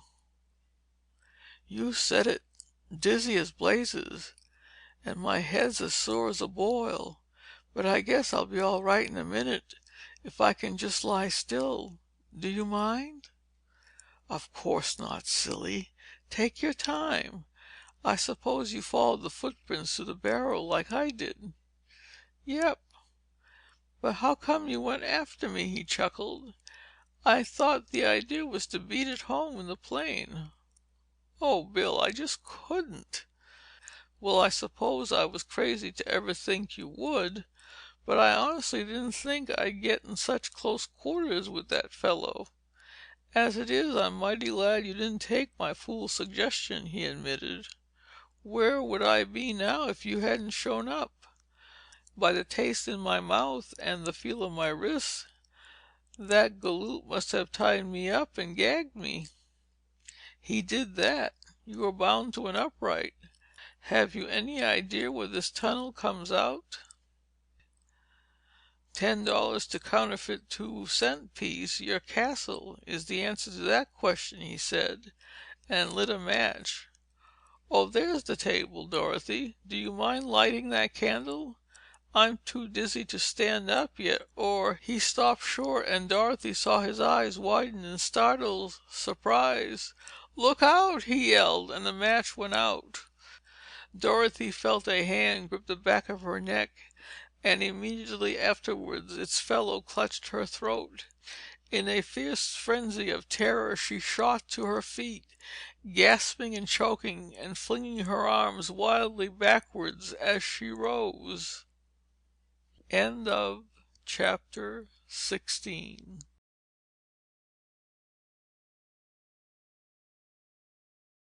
The Tombs.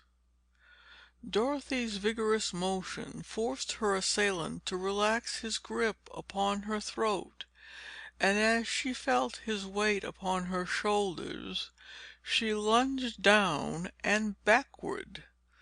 There was a dull, cracking thud, and the sound of a body falling. The back of her head struck one of the timbers that supported the ceiling of the tunnel. The place seemed to whirl round and round, and glittering sparks danced before her eyes. When this sensation ceased, Dorothy leaned back against the post into which she had flung herself in her apparently successful effort to shake off her opponent. With the realization that the attack had halted, and that her assailant had either made his escape or was incapacitated, she fumbled in her pocket for a match. "Where are you, Dorothy?" Bill's voice called from the dark void. "Right here, old thing, by the wall." She struck a light. "All right?" He looked pale and shaken in the flicker of the tiny flame. She saw that he grasped the crowbar. "A bit woozy," she replied, and lit the candle on the table. "Cracked my head on a beam or something." "The bearded guy didn't hurt you?" "He didn't get a chance." "Which way do you think he went?" Bill laughed softly. "You put him out of business. Look."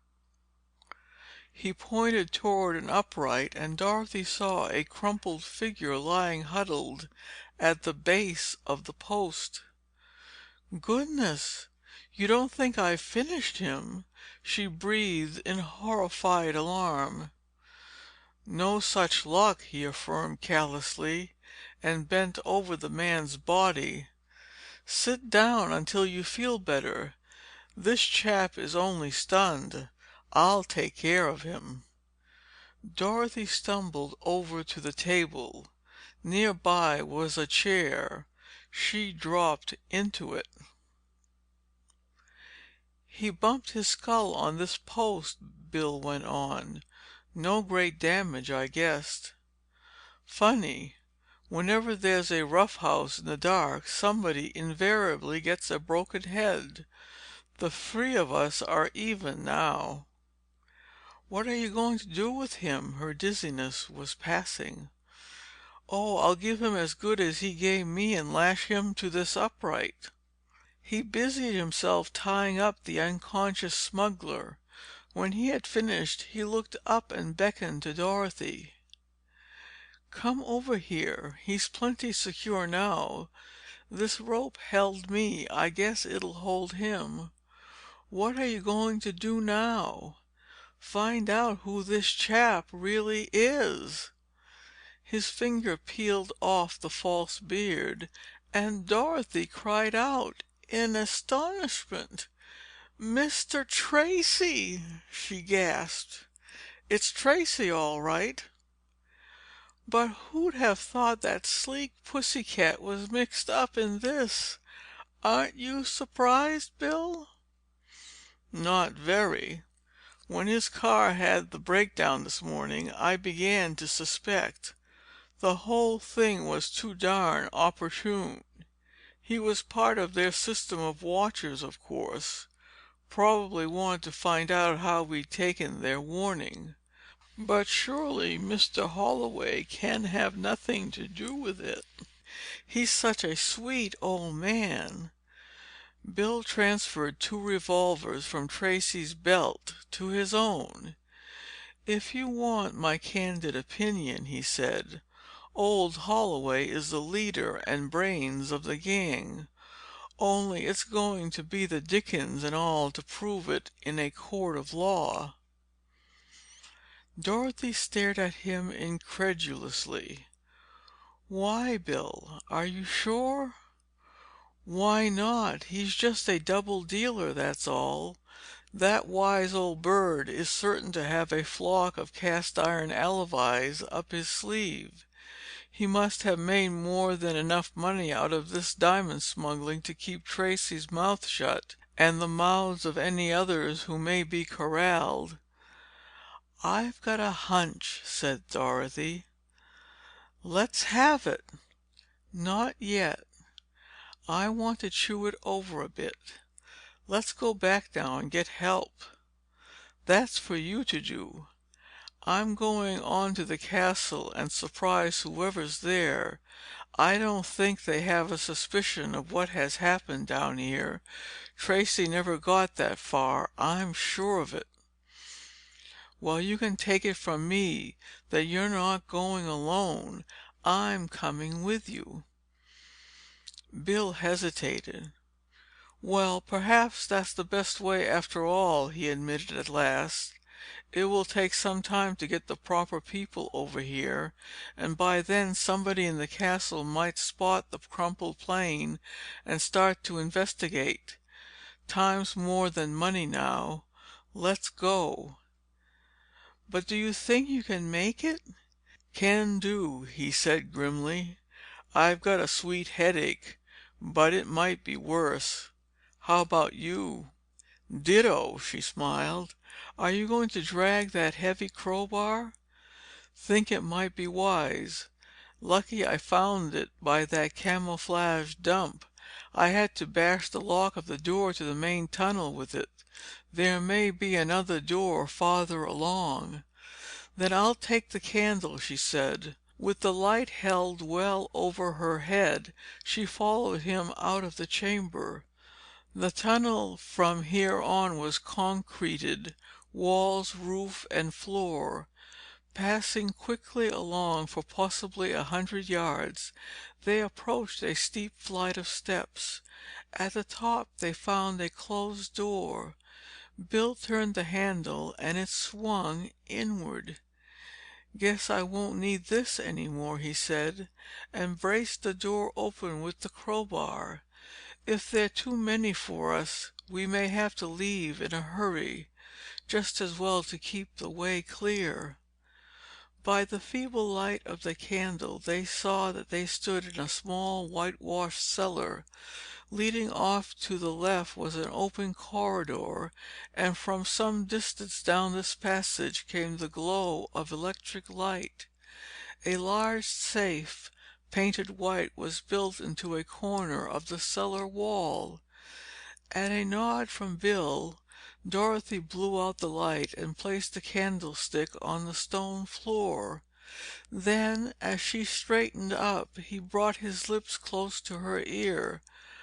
"I'll bet that's where they keep the loot. Follow me and hold your gun handy."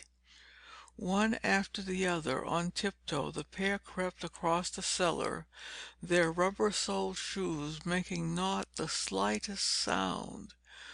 When they came to the corridor, Bill slackened his pace, but continued to stalk steadily forward. On their left, the whitewashed wall led straight on in an unbroken line. In the right wall, they saw the iron grills of cells. They passed the first, which was dark and evidently empty. From the second came the glow of light. Bill turned and placed a finger on his lips. Then he got down on his hands and knees and crawled forward to the door. "Good heavens!" Dorothy heard him gasp. "So that's where they had you!" He stood up and she hurried toward him. "Terry!" Her cry was one of absolute amazement. Through the grating she saw her long-lost friend starting up from his cot, where he had been reading when Bill's exclamation caused him to look around. Terry advanced to the door and greeted them. "Well, by all that's wonderful! Dorothy! Bill Bolton! What? Are you all right? You're not hurt or anything?" Dorothy's excited whisper broke in upon his incoherent surprise. "No, I'm safe and sound, except that I'm pretty tired of reading, cooped up in this hole. But say, how did you two manage to get down here?" "Through the tunnel," Bill replied with a grin. "Gee, is there a tunnel too? Never heard of it. How about that lad Peters and the others? You didn't see them?" "No, we came through the cellar. Have you any idea where they are?" "Upstairs, probably, in the house, playing cards. Since Peters came here a few days ago, he's been bringing me my grub. He's quite chatty, likes to boast about how he trims those others at poker." "How many men are there altogether, do you know?" asked Dorothy. "I've never seen more than 3 at a time, unless you count their bewhiskered pilot I mixed it up with at the beach club. Remember him, Dorothy? But he doesn't come around much, so Peters says. He doesn't like him, thinks he's high-hat." "Well, he's out of the picture now," declared Bill. "We got him in the tunnel." "Yes, and Terry, do you know that he is Mr. Tracy?" Dorothy could not contain the exciting news any longer. "Great grief! You don't say so! I never could stand that fellow. Didn't think he had sense enough to come in out of the rain. But then you never can tell which way a cat will jump." He stepped closer to the grill and looked anxiously from Bill to Dorothy. "Say, do you think you two could find a way of getting me out of here?" "We left a grand crowbar in the cellar. Don't you think we could bash the lock with it, Bill?" "Might pry it open, but I'm afraid the noise would give us away." "Not a chance of that, if you mean it might disturb the poker players," Terry interrupted. "There's a perfect whale of a soundproof door at the head of the stairs. I was brought down that way.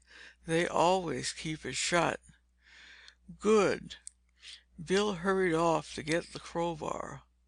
"What's all this about, Dorothy?" asked Terry. "All I know is that these lads held up my car the night of the Sillies. Some bird in a mask drew a gun on me. My eyes were bandaged and I was popped into another bus and brought over here. Where am I, anyway?" "Why, you're in that old stone castle near North Stamford. This is a diamond smuggling gang we're up against. The local and the state police, not to mention Secret Service agents, have been scouring the country for you. Wait till you see the newspapers. You're nationally famous. But your mother and father and the rest of us have been terribly worried." Terry nodded. "I've been thinking of that," he replied. "But diamond smugglers, eh? No wonder," he whistled softly. "You've no idea what it was like to be caged up here, thinking of the family and how terrible it was for them, not knowing why I was here or if I'd ever be set free. Yet they've not tried any rough stuff. Gave me plenty of books and magazines, and enough decent food, thank goodness." Bill reappeared, carrying the bar. "Now get back from the door, Terry," he cautioned. "I'm going to have to go at it with this." He placed the end of the crowbar through the grating and behind the steel disc which held the lock. Then he shoved it forward and sideways until that end was jammed between the inner edge of the door and the frame. "Lend me a hand, please, Dorothy, and we'll see what a bit of leverage will do." Together they seized the crowbar and pulled. There was a sharp snap, and the door flew open. "Good enough!" cried Terry. He sprang into the corridor and grasped their hands. "You said it!" laughed Bill. "That's the second time this bar has come in handy since we started this job. If we ever get out of here, I'm going to keep it as a souvenir." "I'll take the diamonds," Dorothy added enthusiastically. "What's on deck now?" inquired Terry. Bill grew suddenly serious. "Have you any idea where they keep themselves above?" "It's 10 to 1 they'll be playing poker in the kitchen. They've nothing else to do now except to feed me, or so Peters says." "Where's the kitchen? I mean, how do we get to it from here?" "It's along this passage and up the staircase at the end. The door at the top, the soundproof one, opens into the kitchen." Bill handed Terry a gun. "Don't be afraid to use it," he commanded. "They won't hesitate to shoot if they get a chance." Terry looked at him in grim disdain. "Say, just because I appear to be my cheerful self and so on, don't get the idea that I've enjoyed this rescue. All I've been thinking about for days, and nights too, is a chance to get even with them. Now I have it." He patted the revolver. "Okay then, come along, both of you." It was but a step to the turn in the passage. Directly ahead lay a steep flight of stairs, and at the top was the silent menace of the closed door. End of Chapter 17.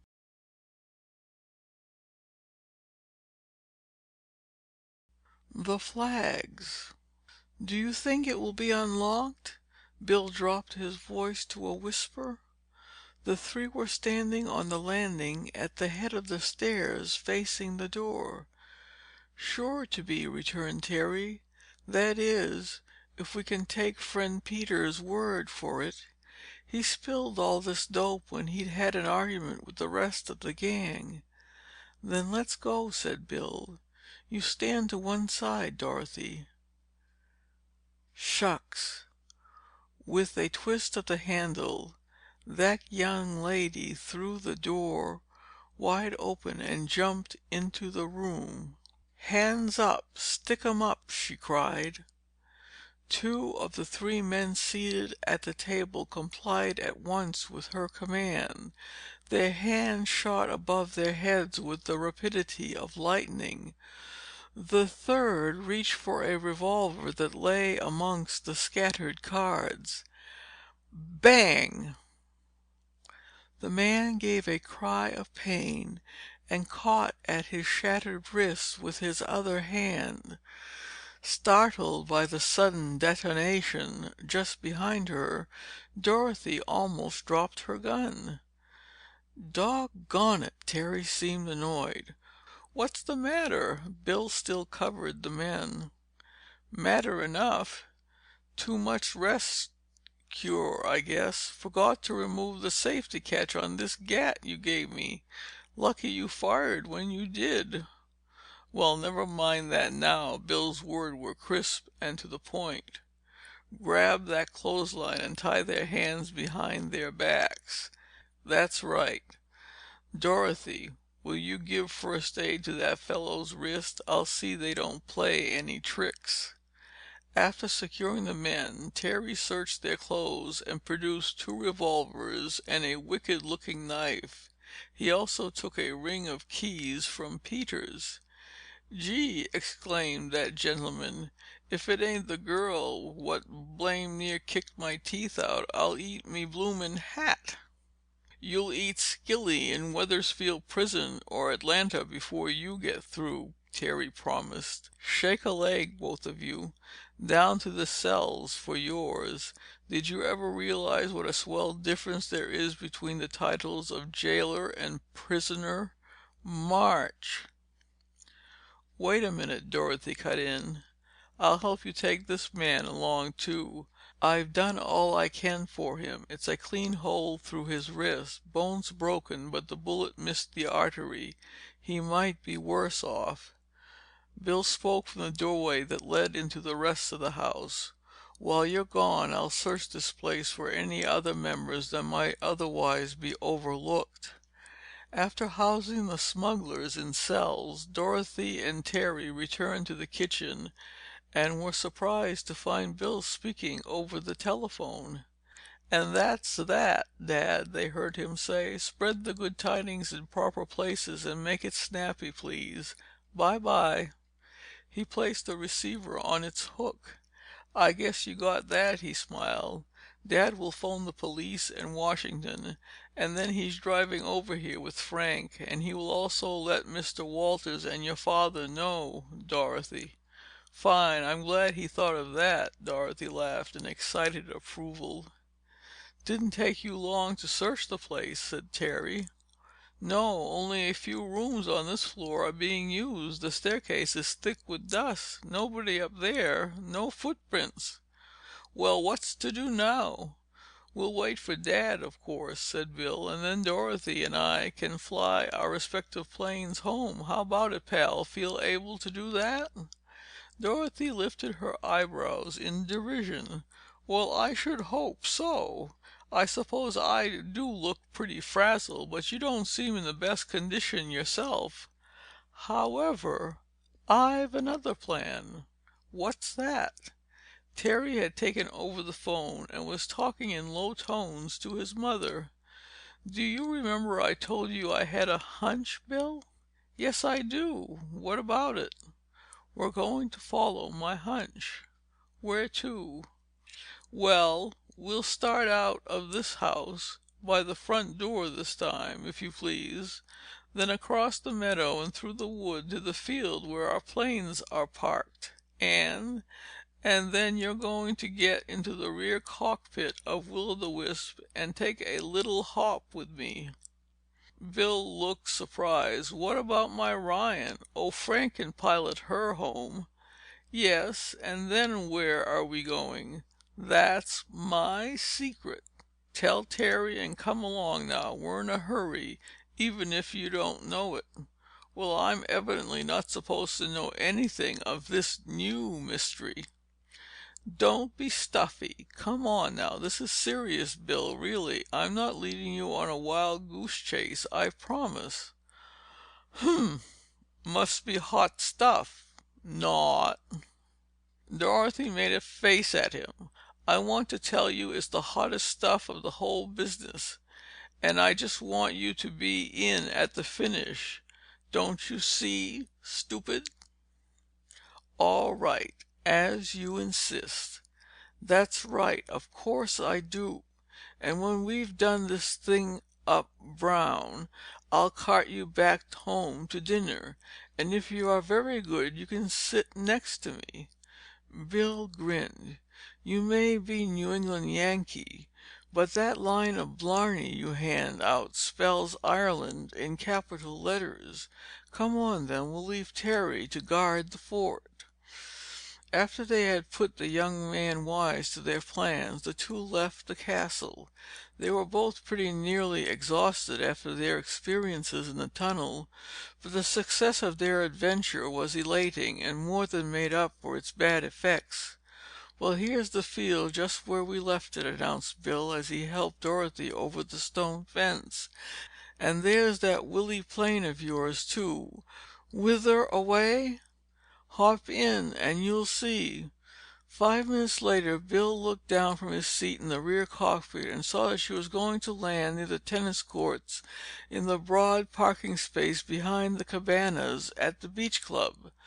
The members had become used to seeing her land will-o'-the-wisp on the club grounds. Their descent, therefore, caused little or no notice. The plane stopped rolling, and a man in the club uniform of a beach attendant ran up. "Hello, Jeffries," waved Bill. "I thought you might be here. How are things?" "We caught Donovan and Charlie Myers over at Babylon, but they're small fry. Anything new, Bolton?" Bill got out of the plane and helped Dorothy to descend. "I should say there is. Tell you about it in a minute. Dorothy, let me present Mr. Arthur Jeffries, one of the very big men of the United States Secret Service. Arthur, this is the famous Dorothy Dixon."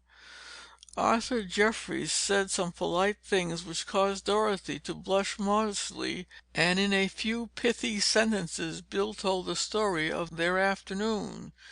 "So you see, old man," he ended, "you don't have to wait around this club any longer disguised as a goldfish or what have you, because the bearded aviator won't fly the Mystery Plane over here any more. That is to say, not for 20 years or so at the soonest." "He'll get all that or more," Jeffries commented crisply. "But the man he worked for, sunning himself over there on the stand, old Holloway, I mean, he's the nigger in the woodpile, the boss of this gang of diamond smugglers, but I can't arrest him on that evidence." Dorothy made an eager gesture. "Will you come with me? I want to show you two something. We'll go around the far side of that big cabana on the end of the boardwalk. We're going inside." "Holloway's bathhouse?" This from Bill. "Exactly. I don't want him to see us, though, so be careful." The three rounded the gaily painted cottage, and ducking under the red and black striped awning, entered the front room, which was fitted out with the usual wicker furniture and bright rugs. "I wonder where he keeps them," Dorothy murmured to herself. "Ah, this looks like it." She lifted the hinge lid of a handsome sea chest and pulled forth a dozen or more colored flags. "By Jove, the goods!" cried Bill. "How did you ever guess it, Dot?" Dorothy was so pleased by her find that she passed over his use of the despised diminutive. "I just happened to remember that he generally decked out his cabana with a flock of these things, and though the club runs up flags on special occasions, Mr. Holloway did it nearly every afternoon. It came to me when you pulled off Tracy's beard back there in the tunnel." "Precisely," said Arthur Jeffries. "Holloway would get word in New York at his office. probably when a liner carrying contraband was expected off Fire Island Light. Then he'd come out here and signal the time to Tracy in his airplane by means of these flags. I'll bet the old boy never went near the castle. Some alibi! He and Tracy probably never saw each other from the time he went to the city in the morning until he came home for dinner at night. "Are you going to arrest him now?" she asked breathlessly. "As soon as I can get out on the beach. I'll do it as quietly as possible, of course. No use in causing a disturbance with his friends around. So long, Bill. Glad to have met you, Miss Dixon, and many thanks. See you both later on." They left the cabana with him, but turned back toward the plane as he went down the beach. "That ties it, I guess," she smiled. "It certainly does," agreed Bill. "Now, didn't I tell you it would be hot stuff?" He looked at her and they both burst out laughing. "And the best of it is that the government will probably pin a medal on you for it," he declared. "Oh, Bill, do you really think that?" Bill grinned at her excitement. "You get into that plane and take me home to dinner. That was the bargain. I'm famished." "Dinner!" exclaimed Dorothy in disgust. "My word! We've caught those diamond smugglers when the whole of the Secret Service couldn't do it, and all you can think of is food! Gee, I'm glad I'm not a mere man. Hop aboard. I'll give her the gun and fly you home to your dinner." End of Chapter 18. Recorded by Susan Morin, Portland, Maine. End of Dorothy Dixon and the Mystery Plane by Dorothy Wayne.